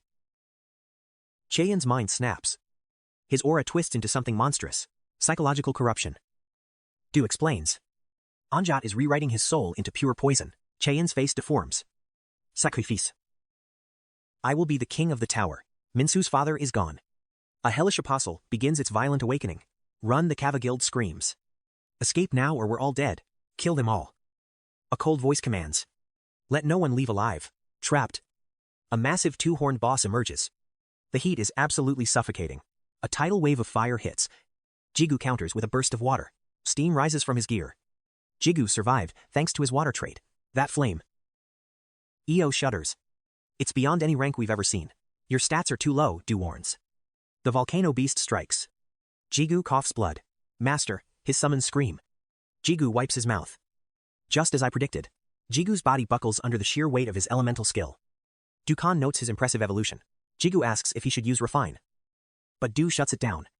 Its damage is too pathetic. The beast conjures a massive fire cyclone, aiming a lethal strike directly at Jigu.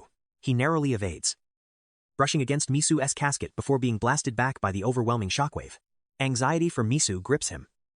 But Du scoffs. The boy's survival instincts are already top tier. A shimmering protective barrier envelops the casket. Jigu huffs. You could have told me sooner. You didn't ask. Du retorts. Relieved. Jigu focuses. Time to end this monster once and for all. Got a plan? Du asks. Jigu smirks. If water won't work, it is time to bring the heat. Blazing embers erupt around Jigu. He is ready to turn this monster into nothing but ash. Fire element. Activate, enveloped in flames. Jigu challenges the beast. Let's see whose firepower reigns supreme. Without hesitation, he lunges forward. A blur of motion circling the massive creature. Jigu hides. Frustrated by the heat, Du merely nods. The strike definitely left a mark. Jigu executes a binding skill, weaving a trap to lock the monster in place. Trapped and defenseless, The beast can only roar. Jigu unleashes a devastating power. High-tier finishing strike. The monster shrieks in agony but stands firm. Du snaps. Stop being so naive. Jigu. He is way out of your league, Du warns. Jigu hesitates. This monster was once Minsu's father. He is a demon now, Du shouts. Jigu's eyes glow crimson as the beast's aura explodes. His strike fails. Jigu is hurled back. Realizing the escalating damage means he is out of time. Jigu's pupils sharpen. He activates his hidden trait, the demon eyes. Power surges back into him. Only these eyes can see your true wretched form. Himutas. Du and Io exchange confused glances. Unable to grasp the weight of his words, even Jigu is startled by his own cryptic words. Yet his resolve has never been clearer, remembering Sudong's wisdom on death. Jigu hardens his heart. This is not a father, it is just a target. Channeling every ounce of his remaining mana. Jigu delivers a catastrophic, rank-shattering blow. Dust chokes the air. The monster stands still for a heartbeat before detonating into 1,000 fragments. Io and Janet exhale in relief. The explosive aftermath did not trigger a secondary inferno. Che-in's charred remains smolder. Jigu kneels, checking if any fragment of humanity remains. I am Quan Keen, descendant of 𝐵-𝐻𝐃. Du scoffs. Yeah. I already knew. Jigu questions Du, who dismisses the lineage. Forget B. Ask him about the Onjad instead. Jigu leans in, his voice low. Tell me everything you know about the Onjas. Find the Kava Guild. Che wheezes. Io senses it, the man's life force is flickering out. With his final breath, Che pleads. Please? Protect Misu. I trust only you with my son. He slumps. System notification. Cannibalism activated. Fire, giant ego, transformation successful. Che vanishes into embers. Jigu stares at his hands. Haunted by the blood of an entire family. You did what was necessary. Ao consoles him. There was no other way to end this. Du urges him forward. Misu still needs saving. Jigu eyes the barrier. Wondering if a hammer strike works, Du shakes his head. Forget it. The barrier-S sequence has completely shifted. That bastard could have helped. Du grumbles. But he is stuck rotting in the basement. Heavy footsteps approach. Area secured. Sir. Jigu nods coldly. Clean this mess up. We are leaving. Understood. 4 hunters step forward. Lifting the casket with the utmost care, a screech echoes through the ruins. Out of the shadows, a lone goblin emerges. Jigu realizes who it is and offers a mocking wave. But the creature snarls in pure rage. Seeing it cannot win. The goblin flees. Terrified of you. Is not it? Du chuckles. Jigu flicks a stone, knocking the goblin out cold. A smirk plays on his lips. That felt great. Luck is on your side today. Du remarks. Just as a new system notification flashes before Jigu. Du. E. And little Jen sensed it too. Du nervously noted that was the aura of an ego. Even Jigu was stunned. While trekking through the forest, he stumbled upon a hidden cavern. Jigu suspected such a place existed. E wondered if this was the tower's basement entrance, remembering that eerie light. Du confirmed the ego aura. Jigu doubted his own senses. Du claimed searching small caves was a waste. Jigu simply nodded in agreement. Before leaving, Jigu planned to grill Du while recovering with his elemental skills. He demanded Du share everything. Du grumbled. But Jigu knew he was hiding things. Du shook his head, claiming memories only resurfaced when triggered by specific events. Jigu mocked Du's uselessness before asking about the demons. Agnes and Bond. Du revealed they were powerful demons holding seats among the 72 pillars of hell. These were true nobles serving the real Demon King. Unlike the fakes Deng Su used, he explained the ranking system from 1 to 72. With Ban holding the first seat, Agnes was notorious for being pure trash. Despite holding one of the lower-ranked seats, Jigu scoffed, thinking all demons were garbage. Du noted Bond was Hell's elite gatekeeper. Furthermore, Bond was renowned as the greatest blacksmith in the entire demonic realm. Jigu realized Quan Chain was Bond's incarnation, explaining his father's legendary gear. When Du went silent, Jigu prodded for more. Du snapped, he had said everything. Jigu sighed at Du's lack of intel. Du was a walking encyclopedia with missing pages. Du fired back a retort. Later? Suzong smirked, mocking Jigu for rejecting her date. She labeled him incredibly arrogant. Though Jigu thought they were just getting food, Suzong teased his elite defense against her charms. Jigu asked what she meant. He had mentioned having urgent business. Suzong pressed him on what was so important. Jigu brushed it off, but eventually relented. Explaining the night's strange events to her, she turned serious. asking if it was true. Jigu nodded before she asked about Misu. He handed the coffin to Ban, who was currently dismantling the gate's inner barrier. Suzong gazed into the distance before asking him to meet someone. Jigu felt uncomfortable. He found himself sitting with Suzong, facing the association president and his father. Du shrieked at the bizarre gathering. Suzong noted Jigu's shock at her connections. 𝐃𝐄 claimed no grudge against the Demon King. Suzong played the humble mercenary. She flashed a mercenary ring. Jigu immediately recognized the high-tier hunter item. Suzong mocked 𝐃𝐄 for his desperate and failing attempts to bolster his forces. She explained they were allies of convenience. Much like Jigu's deal with the association, Jigu was bothered by her blatant disrespect toward a senior figure like 𝐃𝐄. Agreed. But Jigu's face darkened. Was Suzong actually as old as the president? She quickly corrected him, claiming she just had a personal distaste for the man, proving she wasn't old. She slapped him. Du mocked Jigu's pathetic physical defense. The mood shifted as she mentioned the 𝐃𝐄 guild. 𝐃𝐿 looked completely lost. Suzong was surprised the pioneers didn't know about a major player like 𝐃𝐄. Jigu dismissed the pioneer title as outdated history. After all, his father was one. 𝐃𝐄 lamented his son's ignorance. 𝐃𝐿 argued he wasn't just an office worker. Watching Jigu grow, 𝐃𝐿 refused to stay weak. The name 𝐃𝐄 felt strangely familiar. Jigu felt it too. The guild's name triggered a nagging sense of recognition. 𝐃𝐿 remembered a friend joined 𝐃𝐄 and returned as a completely different person. They both shouted simultaneously. The guild 𝐃𝐄 joined. The seniors watched in confusion. Du asked who this 𝐃𝐄 was. Jigu explained he was an old guide colleague. He recalled 𝐃𝐄's constant irritation. Back then, Otis urged him not to harbor any resentment. Jigu realized 𝐃𝐄 was a true ally. Fear-struck, could 𝐃𝐄 be among the victims he'd slain? He checked every face. Suzong asked if he really knew someone within the 𝐃𝐄 guild. Jigu stood, questioning 𝐃𝐄's knowledge of 𝐃𝐄. 𝐃𝐄 hesitated, unsure where to begin. Looking up, he asked about Jigu's tower knowledge. 𝐃𝐄 revealed countless worlds exist beyond. The tower bridges worlds but acts as a shackle, slowly consuming everything it touches. 𝐃𝐄 explained, this link was a chain, eroding the very worlds it sought to connect. The gates appearing alongside the tower were undeniable proof of this ongoing dimensional decay. A system window flashed requirements unmet. Suddenly, a brutal penalty surged, making Jigu scream in agony. Jigu trembled, clutching his head. 𝐃𝐄 realized Jigu hadn't cleared floor 50 yet. He lacked the qualifications. The room fell into a heavy, suffocating silence. Jigu felt mocked by their silence. 𝐃𝐄 chuckled, assuming he surpassed floor 50 long ago.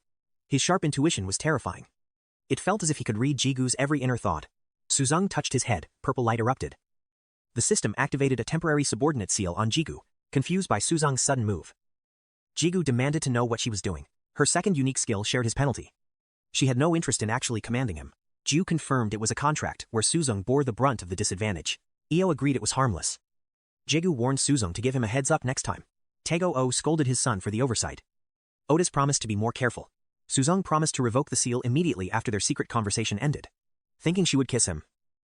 Jigu blushed and faked a cough. 𝐃𝐄 refocused the discussion. Higher floors house the creators, masters of the tower, and former rulers of fallen worlds. Though restricted on Earth, they wield primordial power at the tower's crossroad of worlds. Jigu realized this was why progress on the upper floors had slowed to a crawl. Zhutsong nodded. Tower and gates are lethal, yet they provide essential crystals and rare crafting materials. Their existence threatened humanity. But Suzong assured him most were still safely sealed away. She added more. If Lee Xianho is trapped above, they cannot match him on Earth. It is situational. Jigu nodded, inquiring about Lee Xianho's true combat power. His vessel was tainted. But Suzong concluded they would only win by fighting together. The others agreed. Jigu realized that despite his growth, he still had a mountain left to climb. Du mentioned 𝐵𝐿, the mysterious woman Jigu had encountered in that dark underground prison. Jigu wondered if she surpassed him. Du estimated her power equaled Suzong's own. Curious about 𝐵𝐿, Jigu started, prompting Suzong to tease him about her looks. Jigu clarified he was talking to his egos. The guild leaders laughed as 𝐃𝐄 turned serious. Anjas now leads 𝐃𝐄. 𝐃𝐄 knew him well, revealing 𝐃𝐄's true dark objective as the Marquis of Discord. Anjas sought to unseal the rulers and trigger the apocalypse. Their meeting concluded. Suzong told Jigu to head home while she spoke with 𝐃𝐄. In the car, Jigu apologized to Hyo Sung-hun for the late-night call. Sung-hun joked about the overtime pay, making Jigu laugh despite the exhaustion. He felt drained but enlightened. Hyo advised him to finally get some rest. Jigu was not done. He dripped blood onto a hexagram. A golden light suddenly flared. Stunned, Jigu watched. He finally understood how the barrier was meant to be unsealed. Ban offered a look inside. Jigu nodded. Peering into the silent, motionless coffin, Minsu lay motionless. Jigu turned to Ban. Still no sign of waking. Ban scanned him. No physical damage detected. Du suggested the elixir. Jigu administered the legendary potion, hoping for a miracle recovery. Suddenly, Minsu's eyes snapped open. He sat up. Shocking, Jigu. Are you back? Jigu asked. Minsu just stared. Do you remember me? Jigu asked softly. Minsu remained silent before whispering. Dad? Jigu froze. Completely stunned. Back at the house, Du Yong and Shu Dian stared. Minsu hid behind Jigu. Jigu offered a nervous laugh. You brought a child home, Du Yong gasped. Shu Dian's eyes widened. Is he my grandson? Since when? How? Jigu sighed. It's a long story. Du Yong's mood shifted instantly. Incredible, only a few days and you've already produced a son. My nephew. Jigu pinched her ear, silencing her. Shu Dian calmed down. Tell me the truth. What happened? He's the grandson of a benefactor. Jigu leaped. He leaned in to whisper to Minsu for a moment. He lost his family in an accident. Jigu whispered to Shu Dian. Trauma erased his memory. He thinks I am dad. How tragic. She sighed. Shu Dian smiled gently at Minsu. What's your name? Little one. Minsu answered politely. Can you call me grandma? She asked. Jigu panicked.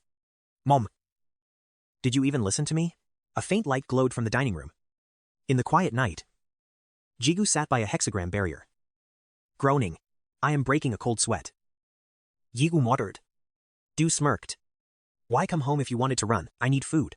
Remembering his mother's loving gaze, Jigu realized just how badly she wanted a grandchild. Du thought he was overreacting. 𝐃𝐄 offered Minsu cake. Minsu's mental age had clearly regressed significantly. He watched his own father harm his grandfather. Du noted. Then he was kidnapped. It's too much. PTSD. Jigu felt helpless. 𝐆𝐿 suggested. Maybe a familiar object could trigger his lost memories. Jigu thought of the forge. Du shook his head. Going there might trigger even worse trauma. Yanit mentioned the hammer. Jigu called out. Minsu. Look. He pulled out a gleaming golden hammer. Minsu's eyes lit up. Suddenly, the hammer pulsed with light, expanding into a massive weapon. Jigu flinched. Bonden's bloodline. Du whispered. Blessed by all weapons. Minsu walked silently toward the coffin. What are you doing? Jigu asked. Minsu raised the hammer high and brought it down with crushing force. A shockwave erupted in a violent blast. What the hell? Jigu shielded his eyes. The coffin was shattered. Look closely. Du urged. Minsu moved with the grace of a master smith. Bonden's blood was truly awakening. Jigu was speechless. Minsu was sculpting using only a hammer. No chisels. Just pure, raw talent. Don't judge him by human standards. Du warned. Bonden's rank is far beyond any ordinary blacksmith. Jigu was surprised by Du's rare praise. Bonden was one of the few demons who never betrayed us. Minsu worked tirelessly, his face a mask of absolute focus and divine craftsmanship. The hammer's glow illuminated the entire area. Bidam. Minsu finally collapsed, sleeping soundly in Jigu's arms. Jigu watched him warmly. He was exhausted. He had sculpted for 9 straight hours with that massive weapon. Incredible stamina. Du remarked. He truly is the heir to the legendary bond. Scaling the tower proves he's no ordinary human. No wonder the old man called him a genius. Du was amazed. Even without his memories, Minsu had sculpted a perfect likeness of his grandfather. Jen Yeet called out softly. Du turned to Jigu. It seems the preparations are finally complete. Preparations for what? Jigu asked. Du looked surprised. You think this statue is just for display? It's a vessel. Jigu's heart skipped a beat. You mean? Du nodded firmly. Exactly. We're bringing that old man back. Du smiled. This statue will serve as his new container, an ego vessel. Jigu remembered the failure with Mr. Kwanjun. He felt a wave of doubt. Yes. Even if only a fragment remains. Du confirmed. 𝐆𝐿 added. Memories persist even after destruction. As long as father hasn't completely vanished, there's a way. 𝐆𝐿 insisted with conviction. Jigu reached out, touching the statue. A system window flashed, link established. The sculpture began to glow. An empty ego. If Jigu placed the soul inside, the resurrection would actually be possible. But could it really work? Yes. Ban confirmed. Standing firmly by Jigu's side. Gate open. Jigu eyes Ban. Did he catch the plan? Jigu demands answers. Ban shrugs. 50% chance. Jigu is an anomaly. Do nots. If Ban says it. Bank on it. What's the play? Ban. Restore the ego. Ban shows the fragments and Jigu's core. Merging them fixes the soul. Jigu asks, how does Ban know this? Suzong filled me in. Ban smirks. Form returns. But the soul's essence, that's the gamble. Bun snaps. You'll need the Saint Nai and the crystal. The sword provides vitality, the crystal acts as the lab. It's the perfect workspace for this forbidden soul crafting. No more science talk. Ban coughs. Mebat. Typical researchers. But Du gets the gist. Take the gear. Jukomon. The ritual starts now. The sword is now demonic. Perfect for Jigu's dark resonance. Sink the fragments. Let the blade drink them in. Jigu acts. The souls collide as the sword hungers. Essence and vitality swirl into a single chaotic power. Move the crystal closer, it ignites. Success Du shouts. Ban watches. The sword's energy drains into the crystal. Suddenly, the blade crumbles. Its life force is vanishing. Is it failing? Jigu shouts. Ban just grins. The crystal blazes. Success. The blade dissolves into light. System sync success. Jigu exhale. It actually worked. Ban laughs. The finale begins. This isn't just a soul in hand. Jigu approaches the stone statue. Resurrection. He inserts the ego. The stone starts shattering. Ban waits. The statue shatters as a celestial pillar descends. Jigu reflects. His life was once a hopeless pit. Then the egos appeared. Du, Yen, and others changed fate. He saved his mother and became the demon king's heir. Egos were his evolution. Now, the ultimate one awakens. A human ego. Stone turns to living. Breathing flesh. Eyes snap open. Jigu stares at the reborn Quanjun. Fate is shifting. System guardian entity initialized. Nits. Yan guild plots. Korea's gates are failing. Jiat says, an excuse to invade and hunt the demon king. Understood. Yonko replies. But who is this Giat? The president of Kava. Call me Jet. 23 years since the towers rose. Players rose to fight. Level up or die. The only rule of the game. Jigu was the bottom feeder. The hunter treated like trash. System cannibalism active. Evolution ego. Title Demon Sword Lord. Stats STR 181. AGI 169. Power beyond limits. Physical and magic resistance up. The god tier evolution begins. Unique trait, gear transformation and cannibalism. A willpower, forged by devouring demon blades and Fujit fragments. Title Lord of the Holy Swords. Level 96. Strength stat 137. Agility 139. Stamina 154. As the gate pulses purple, Kim Jigu steps out. His sudden entrance leaves a man in a suit completely speechless. The man gasps in awe. It's over. Is this the true power of a mercenary? He hails Jigu as a shining star. Promising the Hunter Association's full support for the crystals. I'll keep them. And lose that shining star title. The man gives an awkward thumbs up. Shining star Jigu mutters to himself. He hasn't adjusted to this level of cringe yet. Sung-hoon laughs. Just enjoy the fame. Jigu, by the way. Du Young was looking for you. Sung-hoon doesn't know why. But she seemed urgent. Jigu immediately dials her number. Where is Luyen, she demands. Jigu tells her to quiet down. But she's suspicious of him. He's getting a vaccine. Jigu lies. She counters. Wasn't that last week? Jigu goes silent? Calling a monster, a puppy was a mistake. Zenny suggests just telling the truth for once. If I do, we can't bring him on missions anymore. Jigu realizes with a frustrated sigh. He makes a quick excuse and hangs up. Sung-hoon asks for the next destination, the neighbor's house. Jigu mutas. Not mine. Sung-hoon is confused by the odd request. The empty houses you bought after the gate experiment announcement. Why those specifically? Sung-hoon narrows his eyes. Don't tell me you were hiding a demon king in there. Shut it. Jigu snaps as they arrive. Sung-hoon mentions a new neighbor just moved in. Jigu rings the bell. The door slides open automatically as a voice echoes from inside. It's Gwandi Chun. Seeing Jigu. He greets him warmly. Welcome home. Master.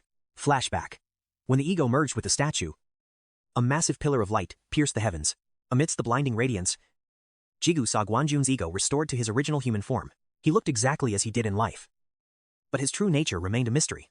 A system window flashes. A guardian has descended. Jigu is shocked. A guardian? The system demands a territory to protect. A holographic mana map expands before his eyes. It's showing the local mana flow. Do explains. Pick the zone for your guardian to defend. Small zones grant high defense, large zones offer weaker protection. The system issues a warning. Jigu sets a 500-meter radius around his home. The system confirms the territorial binding. Still, can't he believe you are actually alive? Guan Dichun Jigu asks the stunned old man. You really saved me. Dichun gasps. Overwhelmed with joy as Jigu approaches him. I hoped for a miracle. But this. He suddenly panics. Wait. How is Misu? Jigu calms him. He's safe at home. Sleeping. Dichun begins to tremble with pure emotion. He throws his arms around Jigu. Weeping in gratitude. Back in the present? He bows again. I can never repay you. Jigu shrugs. You gave me plenty. This is just a favor. Jigu asks about Misu. Dichun mentions the boy spent the entire night carving statues. His memories are returning. Dichun's eyes? Though he still doesn't remember his father. Guanchain, my son's crimes can be erased. Dichun says sadly. Even if he was brainwashed, he believes that for brainwashing to take hold, a seed of darkness must already exist. Du agrees. Even against a high demon, a successor shouldn't surrender their soul so easily. Exactly. Dichun nods. Jigu is stunned. The old man can actually hear the demon's voice. Zenny chirps happily. Can you hear me too, father? It's me. Zen. Tears well up in the old man's eyes. I've always wanted to speak with you. To talk to my own creation. You truly are a masterpiece of unexpected surprises. He calls Zenny a good girl. Promising to chat properly after finishing his business with Jigu, Quan Jie Chun fights silent. Then delivers a crushing blow. His legendary crafting days are over. Jigu is stunned, as Chun reveals the Kava are hunting Bond's legacy. Curious about the asset. Jigu learns it's everything, even Bond's own physical remains. This immense inheritance is strictly reserved for Bond's direct son and grandson. Chun laments his helplessness. But Jigu tells him to simply guard their home. Suddenly, Chun remembers a final treasure he can bestow upon Jigu. It is a top-tier artifact. Meanwhile, Deng Su-dung announces they must depart immediately. Jigu is confused, while Io hopes for fewer rivals. Sparking a debate with Du, plans have shifted. Their time in this sanctuary has officially run out. Onya Ishin mortal danger? Forcing an abrupt and urgent exit, Jigu masks his joy with fake sorrow. Pretending to mourn their parting. Su's Dung isn't fooled. Staring at him with narrow, suspicious eyes, she questions his grief. Noticing his facial muscles twitching into a hidden smirk, Jigu's mind drifts back to the key and the treasure he craves, a secret vault. Looking at this dump, he can't help but feel skeptical. Neither Jigu nor Io can sense even a trace of special mana here. Doubting Chun's words, Jigu approaches, while Io dreams of sparkling high-end gemstones. Du expects a legendary weapon. Only one way to find out, turn the key. The door creaks open, unleashing a blinding golden radiance that sears his vision. Jigu's jaw drops inside, sits a breathtaking collection of pristine supercars, billion-dollar vehicles. Piles of gold and glowing crystals fill the massive chamber, overwhelmed by the opulence. Jigu ignores Du's confusion about these personal items. Tower floor, 34, a dark forest shrouded in an eerie, thick mist. Jigu strikes like lightning, blinding a monster with one surgical, high-speed slash. The beast's carcass hits the dirt, sliced perfectly in half before Jigu. The system window pings rewards as Jigu stares down the swarm with a predatory smirk. Ao trembles at Jigu's dark aura, while Du warns him to stop smiling like a villain. Jigu is obsessed, counting his 20 limited edition masterpieces and rare treasure drops. He calculates the value of the rare items he's finally claimed. Du is baffled, unable to understand why basic transportation makes him this happy. It's a man's dream, Jigu retorts, leaving Du feeling defensive about his own manhood. I'll never understand why humans value these metal boxes. Du grumbles, entering the portal. Jigu begins lecturing Du on the philosophy of true wealth, while Io admires his wisdom. Jigu's paranoia spikes. What if someone steals his hoard? A single lock feels useless. Du notices Jigu's face twisting with sudden anxiety. Chun is the guardian, but Jigu's worry about potential thieves only intensifies. We must move them to the gate, Jigu cries. Ignored by a screaming Io, Du pushes him back to the hunt as the monster density begins to skyrocket. Jigu refocuses on Anja's skills, fire, sword arts, summons, and devastating magic. So we absorb monster blood to boost our magic resistance, Jigu asks. Accelerating. Exactly. Du confirms, his voice sharp with the coming slaughter. Jigu leaps into the air, drawing dual blades to massacre the Liddy swarm. A mid-air spin and a perfect landing, the monsters are bifurcated before touching the ground. System windows flood with absorption logs as 𝐃𝐄 feasts on the endless banquet. Jigu sighs. Feeling bored. Is this training? It feels like a total chore. Du warned him against impatience. They needed to grind more hidden stats before the real hunt began. He hesitated. But considering Lee San-ho's 1-year deadline, wasn't climbing the tower the fastest way? Du fell silent, thinking, until a feral growl erupted nearby. It was Luyan. Drawing their immediate attention, the beast was shredding a monster, crushing it into the dirt until it shattered into a glowing crystal. Luyan swallowed the drop whole. Jigu was stunned. He never expected crystal consumption to fuel such power. Du grumbled about wasting precious loot. While 𝐃𝐄 immediately began vying for the next crystal drop herself, Jigu defended his summon. And Luyan, thrilled by the praise, wagged its tail with pure, beastly delight. Seeing its joy, Jigu asked if it wanted to bring prey back instead. Luyan barked and dashed off. Jigu reminded himself to stay calm. He wasn't like other players. His path to power was unique. Du suddenly surged with light. Sensing a shift, Jigu tightened his grip, focusing for the coming battle. This was the surest way to awaken his strength. Suddenly, he saw Luyan herding a swarm toward him. The beast ran circles around the pack, driving the entire monster horde straight into Jigu's kill zone. Jigu was surprised by the sheer numbers. He drew his blade, a lethal aura swirling around the steel. He lunged forward like a bolt of lightning, delivering precise, devastating slashes through the enemy ranks. Each strike tore through multiple targets, creating a whirlwind of destruction while Luyan finished off the strays. 𝐃𝐄 showered him with praise. Du feigned indifference, though he couldn't hide his smug, satisfied expression. Du's vessel was top tier, capable of absorbing monster blood and manifesting powerful 𝐃𝐄s with ancient knowledge. Du smirked, noting Jigu's sharp instincts. Jigu just wondered what kind of nonsense these two were plotting. 𝐃𝐄 hesitated, her voice trembling. I truly hope I can be of some use to you. Suddenly, a shadow loomed. A gargantuan monster hovered above, its massive maw gaping to swallow him whole. Jigu stared up at the monstrosity. Is this the tower's gatekeeper? He whispered, his eyes narrowing. Hemet prepared to leap. Jigu silenced 𝐃𝐄 with an apology, focusing every ounce of mana on survival. Head vaulted into the air, heading straight for the beast's throat. Jigu felt a surge of cold dread, spinning midair. Jigu dove into the maw. The monster bit down, unaware it had swallowed its own demise. He tore through its vitals from within, bursting out the back in a spray of dark blood. With a final rotation, he cleaved it in two. The system flashed. Demon Eye evolution has failed. He obtained a Demon Eye soul fragment instead. Jigu touched down safely, exhaling as his heart slowed. The massive carcass crashed down. Jigu glared at Du. Couldn't you have handled that more cleanly? Failed conversions meant 0 loot. Frustrated, Jigu turned to 𝐃𝐄. Sensing she had more to say, she stuttered, searching for words. But her voice was cut short by a sudden, blaring system alarm. A golden notification appeared. Du has reached level 100. Even Du looked stunned by the news. A crimson aura erupted around him. The interface confirmed that the final evolution requirements were finally met. Blinding energy swirled as the evolution began. Jigu watched as Du's power surged toward a new peak. Du gasped, clutching his chest as his physical form began to warp under the intense spiritual pressure. Evolution required specific body parts, ego shards, and high-tier soul-bound spirits to proceed to the next rank.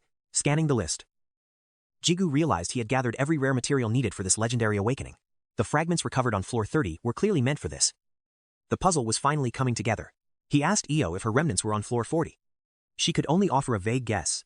He had spent weeks raiding dungeons to secure the necessary ego fragments for this exact moment. From the insane guild leader to the fallen gatekeeper 𝐆𝐿, the souls were prepped for the ritual. He wondered if sacrificing these souls while sparing Quan Chaeyin would allow for his eventual resurrection. Despite the gravity, 𝐃𝐄 and Du started bickering about age. Jigu could only watch in total disbelief. He checked his status window one last time. Only the devil shards and blood beast essence remained. The shards from fairies were ready. But why was the requirement for blood beast essence so high? He pondered the mystery, his gaze falling on Luyan, who was still busy devouring high-tier monster crystals. 5 𝐃𝐄s successfully integrated, Blue Star included. The fusion is finally complete. Success conditions still a mystery. Time to check the system status window. Gamble every 𝐃𝐄 now. No. Du, it is your turn to evolve. The blade plays hard to get before agreeing. Typical arrogant demon sword. Evolve I command. A violent crimson flash erupts from the lethal hilt, Oppressive aura chokes the forest as the blade begins its legendary transformation. The light fades, revealing Du's new form. He looks absolutely divine now. A demonic eye snaps open, unleashing a blinding, blood-red scarlet glare. New title, Lord of Demon Blades. Evolution rank level 100 reached. Stats are soaring: strength, agility, and mana. Resistance traits are fully maximized. New skills unlocked: Gear Morph, Cannibalism, Devour, and the Lethal Demon Sword. I grasp the new Du. The system information window is staggeringly long. I am thrilled for him. The physical change is nothing short of incredible. Du claims he feels the same. But this new power needs digesting. Time to head back. Suddenly, I remember to check in on 𝐆𝐿. She stays silent. Never mind, Master. Tomorrow brings a ride in a supercar. Sung Hun is vibrating with pure excitement inside the luxury vehicle today. Best career choice ever, he beams. I cannot help but enjoy this. Living the high life. He asks, why aren't you the one driving? Boss, even though I am the one paying for this entire expensive lifestyle, I have a license. But riding together is way more fun. Man, he thinks I am flirting. I like women, I scream in total horror. Du and 𝐆𝐿 are dying of laughter. Give me a break. You guys, he brings up Shin Robin. My chat history with her is a disaster. I am a dating catastrophe. Even my sentient weapons are judging me. Sung Han looks concerned. Wait. Have you ever actually dated anyone before? Shut it, I bark. Behind me, the spirits keep their gossiping going. The brakes hiss. We have arrived at a massive, towering corporate monolith. The merged guild headquarters is breathtaking. They have really leveled up everything. Bright Star and kids. On Pilu arrives with a hospitality drink tray. He apologizes for making a VIP like me travel to their office. Merger business is total chaos. I accept the water with a nod. Where is the boss? Out on field missions. It has been non-stop lately. I get it. So, what is the real reason you called me? He bows deep. Please. Can we borrow your skeleton legion for training? I blink in surprise. Well, that was definitely an unexpected request. Kid, we have got too many new hunter recruits flooding in lately, but they fear monsters. Your summons are the perfect sparring partners. Sûr? I shrug. He looks like he has just seen a ghost. I owe them for the Yon Guild incident. Allies help each other. I offer a hand. We are partners in this guild. Aratzvei. He beams and fist bumps me. Behind us, the spirits continue their bickering. 10 days pass. Floor 29. The gale here is absolutely relentless. Man, we clash with a siren. Du devours her essence. Gaining heavy psi resistance, the monster shatters. Another floor cleared. Another legendary item drop secured. The crowd gasped in shock, whispering as they watched him. His godlike speed and instant monster kills were terrifying. They exchanged puzzled looks. Is he a high ranker? They couldn't help but envy Jigu's overwhelming combat prowess. 𝐆𝐿 leveled up, claiming the title Lord of the Holy Sword. Her stats surged. Unlocking the gear transformation skill, Jigu stared at the system window, his expression unreadable as he fell into a deep silence. 𝐆𝐿 would evolve at level 100. He debated upgrading her before floor 40, but quickly dismissed the thought. Du spoke up, reminding him of his goal. Weren't you wearing that hideous mask to hide your true identity? Jigu murmured softly. That was the plan. But things have changed now. Yonko and Leo already know who I am, since they were watching. Hiding is pointless. Du and 𝐆𝐿 agreed instantly. He looked up at the massive gate towering before him. It was time to face the floor 40 challenge. Despite his bold words, Jigu's hands trembled as he approached the door, exactly like back on floor 30. He smiled at 𝐆𝐿, promising her that she could evolve once they cleared this dangerous trial together. Grateful for his consideration, 𝐆𝐿 thanked him. Slowly, the massive doors groaned open under Jigu's immense strength. Feeling inadequate, Ion hesitated, while Jigu cautiously stepped into the unknown darkness waiting inside. The heavy doors slammed shut with a thud. Suddenly, a sharp system notification pinged in his ears. Jigu officially entered the grueling 15th trial. Meanwhile, at the guild office, the chairman summoned Duke Yu. A colleague showed him a phone, explaining it contained news about his friend from the Juksamdong accident. The screen was filled with toxic comments and arrogant chatter from people targeting Jigu's recent actions. Duke Yu smirked with pride. His friend had finally decided to step out of the shadows and show himself. High atop a skyscraper, a mysterious figure watched the horizon. So, he finally chose to reveal his true power. Stirring his coffee, Yoon Zaehan mused that Jigu's public debut was inevitable given his monstrous growth rate. Yet, A flicker of doubt crossed his mind. Was that really Jigu's only motivation for coming forward? Knowing Jigu for years, he didn't think he was the type to flaunt strength just for a cheap ego boost. He turned away, realizing Jigu likely wanted to show his comrades exactly what kind of leader they followed. Inside the fifth trial, Jigu's Oberon pulsed with light. Suddenly, Du and Yan began glowing with power as well. System alert, requirements met. Jen appeared, announcing the initialization of a special hidden quest. Jigu looked around in confusion. He was trapped in a vast, infinite void of blinding, empty white. Now that Ray in armor form, Jigu told Janet. Ion 1 stopped whining about being useful. Jigu realized this trial was a perfect opportunity to test Ion's true hidden potential and combat utility. He asked if she felt anything unusual in this space. But only a cold silence answered his call. He called her name again. But his gaze snapped forward as hundreds of sword silhouettes suddenly appeared. Looking up, he saw a literal rain of razor-sharp blades aimed directly at his heart from above. The blades plummeted with terrifying velocity. Jigu and Jen stood firm, watching the steel rain fall upon them, bracing himself to dodge. He smirked. Unlucky for you, I've survived much worse than this before. Gripping Du, he prepared to strike. Before Ren could move, the mass of swords crashed into the ground. The sheer volume of steel striking the earth kicked up a massive, suffocating cloud of dust and debris. Jigu stood unharmed. Not a single blade had touched them, they had all missed completely. He was utterly baffled. Was he not the target? He recalled controlling magic swords during his clash with Du's physical form earlier. He realized the physical host controlling these blades must be lurking somewhere nearby in the shadows. Du disagreed, sensing an unnatural aura. Get ready, he warned. The real battle is about to begin. The grounded swords suddenly ignited with a blinding radiance, illuminating the entire white void with light. The brilliance was overwhelming, shimmering like a sea of fallen stars right before his very eyes. Squinting against the glare, Jigu forced his eyes open to witness the terrifyingly beautiful spectacle unfolding. Massive wings unfurled in the void. Not one, but many. Jigu gasped. Are those Divina angels? But their faces were hideous. Rotting undead masks that sent a bone-chilling shiver down his spine. He pondered the irony where there are demons. Twisted angels are sure to follow in this world, but they were far from what he'd imagined. One look at those faces made him wonder. Is this normal? Du couldn't explain their twisted forms, but he knew finding the answer would take time. Celestial beings plummeted from the heavens. Fallen angels, Du shouted. They redescending to eliminate Gu. Ion erupted in a blinding radiance. Meanwhile, Jun sat at home, staring at a battered, ancien blade.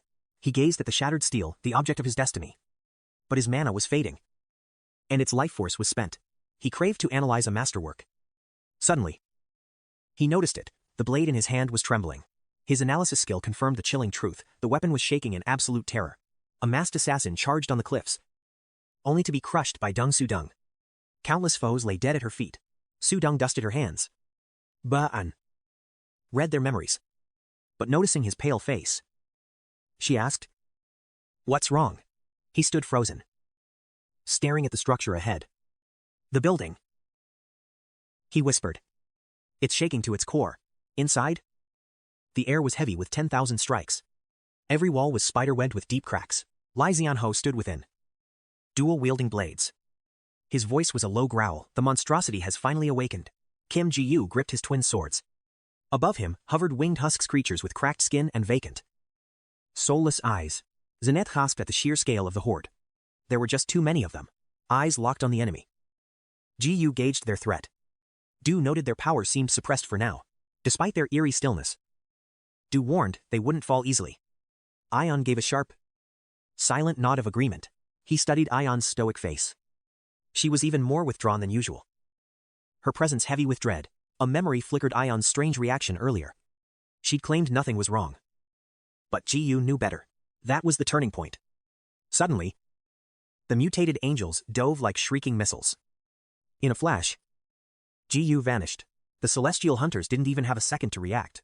Utilizing HEM, Ji-yu materialized before his target, delivering a ruthless strike. She blocked. Interesting. He smirked. Out of nowhere, she had manifested a blade of light, perfectly nullifying his lethal blow. Ji-yu signaled, and a beast lunged forward.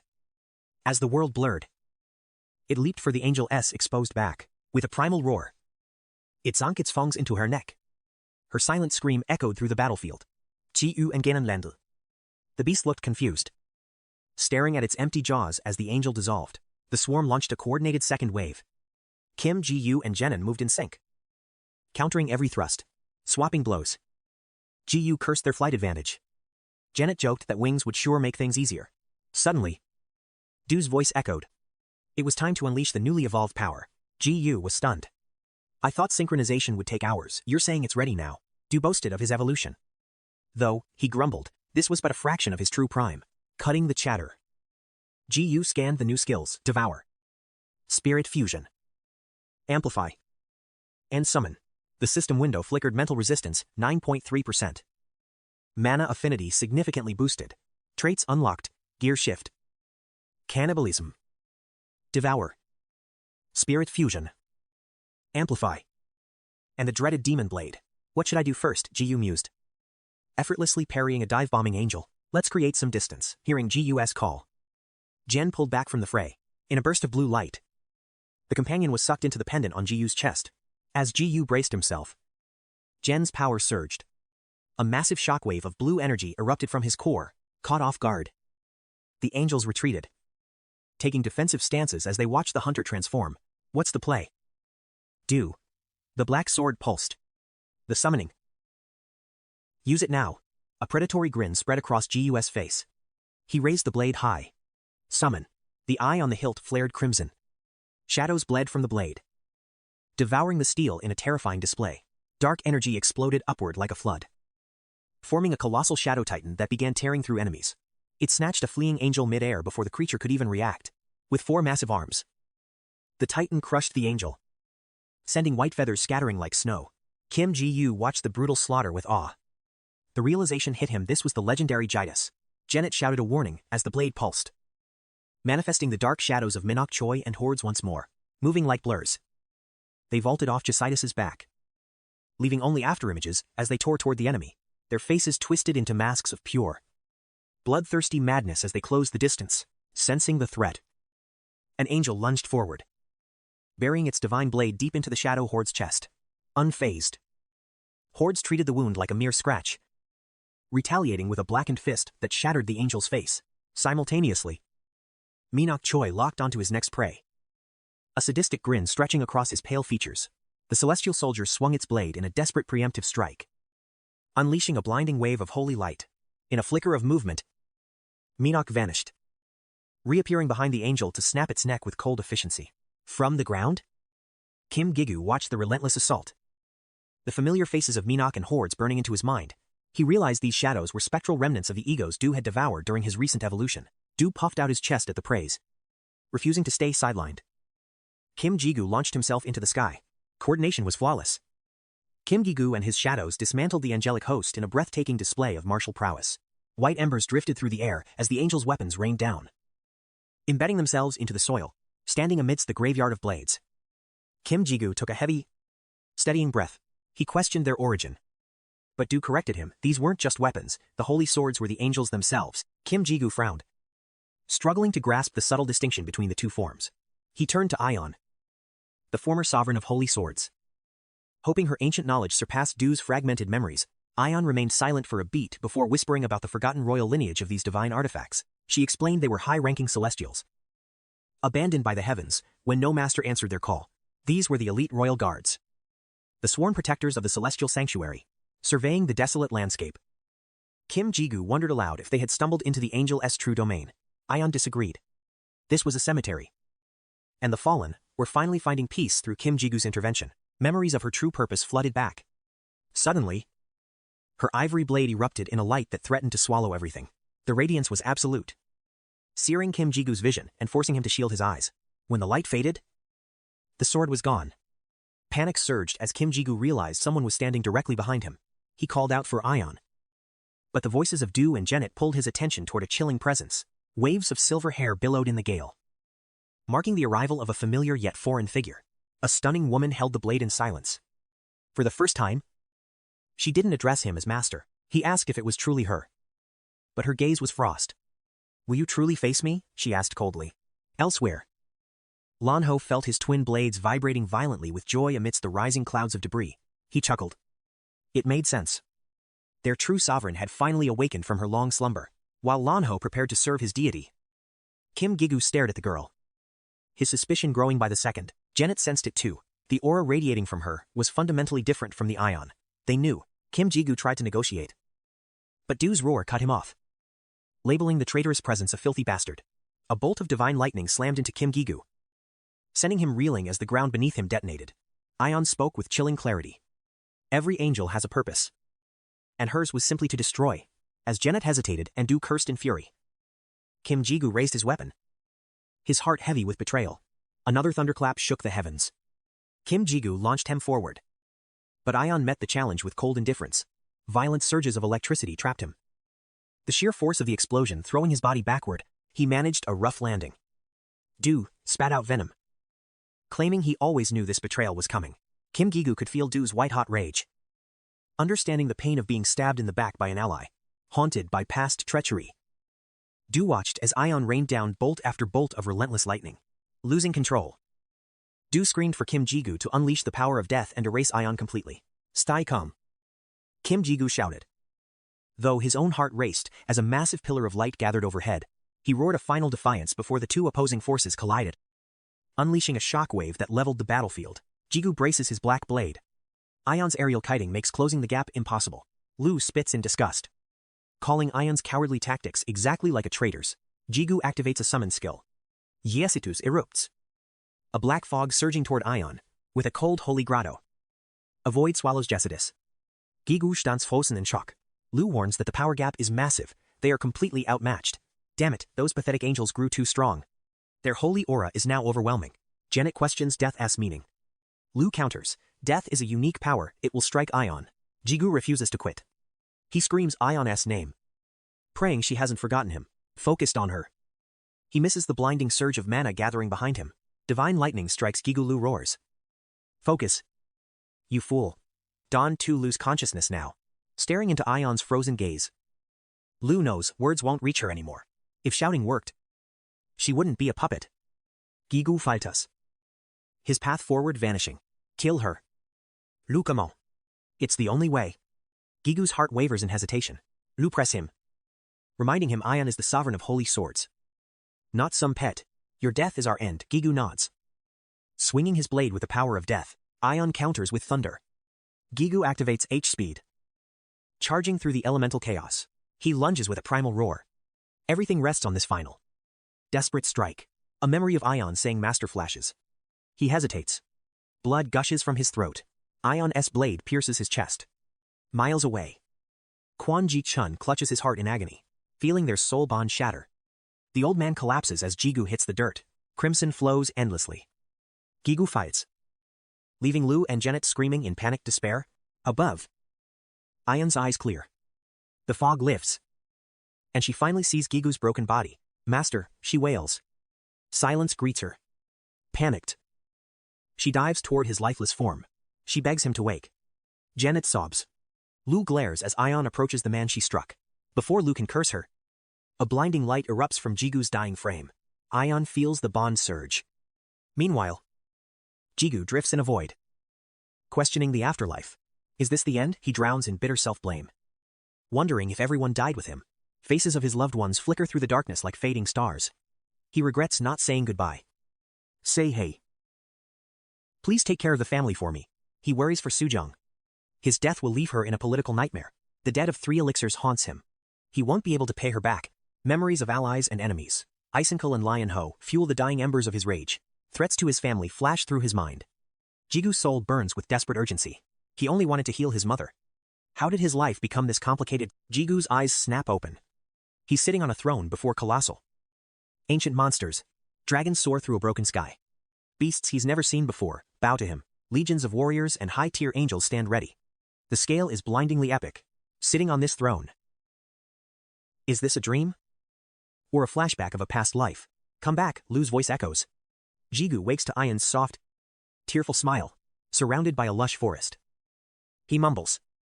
Is this the afterlife, heaven? Not yet. Ion whispers. Just another trial floor. Jigu sighs. I figured I was hellbound. He wonders how he's still breathing after taking such a lethal blow. He realizes it's Ion's absorbed collie trait. I lived because of you. Then fainted fighting you, seeing her guilt-stricken face. He stops mid-sentence. They walk quietly through the woods. Ion finally asks, Master, why didn't you kill me when I betrayed you? Jigu sensed her hesitation. Cutting her off before she could speak, he knew she foresaw this tragedy. Waiting for her to break the silence, Ion hesitated to stop his climb on floor 40. Despite the danger, unable to hold him back, she whispered, The tower awaits your ascent. Don't carry this guilt. Jigu reassured her, promising everything would be fine. He questioned her missing fragments. Learning this isolated space severed her memories, Ion confessed her fragmented past. Born to serve a creator before Jigu, Jigu wondered about the mysterious figure who once commanded her existence. My past faded once I chose you, she said. Her loyalty, absolute. She recalled holy swords were once angels who sacrificed their divinity. As the first holy sword, she reigned as the sovereign of her kind. She birthed them all. Suddenly, she apologized. Sensing her time was ending, turning away, she thanked him for the second life and his protection. Her words faltered as her form began to dissolve into shimmering light. You are greater than you realize, she whispered. Fading away from dew. Crush anyone in your path, she commanded. Be they angels or gods. He screamed her name as a single tear escaped her vanishing eyes. Rule the tower. Jigu snapped awake to Janet's frantic, loud cheering, ignoring Du's nagging.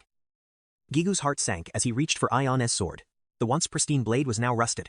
Meanwhile, Shinjobin finished her mission. Her team wondered why she lingered. But she was waiting for him.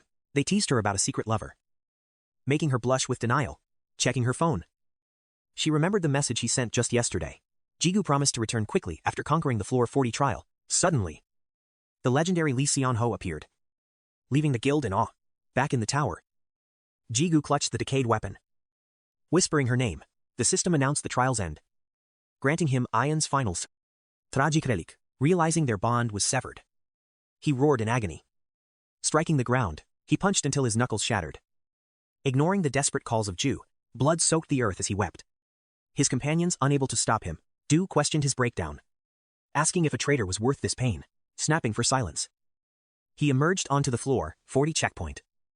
Hollowed out, the area was eerily empty. The silence broken only by a presence, Lee Seon-ho stepped forward, mocking Jigu for this pathetic, wasted trip, recognizing the holy sword's master. Jigu drew his black blade in defense. Relax. Seon-ho sneered. I have no intention of killing you today. He laughed, mocking Jigu for failing to even protect his own weapon. Blinded by rage, Jigu charged. Ignoring the warnings of his panicked allies, he struck from behind. But Seon-ho caught the blade with fingers, cast aside like trash. Jigu heard the cold promise, 1 year of mercy. You aren't even a threat. Seon-ho spat, looking down with disgust. It burned him to see Ion's master reduced to such a sight. The tower never acts without purpose. He left Jigu cursing in shadows. At the guild, Jobin worried, wondering if the trial was too much. She overheard the crowd whispering about a player who shook the tower. Panic gripped the crowd as a blood-soaked Kim Jigu stumbled forward. Shinjobin rushed to him, her face pale with terror. Jigu gasped her name before collapsing into darkness. His mind felt like lead, the memories of the tower fading into a void. As he left the tower's shadow, a mysterious silhouette flickered in his mind. Had he seen someone else in that abyss? Waking with a start, Jigu called for Jobin. But only Hyo Sung-hun stood there, wearing a mocking, arrogant smirk. Janet's voice echoed as Jigu sat up. He realized he wasn't home. He was recovering in Sung-hun's private residence. Sung-hun recounted the moment Gigu's strength failed, falling unconscious right into Jobin's desperate, trembling arms.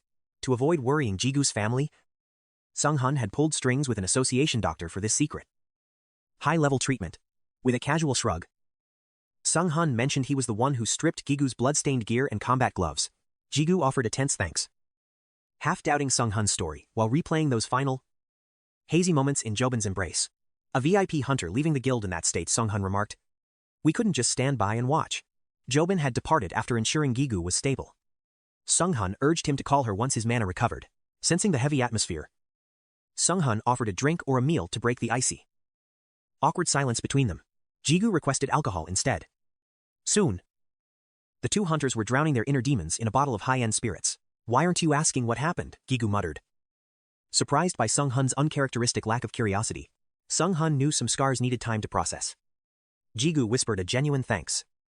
The weight of betrayal momentarily lifting, they drifted into idle talk about the massive, empty mansion where Sung Hun lived a solitary hunter's life. The truth emerged: his mother was hospitalized. A single mother's struggle. Now haunted by a terminal mana-related curse. He'd awakened to save her. But even legendary wealth couldn't cure her fading life force. He was utterly powerless. In that moment of shared vulnerability, Jigu felt a deep, bitter empathy for his rival's hidden tragedy. Memories of the H-Zone maze and the elixir resurfaced. Seeking air, Jigu stepped out onto the cold, moonlit balzone. The night air triggered a flashback to his mother's brush with death. That same madness began to claw at him. The crushing loneliness of carrying the world's burdens felt like an anchor dragging him back into the dark depths. He thought of the fallen from the Aang Guild War. Grief threatened to break him. But he suppressed the tears. "I'm still weak," he cursed. Despite the system, power-ups, he felt like he hadn't evolved a single step forward. Janet tried to offer comfort, but Jigu brushed her off. Needing to organize the chaos of his shattered emotions, remembering Ion's final words, he swore to become stronger. He called for Du. But the entity met him with silence. Du finally spoke. His voice cold. He was bound by an order of absolute silence, a lingering, petty grudge. Jigu was stunned by the resentment. Du claimed he only broke silence now because of a dire life-or-death emergency. A desperate plan formed. Jigu stared into the void and asked the forbidden question: "How do I resurrect Ion?" Du mocked his timing. Jigu realized, possessing two conflicting egos like Du and Ion wasn't just a coincidence. The evolution items from the 30th and 40th floors were the keys to achieving a perfect, divine balance. Ion's death on a floor meant for evolution felt like a fundamental glitch in the tower's twisted, hidden design. The master blacksmith, Kwon, inspected the broken blade with a sharp, calculating gaze. It might just be possible. Physical repairs were easy. But Ion's ego was gone. Bringing back a soul was beyond any mortal hunter's craft. "I'll handle the soul," Jigu declared. Then checked on the old man's frail, mana-strained body. With genuine concern, Kwon chuckled, remembering his recent heart palpitations. It was a thrilling brush with death he didn't wish to repeat. He requested to work inside the gate. The high mana density there was essential to forge the impossible blade. Jigu activated the gate system, ordering Janet to provide every resource the blacksmith required for the legendary task. Inside, Kwon began barking orders at skeletons. Du revealed the truth: Ion sacrificed her origin to save Jigu's life. To bring her back, Jigu had to restore that lost origin while his own life force hung by a thread. He needed to manifest pure life force, the very source of the Holy Sword's legendary and ancient power. Du warned him balancing the opposing laws of life and death was a feat deemed impossible for any mortal. "You're about to step into the realm of gods," Du whispered. "Are you truly ready to transcend your humanity?" Under Du's guidance, Jigu entered a deep trance. He shut out the world, turning his senses entirely inward. Within the darkness of his mind, the rhythm of his blood and his beating heart became a visible map. The mana circuit ignited from his heart to his extremities. Jigu focused, syncing with his soul's rhythm. Jigu's frame convulsed with growing intensity. He fought for control until his eyes snapped open, battling sudden nausea. He retched, coughing up a mysterious white essence. Du hovered nearby, asking if he was all right, wiping cold sweat from his brow. Gu gasped for air. When Du asked what he saw, he rasped, "A total void." In that infinite darkness, Jigu's silhouette looked like a tiny, fragile speck against the overwhelming blackness, gasping for breath while still hunched over. Jigu listened as Du continued his relentless chatter. Du marveled that Jigu had mapped his entire soul container in just 3 weeks, a feat deemed impossible. "You're a monster," Du muttered. Jigu leaned against the wall, sipping water. "So, that was my soul vessel." Du admitted he expected this breakthrough to take at least 2 months, but Jigu's progress was supernatural. As he drank, he recalled the terrifying, vast expanse of that inner void. The brief glimpse left him dizzy. "Does everyone have a soul container like mine?" he asked. Du explained that Jigu's vessel was unique, unlike any other hunter. "I knew I was a freak," Jigu remarked. Du snapped back. "You don't understand your own depths. Why can't you level up? Why do the world's strongest hunters track your every move?" Du pressed. "And how can you manifest a gate that defies all known system laws?" A portal flickered, and Jigu demanded. Du hesitated. "If I say more, the system will penalize us. You'll know when the time is right. Now, if you're finished resting, let's dive back in." Jigu stretched his aching joints. "Don't delay." Du warned. Resurrecting her soul cannot wait much longer. As soon as possible. Jigu agreed. Meditating. Du commanded. Now. Find the life essence within your vessel. The image of Yan appeared as Du continued his instructions. Yan sacrificed her life force to save you. Its fragments must still linger in your soul. Find them. Life force. Jigu murmured, closing his eyes to sink back into meditation. Du advised. Forget the whole container for now. Focus on a single point, look for an occupying object. An object? Jigu whispered. Suddenly, his eyes snapped open to a massive, roaring inferno within the void. The flames loomed before him. Is that? The essence of death, he stammered. Du's eye manifested. Correct. The human ego. Jigu gasped in pure shock, floating in the abyss. Du smiled. Well done. You found me. The rest will be easy. Now. Locate the other fragments. Jigu searched the darkness. His senses sharper than ever before. Other fragments, a white glow appeared. Could that be? Janet's presence. The light solidified into Janet's shadow. It is I. She replied. Jigu beamed with joy. Egos manifest in these forms. Fascinating. A spectral wolf emerged. Surely that was Jen's inner soul. Two shapeless glows flickered. Those must be 𝐵𝐻𝐃 and 𝐵𝐿𝐵. Jigu noted. Observing the strange energies. But where is the old man's essence hidden, he wondered. A streak of light passed. Jigu turned to see a massive, hyper-realistic figure standing tall. The presence felt incredibly real. Reaching out. Jigu whispered. Can I actually touch him? Stop. Du appeared instantly. That's a real-world soul link. Don't interfere with it. The consequences are unknown. Are you truly prepared for the potential backlash? Jigu scratched his head. You really should have mentioned that a bit sooner. Jigu turned back to the light. How do I find life in this vastness? Du answered. Feel it. An image of Ion appeared. You've tapped into life essence once before. Du reminded him. When you restored the old man via 9. Remember that feeling. That's your key. Dwarfed by the cosmic scale of his own soul. A new realization hit Jigu. The fog cleared. He began to grasp the dual structure of his soul vessel. Visions of Du and the others swirled through his sharpening mind. Death's domain and the ego's realm. Jigu opened his eyes. There's even more. I knew you'd find it. But your speed is impressive. Then again, I shouldn't be surprised. Gu spotted a flicker in the distance. The realm of death clashing with the domain of egos. A perfect triangle formed between them. The light solidified into a glowing sphere. This is life, he said. The orb mirrored Gu's reflection. Within that tiny sphere lay an infinite, blinding power beyond his dreams. Gu turned to Du. What now? Du's gaze remained fixed. Are you prepared for the ultimate awakening? You must touch it. But even I cannot foresee the chaos this contact will trigger for you. The choice is yours. Gu gritted his teeth. No, turning back now. Fear is just a useless shackle. Gu reached out. Let's settle this. Upon contact. 𝐵𝐿𝐵𝐄𝐑. Blinding light consumed everything in sight. Jigu screamed. Eyes burning like molten lead. Master. Let go, Du cried as Jigu collapsed in agony. Stabilize your core, focus, Du shouted. Gu held on. Blood pouring from his eyes and mouth. Master. Push it away. Gu felt his throat tightening. His soul being wrenched apart by force. Is this the price for grasping life itself? Du desperately urged him to focus his internal mana, trembling. Jigu struggled up and drew his blade. Du watched in horror as Gu aimed at himself. With a roar of resolve, he finally plunged the cold steel into his own flesh. The searing pain snapped his consciousness back. Rebuild your vessel now, Du commanded. Exhaling in relief. Life force was overflowing, colliding violently with death's energy. The instability was reaching a dangerous point. He needed a barrier. Du instructed him to reorder the egos, prioritizing the essence of absolute death. Death. Then ego. Then life. One mistake meant certain demise. Gu spat blood. Collapsing once more, he fought to rise. Stay down. Du warned. The primal energies are finally starting to shift. Gu's eyes snapped open. You're awake, Du asked. Gu sat up. His mind a hazy blur. Check your internal mana vessel. Du said. Gu closed his eyes. Diving deep into his core, life and death now sat in a delicate balance. Jen and Oberon held the dark energy steady.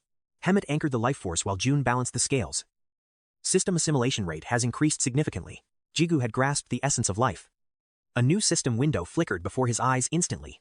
Rank 1, Class Ego Partner, Unique Trait Linkage, Skills, Death. Life Synthesis. With 14 ego fragments, he could harness 80% of their stats and manipulate life itself. Exhilaration surged. He mastered life too, noted the egos were now stabilizing the internal conflict themselves. Residual elixir energy acted as a safety net, preventing his vessel from shattering into thousands of pieces. Your vessel has expanded.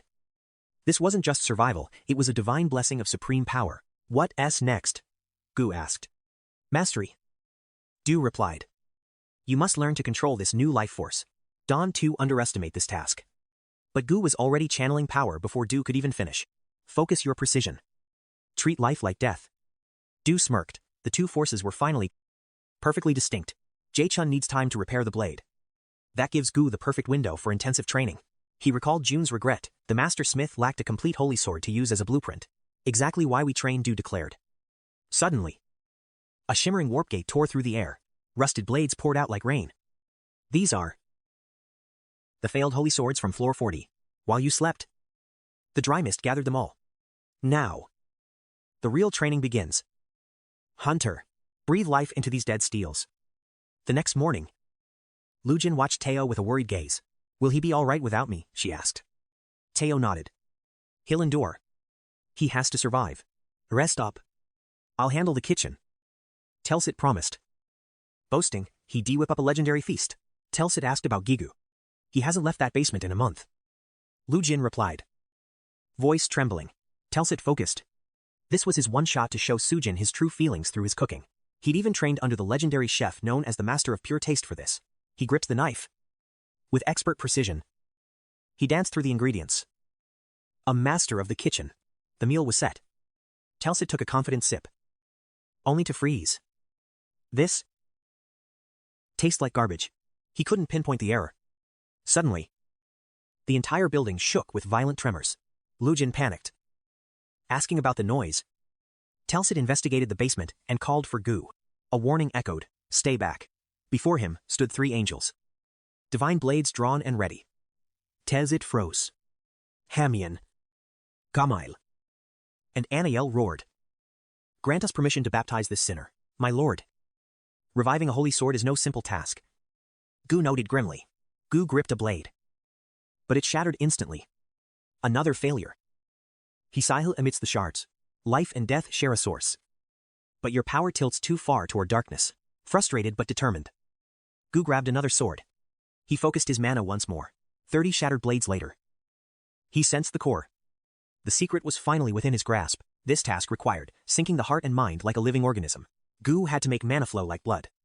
80 holy swords remained in the corner. I can do this, he whispered, lining up 3 blades. Slow and steady, his companion urged him to rest. But Gu refused. He had to succeed now. He pushed his limits to revive the steel. Almost there, he muttered, before being stopped. His mana was overflowing. Sweat poured as the mental pressure reached a breaking point. Life energy surged uncontrollably. At this rate, the ritual would fail once again. Instead of quitting, Gu grabbed a second blade to divide the overwhelming power flow. If one couldn't hold the surge, he'd split it among 3. A risky gamble. Bidam. Telsit heard the full story. He finally realized these angels' true origins. Hamian, Gamail, and Anael sat in the basement in eerie, divin silence. You birthed angels from scrap metal. Gu, you are a genius.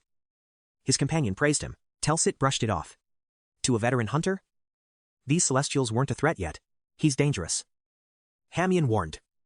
Gamail agreed, demanding the man undergo immediate purification.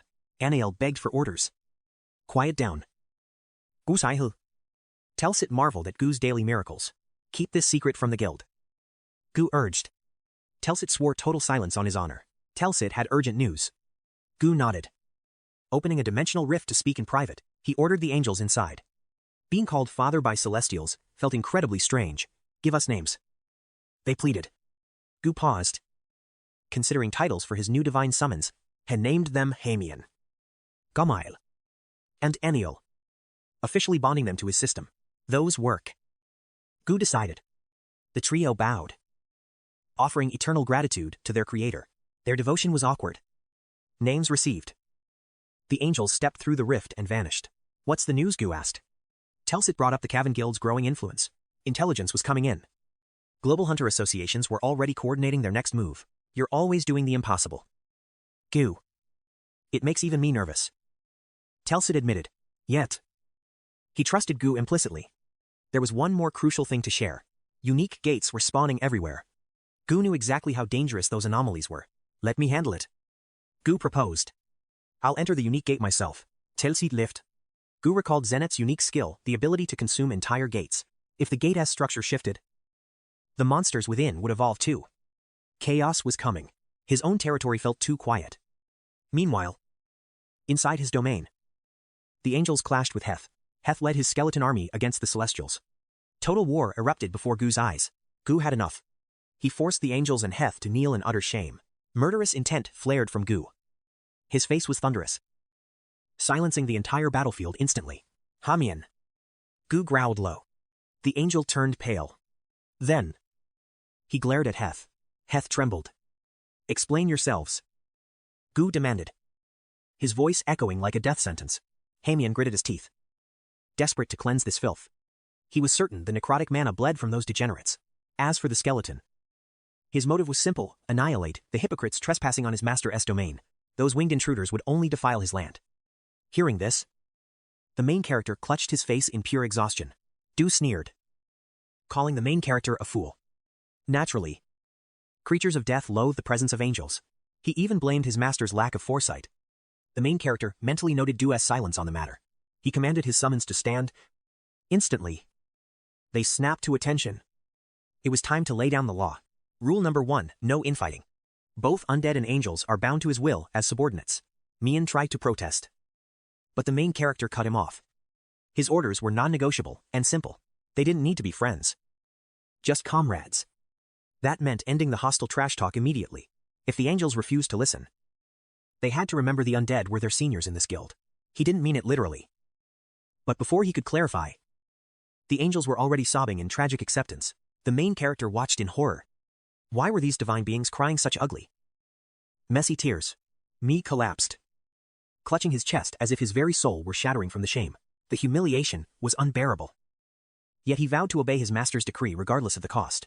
The skeleton mocked him relentlessly, twisting the knife. Exhausted, the main character ordered the provocations to cease. It was baffling. How could a mere pile of bones express such clear, annoying smugness? Suddenly, Jae-chun's voice echoed in his mind.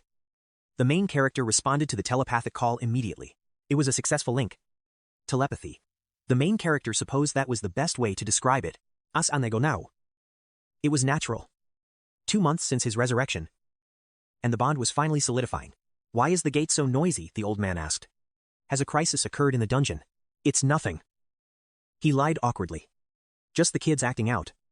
The summons quickly looked away, playing dumb. With a sigh of relief, the blacksmith invited him over. The legendary blade was finally complete. The silver blade gleamed with a mirror-like finish. Its aura was so potent even his familiars were speechless. Using the holy sword fragments the main character gathered, Jae-chun had forged a weapon of supreme rank. He expressed his absolute satisfaction with the blade. He offered his deepest thanks, but the old man waved it off. Repayment for his life was unnecessary. His task was done. The rest was up to the main character. Starting now, Jae-chun asked. The main character hesitated. Mastering this power immediately seemed like the only choice. Gu turned serious, advising caution. Moving forward was necessary, but jumping in unprepared was a death wish. Training life energy inside a demonic gate was suicidal. The conflicting mana would tear him apart. To ensure survival, Gu suggested a more stable environment.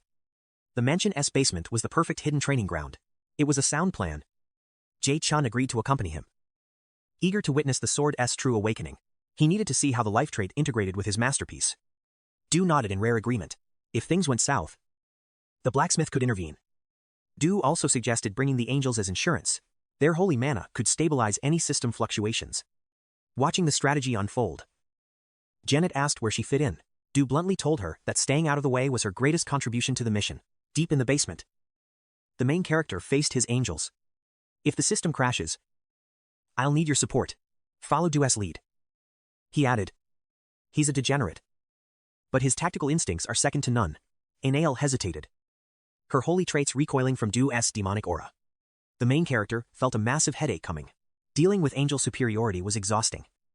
He commanded her to endure it just this once. Silencing her protests, a muffled snicker broke the tension. The main character turned to find Jae-chun struggling to keep composure.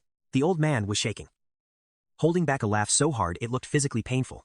He claimed it wasn't the father title causing his amusement. But his grin said otherwise. It was a pathetic lie. The main character's face flushed a deep, embarrassed crimson instantly. Janet loved the idea, even offering to call him father. Du joked she'd finally have two dads. He's had enough of their chirping. He snaps, ordering the angels to change how they address him immediately. The angels recoil in shock. Desperate, they argue that, as their creator, no other name could possibly fit. Their voices turn to pained cries. They beg to call him father, accusing him of heartless cruelty for rejecting them. He massages his temple, exhausted by the drama. Meanwhile, Du just snickers, siding with the emotional subordinates. These angels were reincarnated with their past memories intact. In their eyes, he truly is their divine maker. After a brief silence, he offers a compromise. Great master. The mood shifts instantly as they erupt in joy. With the chaos settled, he exhales sharply. It's time to get serious. Training begins now. Before him stands a unique gate, a jagged rift with a fluctuating rank and an impossible, distorted structure. Normal logic doesn't apply here. Most hunters avoid these unstable zones like the plague, fearing the unknown lethality. But for Jigu, stepping inside is just another day. He stares at the sky, seeing nothing but monster food for Janet. The anticipation in the air is thick. Janet shrieks with hunger, eager to devour the gate's essence and grow stronger. Impressed by their fighting spirit, his own blood begins to boil. He shifts into a combat stance, ready to join. While others flee from such brutal battlefields, he thrives in them. To him, this isn't a crisis, it's a playground. Purple flames ignite within his gaze. The shadow attribute surges, liquefying his physical form into pure, living darkness. He initiates spirit fusion, weaving together elemental essences to forge devastating, high-tier combo skills. Like a bullet of shadow, he launches into the air, piercing the heart of the frantic aerial dogfight. Du chimes in, advising him to utilize shadow flight.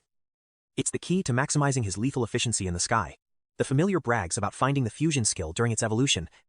He offers a dry glare. Du's ego is truly limitless. Enough talk.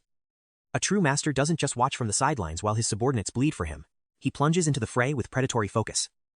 A swarm of harpies shrieks, diving toward him with lethal intent. He moves in a blurred zigzag, a phantom blade carving through bone and feather without slowing down. The sky is painted a deep crimson. The monsters let out final, agonized screams before plummeting like broken puppets. He tears through the remaining wave with overwhelming force. In his wake, a rain of blue mana crystals falls. By the time his boots hit the ground, the crystals are still dropping. He retracts his shadow, staring at his palm. A sudden, hollow void settles in his chest. His hand feels empty. Janet watches him, sensing his hidden sorrow. Du tells him to get used to the weight of power. Suddenly, a presence flickers behind him with a status report. He spins around, coming face to face with a stunning figure adorned with radiant, angelic wings, standing atop a mountain of monster corpses. The warrior looks back at him. It's none other than Ion. His grim mood lifts instantly. He offers a rare smile, thanking her for securing the gatekeeper's rare materials. The long-awaited project to fully resurrect Ion had finally reached its peak after 2 grueling months. The results are staggering. Ion has transcended her sword form, successfully triggering the legendary manifestation skill. The system chimes Ion, Lord of the Holy Sword. Level 100. Her stats are off the charts. With immense mana and physical traits, she shifts back into her blade form, humming with newfound sentient power. He wants Ion to have her own agency. He asks softly if she's adjusted to her new human vessel yet. She glows with joy, grateful to feel human again. He forbids Du from making any snide remarks about her. But Ion's growth isn't finished. The system window displays her evolution progress. The ego fragments are nearly complete. 2 more ego souls are needed to reach the next tier. He realizes these souls are precious, not to be wasted. If he restored Quan Jun's ego, he could surely do the same for Charlemagne and the Demon Eye King. However, a critical shortage of materials remains. The path to ultimate power is never simple. He refuses to sacrifice his angels. Just then, his Dullahan Knight returns, reporting that the perimeter quest is finished. Skeletons march in, hauling heaps of crystals. He opens a dimensional rift. Stashing the loot for future upgrades, he commands his elite forces to assist with the harvest. His next move, absorb the entire gate's energy. The system interface blinks with a prompt. During Ion's rebirth, 3 high-rank gates had manifested across Korea. He intended to claim them all. But 2 were on the verge of a dungeon break. Force into other guilds. He reflected on the lessons learned from his soul link resonance, a power that was only just beginning to awaken, exploiting his mercenary status. Jigu launched a stealth raid and successfully absorbed the dungeon gate. Currently, the system interface displays a dominance rate of 0%, like the NZ species. He needs kills to increase dominance. But gates are currently scarce. Finally, the system announced 100% dominance. Jigu grinned. The absorption was complete. Ion marveled at the vast, stunning landscape within Gigu's newly equipped gate. The system prompted for a sub-manager. Jigu considered Hamian, the eldest of the angels. Other candidates included Dunlahan, a high-intellect strategist, and the recently absorbed Griffin King. However, appointing the Griffin King would surely turn the entire domain into a bird-dropping wasteland. Jigu narrowed his choices down to the first 2 legendary candidates. As Jigu hesitated, Hate smirked secretly, believing he'd remain the true power regardless of the pick. Seeing Hate's gloom, Hamian comforted him. Jigu had officially appointed Hate as the sub-manager. All now serve under the gate's grand overseer. Gwanzae-chun. News of a unique gate in Korea reached ANCL. He questioned who could possess such power. ANCL realized it didn't matter. He would slaughter any demon to satisfy his thirst for revenge. Jas smirked. The real game was just beginning. Inside, Gwanzae-chun presented the new strategic map. Gwanzae-chun demonstrated how the old and new gate environments were merging into one. He highlighted 3 massive mineral veins forming near the gate's shifting boundaries. These crystal mines allowed for the crafting of legendary items without spending a single coin. Yet, the overseer felt the space was wasted. Nothing but a lonely pyramid stood there. Displeased by the internal chaos, Gwanzae-chun planned to replace the tents with a fortified base. His grand design included a high-security prison and a specialized hunting zone. The prison would serve as a place for villains to seek redemption through forced labor. Since not everyone is as manageable as Roger, a dungeon was vital. Jigu agreed, albeit confused. Quan explained by inviting outsiders to hunt monsters here, they'd gain massive profits and free labor. Gwanzae-chun sighed. He and Jigu had a long road ahead to build this empire. As the gate strengthened, so did the undead. Jigu began ranking and naming his skeleton warriors. Hun. The system confirmed a successful soul link with the legendary Death Knight. Jigu marveled at his own power. He could now command both celestial angels and hellish demons. Du sensed danger, urging Jigu to use the demon eye. Suddenly, Jigu collapsed in Ion's arms. Panic surged through his subordinates. Ion rushed him to the medical tent where he finally stirred. Awakening, Jigu found Ion watching over him, but his body was frozen. Du moved independently now.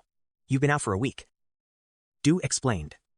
Life and death forces had reached a violent stalemate. Jigu gasped. Seeing his entire angelic and undead army surrounding his bed in a silent vigil, Du simplified the crisis. First, life and death clashed like 2 warring gods inside your soul.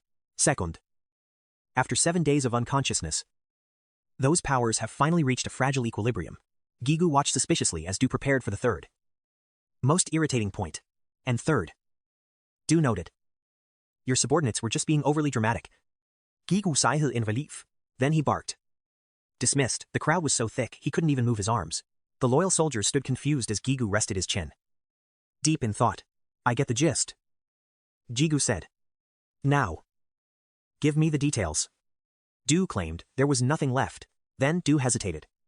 A fragment of life cracked off during the conflict. It's missing. Du worried about its location. Jigu blinked, surprised to see the stoic spirit so unsettled.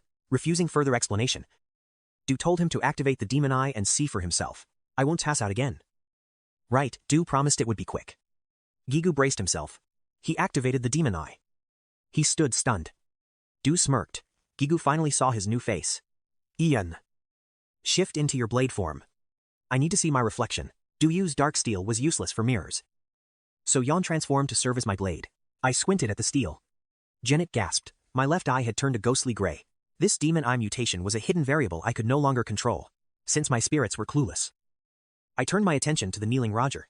Speak, I commanded coldly.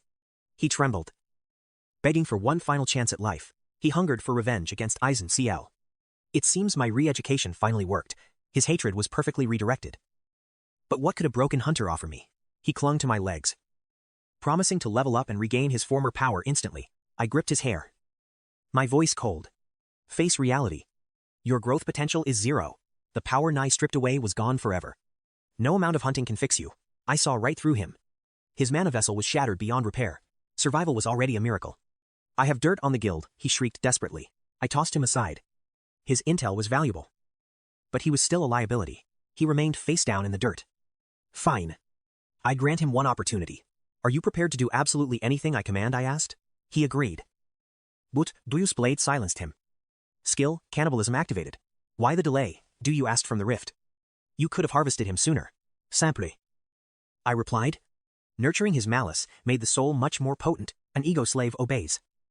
But one with a burning purpose is a far better tool. I shook my head. Those details didn't really matter anymore. An appeared and swore a knight's oath to protect me until the end. The others begged to follow me outside. Were they losing their minds? Without serving you? Our existence is hollow.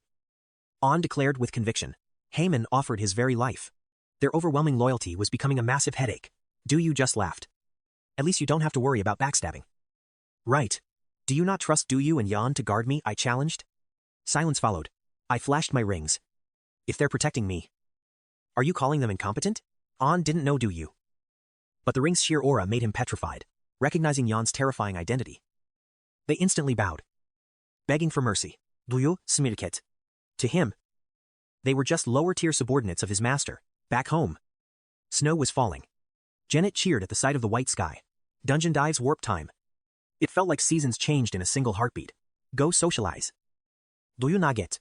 Stop acting like some legendary shut-in. Without a winter coat. The freezing air bit into my skin immediately. Du Dung approached with Jian. I sensed you were back. She said softly. Great timing. She smiled. I just smirked. I am still human. After all, wait. What's today? I asked. It's Christmas. She laughed. My system window pinged. Jobin was spamming messages. You free today? No dates for Christmas, Du Dung teased. I groaned. My sister was relentless. What about you? I countered. I am a student, my only date is my books. Spend it with family then. I said. She let out a dramatic, heavy sigh. Typical. You really are the grandmaster of the Lonely Hearts Club. She was heading out with friends. Go find a life. Brother, she yelled. Seriously. Not even one girl, she joked. Leaving me alone in the snow? At this point, Kim Jigu finally confessed he'd received a message from someone. Kim Du-dong froze like a statue, staring in total disbelief. Jigu just smirked, teasing her for making such a ridiculous face. She didn't hold back and gave her blunt assessment immediately. She claimed he was definitely the minimalist texter type. Jigu played dumb as she grilled him about sister So-dung. Jigu fell silent. He tried digging through his memories, but couldn't recall the last time his family truly celebrated together. He sent back a one-word reply, available. They locked in a meeting at 4 p.m. near Gangnam Station. Just as Jigu headed for the door, Du-dung blocked his path. She asked if he seriously planned on going out looking like that. As Jigu looked confused, she sighed and dragged him away, standing under a pine tree. Jigu checked the time. Worried he might be late, he cursed under his breath. Thinking about the chaos Du-dung caused that almost ruined his schedule. Right then, Robin called his name. She approached with a radiant smile, saying it had been a long time. It felt like a critical hit to Jigu's heart. He was dazed by her beauty while Jen cheered in the background. Du teased that Jigu's face was turning beet red. He quickly brushed it off, blaming the biting cold. Jigu took the lead, mentioning their last encounter when he collapsed at the association. He offered a sincere apology. Robin smiled, saying it was fine. Before she could ask more, Du interrupted, advising against bringing up bad memories. Robin suggested they head to the mall to pick out some gifts for his family. Jigu didn't hesitate and happily agreed to the plan. He apologized for the trouble, but Robin felt grateful he made time. Du warned that this woman seemed dangerous. You'd better watch your back. Du whispered. Ren chimed in, confused, thinking she seemed like a nice person. Stepping out of the elevator, Jigu gasped. He never expected such a high-end space inside a regular mall. Robin explained that this exclusive area was strictly reserved for VIP guests, even without a membership. His status as a ranker granted him full access. Jigu was floored by the hidden privilege. He asked if everything here was an item. Robin confirmed that even non-players could utilize these specific artifacts. Jigu realized that after consuming the divine elixir, his mother could finally handle low-tier items. While normal people can use most hunter gear, protective jewelry, like the ones he bought, is the rare exception. He peered into the display case. Knowing these items usually triggered massive bidding wars at auctions, Robin noted the steep prices and asked Jigu if they were beyond his current budget. Jigu felt a surge of gratitude toward Robin for her expert guidance. He was torn on what to get Dudong, since she hated items with high defensive stats. Du noted that high attack power was the current meta. Robin then suggested the luxury brand 𝐆𝐎𝐃. Jigu considered it. Knowing 𝐆𝐿𝐼 was top tier, Robin mentioned they suddenly increased production despite their usual rarity. She noted the quality had dipped slightly, but it made the prices much more accessible for buyers. Suddenly, the craftsmanship of the items felt strangely familiar to Jigu. Suspicion flickered as Du and Jen shouted in realization. These were clearly crafted by that mysterious old man. He finally understood how the old man stayed so wealthy. This secret side hustle was a gold mine. Even after the resurrection, it seemed the old man never stopped his relentless grind. Robin appeared behind him, asking if he'd chosen. He thanked her and nervously invited her to dinner. When dinner arrived, Robin was thrilled, snapping photos of every dish. She asked if he came here often. He admitted he didn't see. A friend had recommended the spot. 𝐆𝐿𝐼𝐄𝐑. Savoring the high-quality meal, the taste was incredible. He immediately made a mental note to bring his mother and sister next time. Robin began asking about his hobbies. To every question, Jigu could only offer a vague, uncertain "I am not sure." He felt embarrassed. Realizing he didn't have a single normal answer to give her, Robin went quiet. Sensing Jigu had zero free time, she suddenly blushed. Frantically waving off her own thoughts, she blamed the wine for her rambling and apologized for making assumptions about his private life. Du noted Robin's sharp intuition. It was true, Jigu couldn't exactly explain his life as a top-tier hunter. Jigu told Du to shut up. But the ego kept talking. Jigu realized he had no hobbies or life outside his duties. Rage fueled his revenge. But what was left for his own soul? Du questioned his purpose, leaving the hunter lost in deep thought. He knew supporting his family was vital. Yet his desires remained. Ultimately, he sacrificed everything just so his family could survive. Awakening brought power and wealth, but his lost past stayed gone. Jen had suddenly apologized. Finally, seeing the weight of Jigu's internal struggle, Du dismissed the apology, calling such emotions a strictly human burden. Nearby, a blushing Robin told Jigu to ignore her drunken ramblings. She blamed the alcohol until Jigu's sincere thanks silenced her completely. Stunned, she looked up as he thanked her for her kindness. Flustered, Robin managed a shy response before suggesting a movie date. Suddenly, a piercing scream shattered the air, making Jigu bolt upright. A desperate cry for help echoed as an ominous gate materialized. A high-tier portal had just opened in the heart of the city. They approached the unique dungeon, sensing mana levels that paralyzed civilians. Luckily, the association was nearby, and the rescue team arrived instantly, with high-ranking hunters everywhere. Jigu figured it would end quickly. Officials thanked the heroes and began recruiting a specialized raid team. They urged any capable volunteers to step forward and join them. Jigu asked about registration, but Robin confirmed rankers were already recorded. Jigu decided to head home, since his phone was dead. Robin noticed Jigu's worn-out watch and realized it was quite old. Their date ended abruptly when Sung-hun suddenly crashed the party. Jigu stared at Sung-hun's reindeer suit while the egos cheered. Jigu questioned the costume choice on such a rare day off. Sung-hun explained an emergency call brought him here too late. He scanned the area, teasing them about their private holiday date. Robin asked if he was the supervisor from the rank-up match. Jigu confirmed they often spoke for work before heading home. Jigu planned to grab his things and buy cake for home. Suddenly, Sung-hun sprinted back, shouting Jigu's name in a panic. With a grim face, he revealed the dungeon rank was unmeasurable. Meanwhile, Dudong was mesmerized by the expensive gifts from 𝐆𝐿𝐼𝐄𝐑. Overwhelmed with gratitude, she asked if these treasures were truly hers. Luin marveled at the luxury. Mentioning Tessit gave her something similar. Sensing an ominous chill, Jigu retreated to his room and locked it. Unmeasurable dungeons were beyond S rank, legendary killers that devoured raid teams. This unique gate was a harbinger of absolute, soul-crushing destruction. That strange mana he felt had masked itself, hiding its power. Du shared his suspicions, sensing something ancient within the rift. He promised to consult 𝐆𝐿𝐼𝐄𝐑, telling Jigu to rest for now. 𝐆𝐿𝐼𝐄𝐑 agreed, urging him to cherish this brief peace with family. Jigu relaxed, wondering what could possibly go wrong in one day. Reality hit hard as news broke of 5 unmeasurable unique gates manifesting across Korea. The epicenter of this nightmare began in the heart of Gangnam. Dungeons erupted nationwide within a day, forcing a global state of emergency declaration. While the association hunted for answers, Jigu could only watch in stunned silence. Peace hadn't even lasted a day.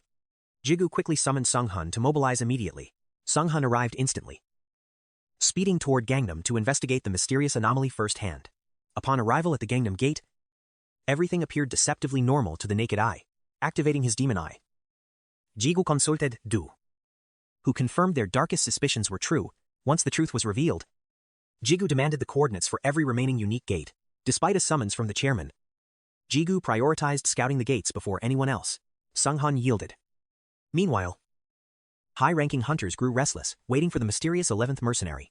As they drove, Hyo Sung-hun suddenly spoke up, questioning Jigu's path as a ranker. Jigu ignored the cryptic riddles, admitting he had no talent for solving mental puzzles. Even Du wondered if the man was preaching some strange philosophy of destiny. Jen remained clueless until Sung-hun revealed he was the one truly running in circles. He trembled, terrified of the inevitable scolding waiting for them back at headquarters.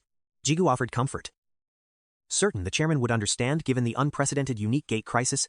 Sung-hun sighed, claiming Jigu didn't understand the complexities of Hunter Association politics.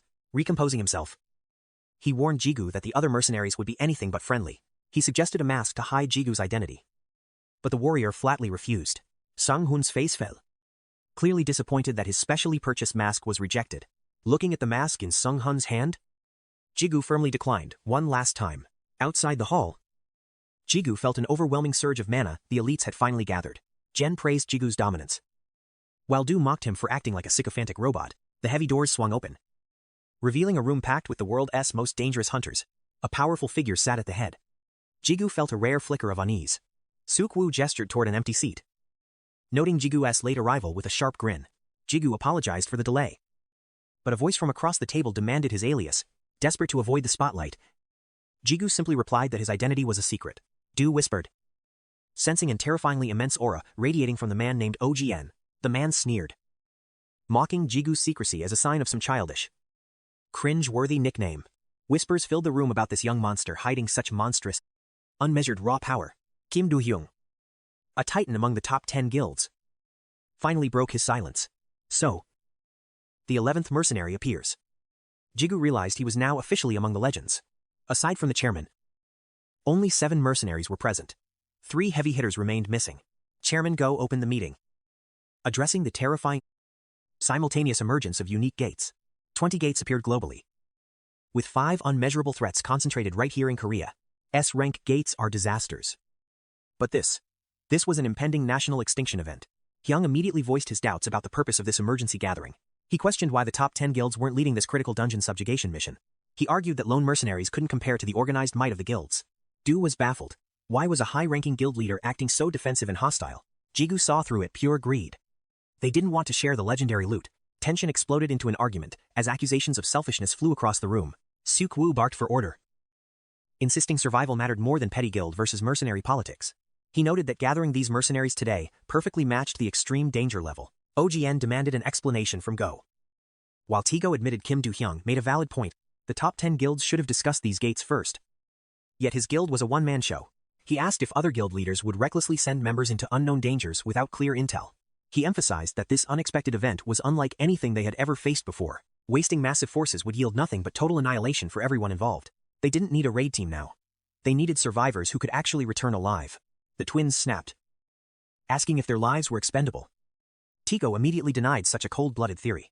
He was only proposing the most viable plan without forcing anyone. Guji watched the twins, deep in thought. Then Du spoke up.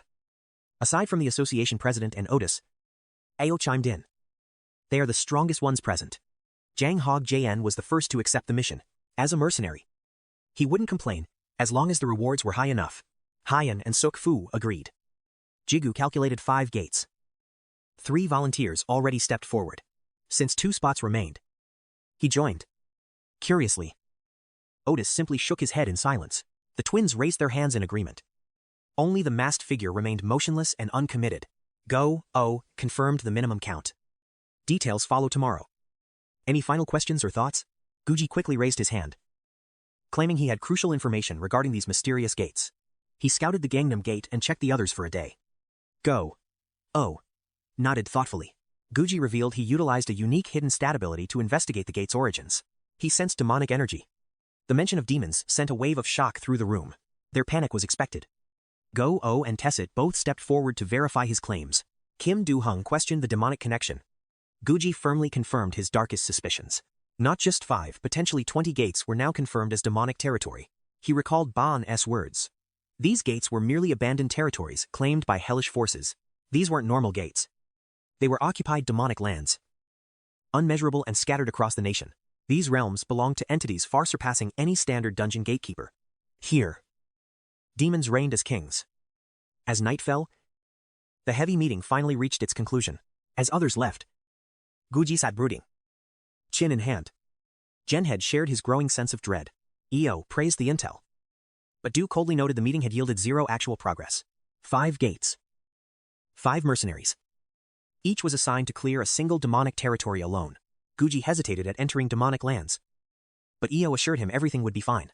Du echoed, the president better one elite survivor than a swarm of weaklings, dying pointlessly. Guji disagreed with that harsh view. Meanwhile, 𝐃𝐄𝐋𝐈𝐕𝐄𝐑 remained glued to his phone screen. He finally asked why 𝐃𝐄𝐋𝐈𝐕𝐄𝐑 had stopped him from volunteering earlier. 𝐃𝐄𝐋𝐈𝐕𝐄𝐑 scratched his head, telling him to meet at the association at 9 a.m. Expect an overnight mission. Pack essentials. 𝐃𝐄𝐋𝐈𝐕𝐄𝐑 then dismissed him to speak privately with Taego. Guji bid farewell. But as he reached the exit, a voice called out to him. It was 𝐃𝐄𝐋𝐈𝐕𝐄𝐑. He surprised Guji by asking to grab a drink together. Why? The sudden free time 𝐃𝐄𝐋𝐈𝐕𝐄𝐑 admitted the upcoming mission felt dangerously different. Jigu questioned a guild leader, slacking before a crisis. 𝐃𝐄𝐋𝐈𝐕𝐄𝐑 shrugged it off casually. Du reminded him of his plans with Hyo Sung-hun. So he invited 𝐃𝐄𝐋𝐈𝐕𝐄𝐑 along. They hit a restaurant. 𝐃𝐄𝐋𝐈𝐕𝐄𝐑 and Sung-hun bonded instantly. Guji apologized for the intrusion. Time was running out. Sung-hun laughed it off, welcoming the new company warmly. 𝐃𝐄𝐋𝐈𝐕𝐄𝐑 agreed. Jigu asked if they had met during the Wuseal gathering. Sung-hun confirmed. They raised their glasses, and empty bottles soon cluttered the table. The drinks flowed, as faces flushed red. Sung-hun, grinning ear to ear, asked if high-ranking hunters always ate this well. 𝐃𝐄𝐋𝐈𝐕𝐄𝐑 shook his head. Curiosity piqued. Sung-hun pressed on, asking how a pair like them even became friends. They looked like lifelong comrades. Genhead and the others leaned in, desperate for the story. 𝐃𝐄𝐋𝐈𝐄𝐑 dropped the bombshell. He was Jigu's original instructor. Sung-hun's eyes widened. What was Jigu like back then? 𝐃𝐄𝐋𝐈𝐄𝐑 sighed, recalling a dark, gloomy kid who never stopped scowling. Jigu snapped back in denial, though even Du Dung admitted his first impression of him was far from stellar. Sung-hun turned his gaze back to Jigu, searching for the truth. Jigu felt the weight of those early training days rushing back. He remembered slaughtering monsters for 0 XP. His stats remained frozen until 𝐃𝐄𝐋𝐈𝐄𝐑 finally bowed his head, admitting he couldn't coach him anymore. Despite the rejection, Jigu felt a deep, silent gratitude for the man's honesty back then. Jigu saw the shift in 𝐃𝐄𝐋𝐈𝐄𝐑's eyes from hope to cold calculation. He realized he was a failed investment. A month of hell followed. He hunted goblins until his body broke, scraping by on the pittance earned from selling low-tier mana crystals just to stay alive. 𝐃𝐄𝐋𝐈𝐄𝐑 would drop by to check on him, but Jigu only met the instructor with cold, bitter silence. Was it pity or a sense of superiority? Whatever it was suffocating. Jigu just wanted him to stop messing with his head. Jigu headed to his next meeting. At a grill house, Otis complained about the trash food inside the gates. Jigu noted how busy the high ranker seemed lately. Otis nodded, offering a hand if Jigu ever needed it. But Jigu couldn't bring himself to ask. Otis had already carried him far enough. The man just cursed and laughed, bragging about the mountain of gold he was raking in. Suddenly, 𝐃𝐄𝐋𝐈𝐄𝐑, how are things? Really? Jigu hesitated, his heart racing. He'd finally awakened as a player. But the words died in his throat. It felt like the right path. But in the end, he chose to walk away from the hunter life. He forced a smile, telling Otis everything was fine. Soon after, he met with Sung-hun one last time. The words were final. I am quitting. Genhead sat in stunned silence. Later, Otis dropped Jigu off at his cramped apartment. Climbing the stairs, he tried to steady his breath. It was for the best. He'd treat that brief awakening like a sweet, fleeting dream. Standing before his door, reality set in. Tomorrow, the hunt for a normal job would begin. He pushed the door open, only to freeze. Inside, Du Dung was nervously serving water to a very familiar guest, 𝐃𝐄𝐋. Their eyes locked. Jigu stood paralyzed in the doorway. What the hell are you doing here? He demanded. He slammed the door shut. Du Dung scurried over, whispering, Oppa, why didn't you tell me you were friends with a celebrity? He's not a celebrity, just another player. Jigu snapped. His patience wearing thin, and we aren't friends. He exhaled a long, tired breath. What kind of nightmare was this? Let's take this outside. He muttered.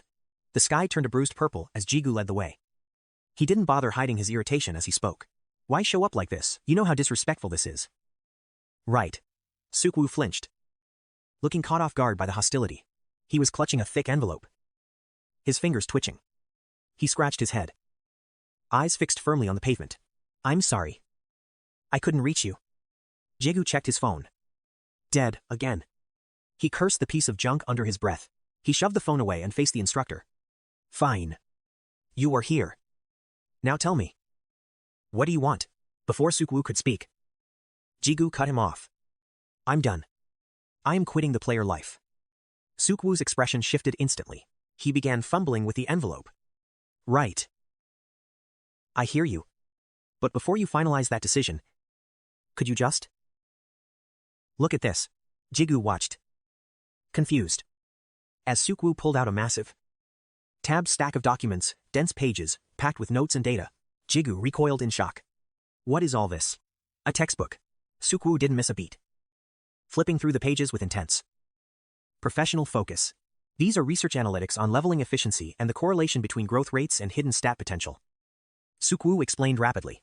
I even pulled the training logs of Thai gladiators who broke through to Tier 1 within a single week. Jigu threw his hands up. Stop, just stop. He was drowning in information he didn't want to hear. Why are you doing this? Sukwu gave a strained, awkward smile. Look.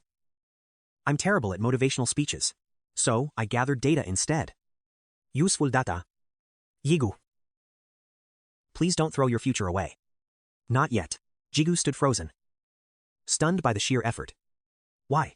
Why go this far for someone like me? Under the starlit sky. Sukwu's face softened. You probably wouldn't believe me if I said it was just kindness. His eyes turned sharp with a hunter-esque intuition.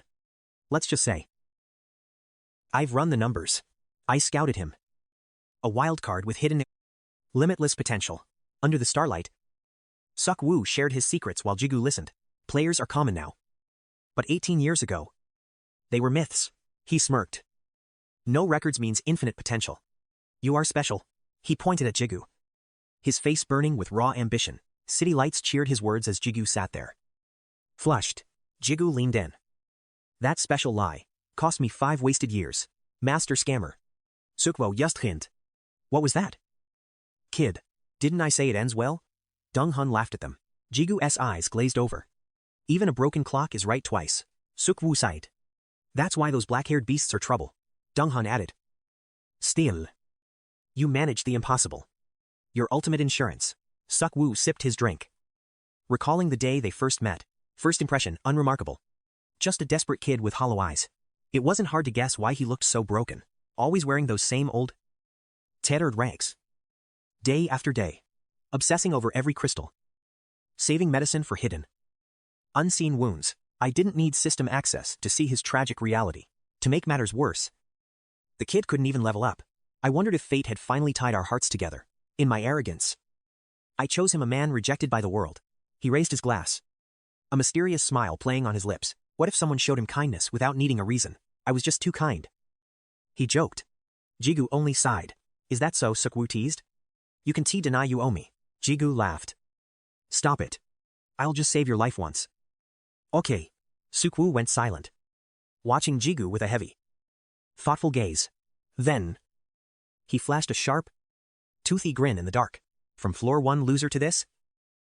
You finally evolved. Kid. 2 days later, Incheon Airport exploded with blinding camera flashes. Otis led the way, Jigu following through a sea of lenses. Director Otis, give us a statement. The reporters were relentless.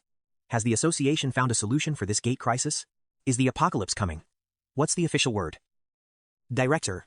Who's the new player? Is he some kind of secret weapon? Jigu stood frozen, a ghost lost in the blinding spotlight. Where am I?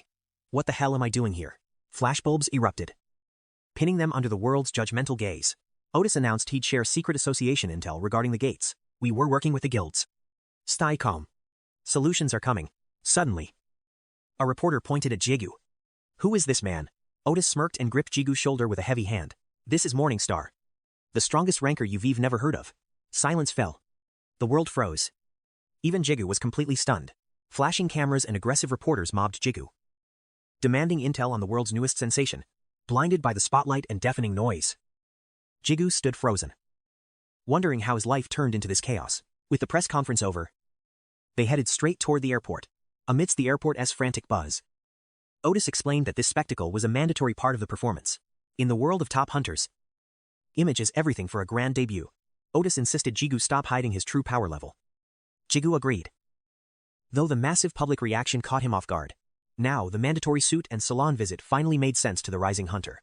Suddenly, Jen's voice echoed through the air, praising Jigu's top-tier, handsome appearance.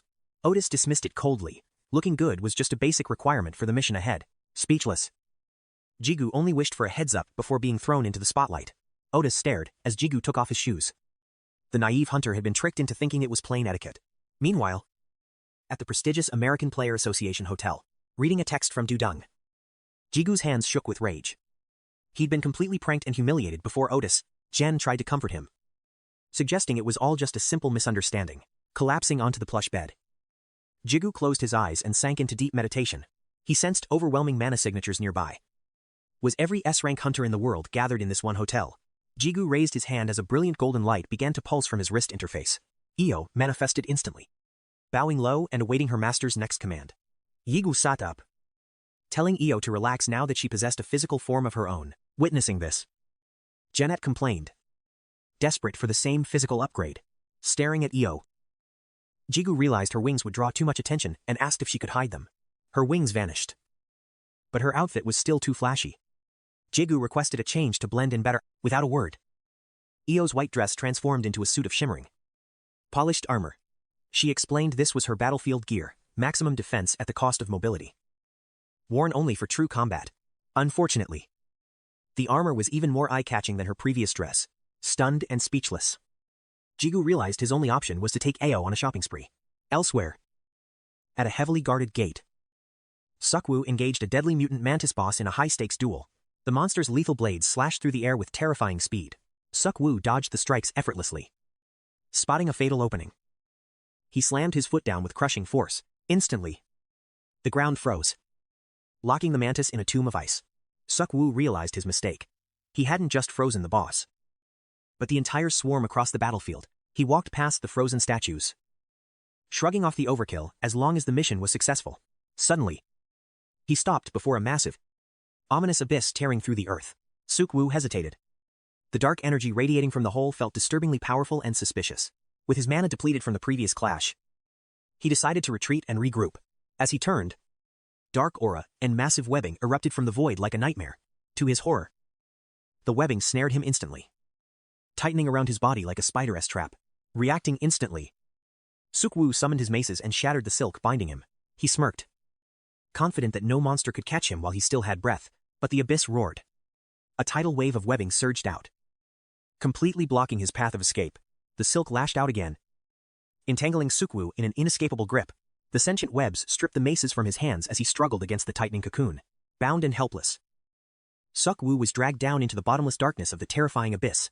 Back at the Association Hotel, a mysterious man in black leaned against a room door in silence. It was Hyo Sung-hoon from the Korean Gate Bureau.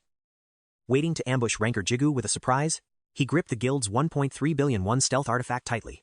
Would this top-tier item actually hide him from Jigu's sharp senses? The indicator flickered 13th, then 27th floor in a heartbeat. Sung-hoon's gaze narrowed, sensing a familiar aura. He bolted forward. With a confident grin, he suddenly manifested before the elevator doors. He froze instantly. Beside Jigu stood Io, now appearing as a child. Spotting him, Jigu dryly asked what business he had at this location. Sung-hoon stared at Io, questioning if she was Jigu's daughter. In the lounge, Io blissfully sipped her drink. Completely content, Sung-hoon speculated on her identity, and Jigu gave a firm nod. He watched her closely. She lacked any detectable player aura. It was baffling. Not a single drop of mana radiated from her. Jigu was stunned. Ao used mana, yet Sung-hoon sensed nothing. Was this perhaps due to some hidden system interference? Sung-hoon whispered, asking if Jigu felt the surrounding pressure. He surveyed the area. The room was packed with literal monsters. These legendary hunters radiated world-class, crushing power without even trying. A warning echoed. Using eye skills now would expose him instantly. After a tense silence, Sung-hoon finally spoke in low tones. Famous. High-ranking titans were gathered here, a rare and dangerous sight. Jigu couldn't deny the obvious truth before him. He spotted an Arabic man, a notorious high-ranker from the Middle East, known as the Oil King. He was a billionaire before awakening, envying that wealth. Jigu shifted his gaze to a blue-suited figure. That was Susanoo, Japan's apex hunter. Suddenly, 𝐆𝐿 whispered a warning. Jigu felt it too, an unsettling energy rapidly closing on their position. A sharp-dressed man entered, his overwhelming presence commanding the entire room. Jigu inquired about the stranger. But even Sung-hun was clueless. His mana flow was erratic. His power clearly rivaled the strongest. The stranger locked eyes with Jigu, unleashing a crushing wave of bloodlust, overwhelmed by the pressure. Sung-hun turned pale, trembling in agony. Rage flared within Jigu. He immediately released his aura to retaliate. Two titanic forces collided in a deadlock before both energies vanished. Shrapnel exploded outward as surrounding hunters watched with jaws dropped. Michael watched the display, appearing genuinely impressed. Jigu prepared to snap. But 𝐆𝐿's chilling voice cut through first. Her sudden, intense bloodlust caught Jigu completely off guard. 𝐆𝐿 crushed her glass, demanding why he targeted her master. Michael suddenly shouted, calling Jigu a filthy, demon-scented mongrel. Both Jigu and 𝐆𝐿 stared back, completely bewildered by him. Michael looked horrified, questioning why a saintess followed a demon. Confused, Jigu asked her if she was actually a saintess. 𝐆𝐿 shook her head. Suddenly, a commanding voice ordered a halt. Bathed in celestial light, the newcomer appeared like a descending god. Michael knelt, greeting the Pope. Jigu wondered about his religious authority. Jigu wondered, was that old man truly a top-tier powerhouse? Jigu agreed. The Pope's hidden stats likely rivaled the world's strongest. Otis entered, congratulating him on the sudden meeting with Tessis. Jigu turned. Tessis was greeting others. Why was he with the Pope? Tessis Sahil. He was here as South Korea's official representative. He had to lobby other nations. Jigu finally understood the stakes. Tessis's eyes sharpened. A terrifying aura exploded, paralyzing everyone with killing intent. Michael's voice trembled. He pointed a shaking finger at the Vatican leader. The Pope's face darkened. Shut your mouth, he roared with authority. He scolded Michael for disrespecting a VIP from a different guild. Trembling, Michael pointed at Jigu. His eyes filled with deep suspicion. Before Michael could finish his sentence, the Pope cut him off. Confine yourself until the meeting ends. The Pope allowed no excuses. Michael retreated. Jigu Sahil. I have no idea what's happening here. Jigu checked on 𝐆𝐿. Her status window looked dangerously unstable. Michael, she whispered, then collapsed. Jigu caught her as she fell. She slumped. What happened, 𝐆𝐿? The others shouted in sheer alarm. Later, Tessis and Jigu sat together. Jigu looked completely drained. Jigu hesitated. He remembered the weight of 𝐆𝐿's unconscious body. Jen had desperately tried to ping 𝐆𝐿's system, but there was no response. Du explained. 𝐆𝐿 was mirroring Jigu collapsing from sudden power surges. Jigu frowned. Du clarified her forgotten memories were finally resurfaced. A crimson glow flickered. 𝐆𝐿 carried a mountain of forgotten secrets. It was definitely Michael. Their encounter had triggered a dark reaction. Michael wasn't normal. Du sensed the overwhelming aura of a celestial. Back in the present, Jigu pressed Tessis for intel on Michael. He's the Vatican's strongest hunter, Tessis explained. Raised within their walls, but his personality pure trash. Tessis scoffed. Jigu remained silent. Tessis stood up. The summit begins tomorrow. I'm heading out. Get some rest. Jigu, you're coming with me as my guard. And don't cause trouble, Tessis warned. Jigu groaned. I'm not a kid. They parted. The next morning, a voice hissed in rage. You bastard. A massive shockwave erupted from Jigu. His killing intent suffocated the room. How did his power skyrocket so fast? A voice gasped in terror. Jigu stood before the 𝐆𝐿 CL headquarters, a grand, majestic skyscraper, at the World Player Association. Otis met Jigu. Meeting starts now. Jigu paused. Is it okay if I don't participate? Tessis leaned in dramatically. Then sign a contract and join the association. Jigu recoiled. Forget it. Why am I even here then? I'm just standing around like a useless NPC. Jigu muttered. Tessis explained the protocol. Every VIP needs a high-tier bodyguard for protection. Most elite talents serve as shadows now. He noted. Times have changed. It was a deterrent preventing rankers from using force against each other. These are world-class players. Tessis warned. Keep your skills in check. Jigu agreed, though he grumbled. I'm not the one causing trouble. Du suddenly asks if he truly lacks any memories. Jigu flinches. What secrets remain buried? He denies it instantly. Yet, flickering fragments resurface. Heart racing.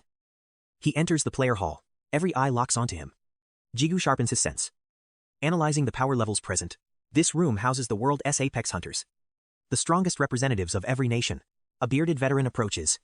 He's testing Jigu's hidden stats and unique skill tier. Tao Chen from China. 𝐵𝐄𝐃, the high ranker known as the Star Plucker. Jigu plays it cool. Jigu. Codename Morning Star. The introduction is brief but heavy. Global reps flood in. Du scoffs. In this world, the weak serve the strong. A sharp voice demands the saintess. Jigu turns. His expression darkening instantly. Michael Du and Jen Head glare. Michael offers a hollow apology. Devoid of any real remorse, Jigu brushes past him with a chilling smirk. Du's blood boils with dark excitement. A fated reunion. He whispers. His murderous intent shocks the surrounding masters. Jigu ignores the questions. He speaks of Roger's death with pure, cold-blooded contempt. Nice legs. Loser. Jigu mocks. Infuriated. The degenerate's power explodes in a violent outburst. Suddenly, a shout for Korea's Morning Star rings out. The killing intent finally dissipates. An official summons him. The association president demands Jigu's presence in the conference. He moves out. As he passes, he ignores the pathetic insults from the crowd. Jigu freezes. A hooded figure trails behind. It's 𝐆𝐿. Hiding a demonic presence. A demon, he asks, Du. Perhaps a high-rank cloaking item is masking its true form. Why is a noble allied with a devil? Jigu enters the high-stakes meeting room, surrounded by monsters in human skin. Jigu feels like a criminal under heavy surveillance. Du observes that humans and demons share the same thirst for intimidating authority. Jigu scans the perimeter. His hunter instincts dialed to the absolute maximum. Strength varies here, but respect is mandatory. One wrong word could spark a crisis. His gaze lands on the man seated at the center of power, a living legend and World Association president. Rank 5 in history. The Blood Emperor. The Emperor's voice booms. Morning Star. Jigu gulps, carefully calculating every single syllable. I'm not entirely sure. Jigu replies. A suffocating silence grips the entire assembly. Everyone freezes. 𝐵𝐿𝐃 facepalms in pure disbelief at Jigu's blunt and risky answer. The Emperor continues. Rumors suggest Jigu holds secret intel regarding the recent gate crisis. After a silent signal from Otis, Jigu begins his detailed report on the incident. He confirms his presence at the anomaly. He's investigated all 5 Korean gates personally. His conclusion is grim. This wasn't a natural disaster, it was a calculated sabotage. Standing before a rift. Du analyzes the suspicious timing and strategic distribution of spawns. He suspects 𝐵𝐿𝐃 is the mastermind. But such a quest requires powerful, hidden accomplices. 𝐆𝐿𝐃, the European Council president, snaps. You claim humans can manipulate the gates.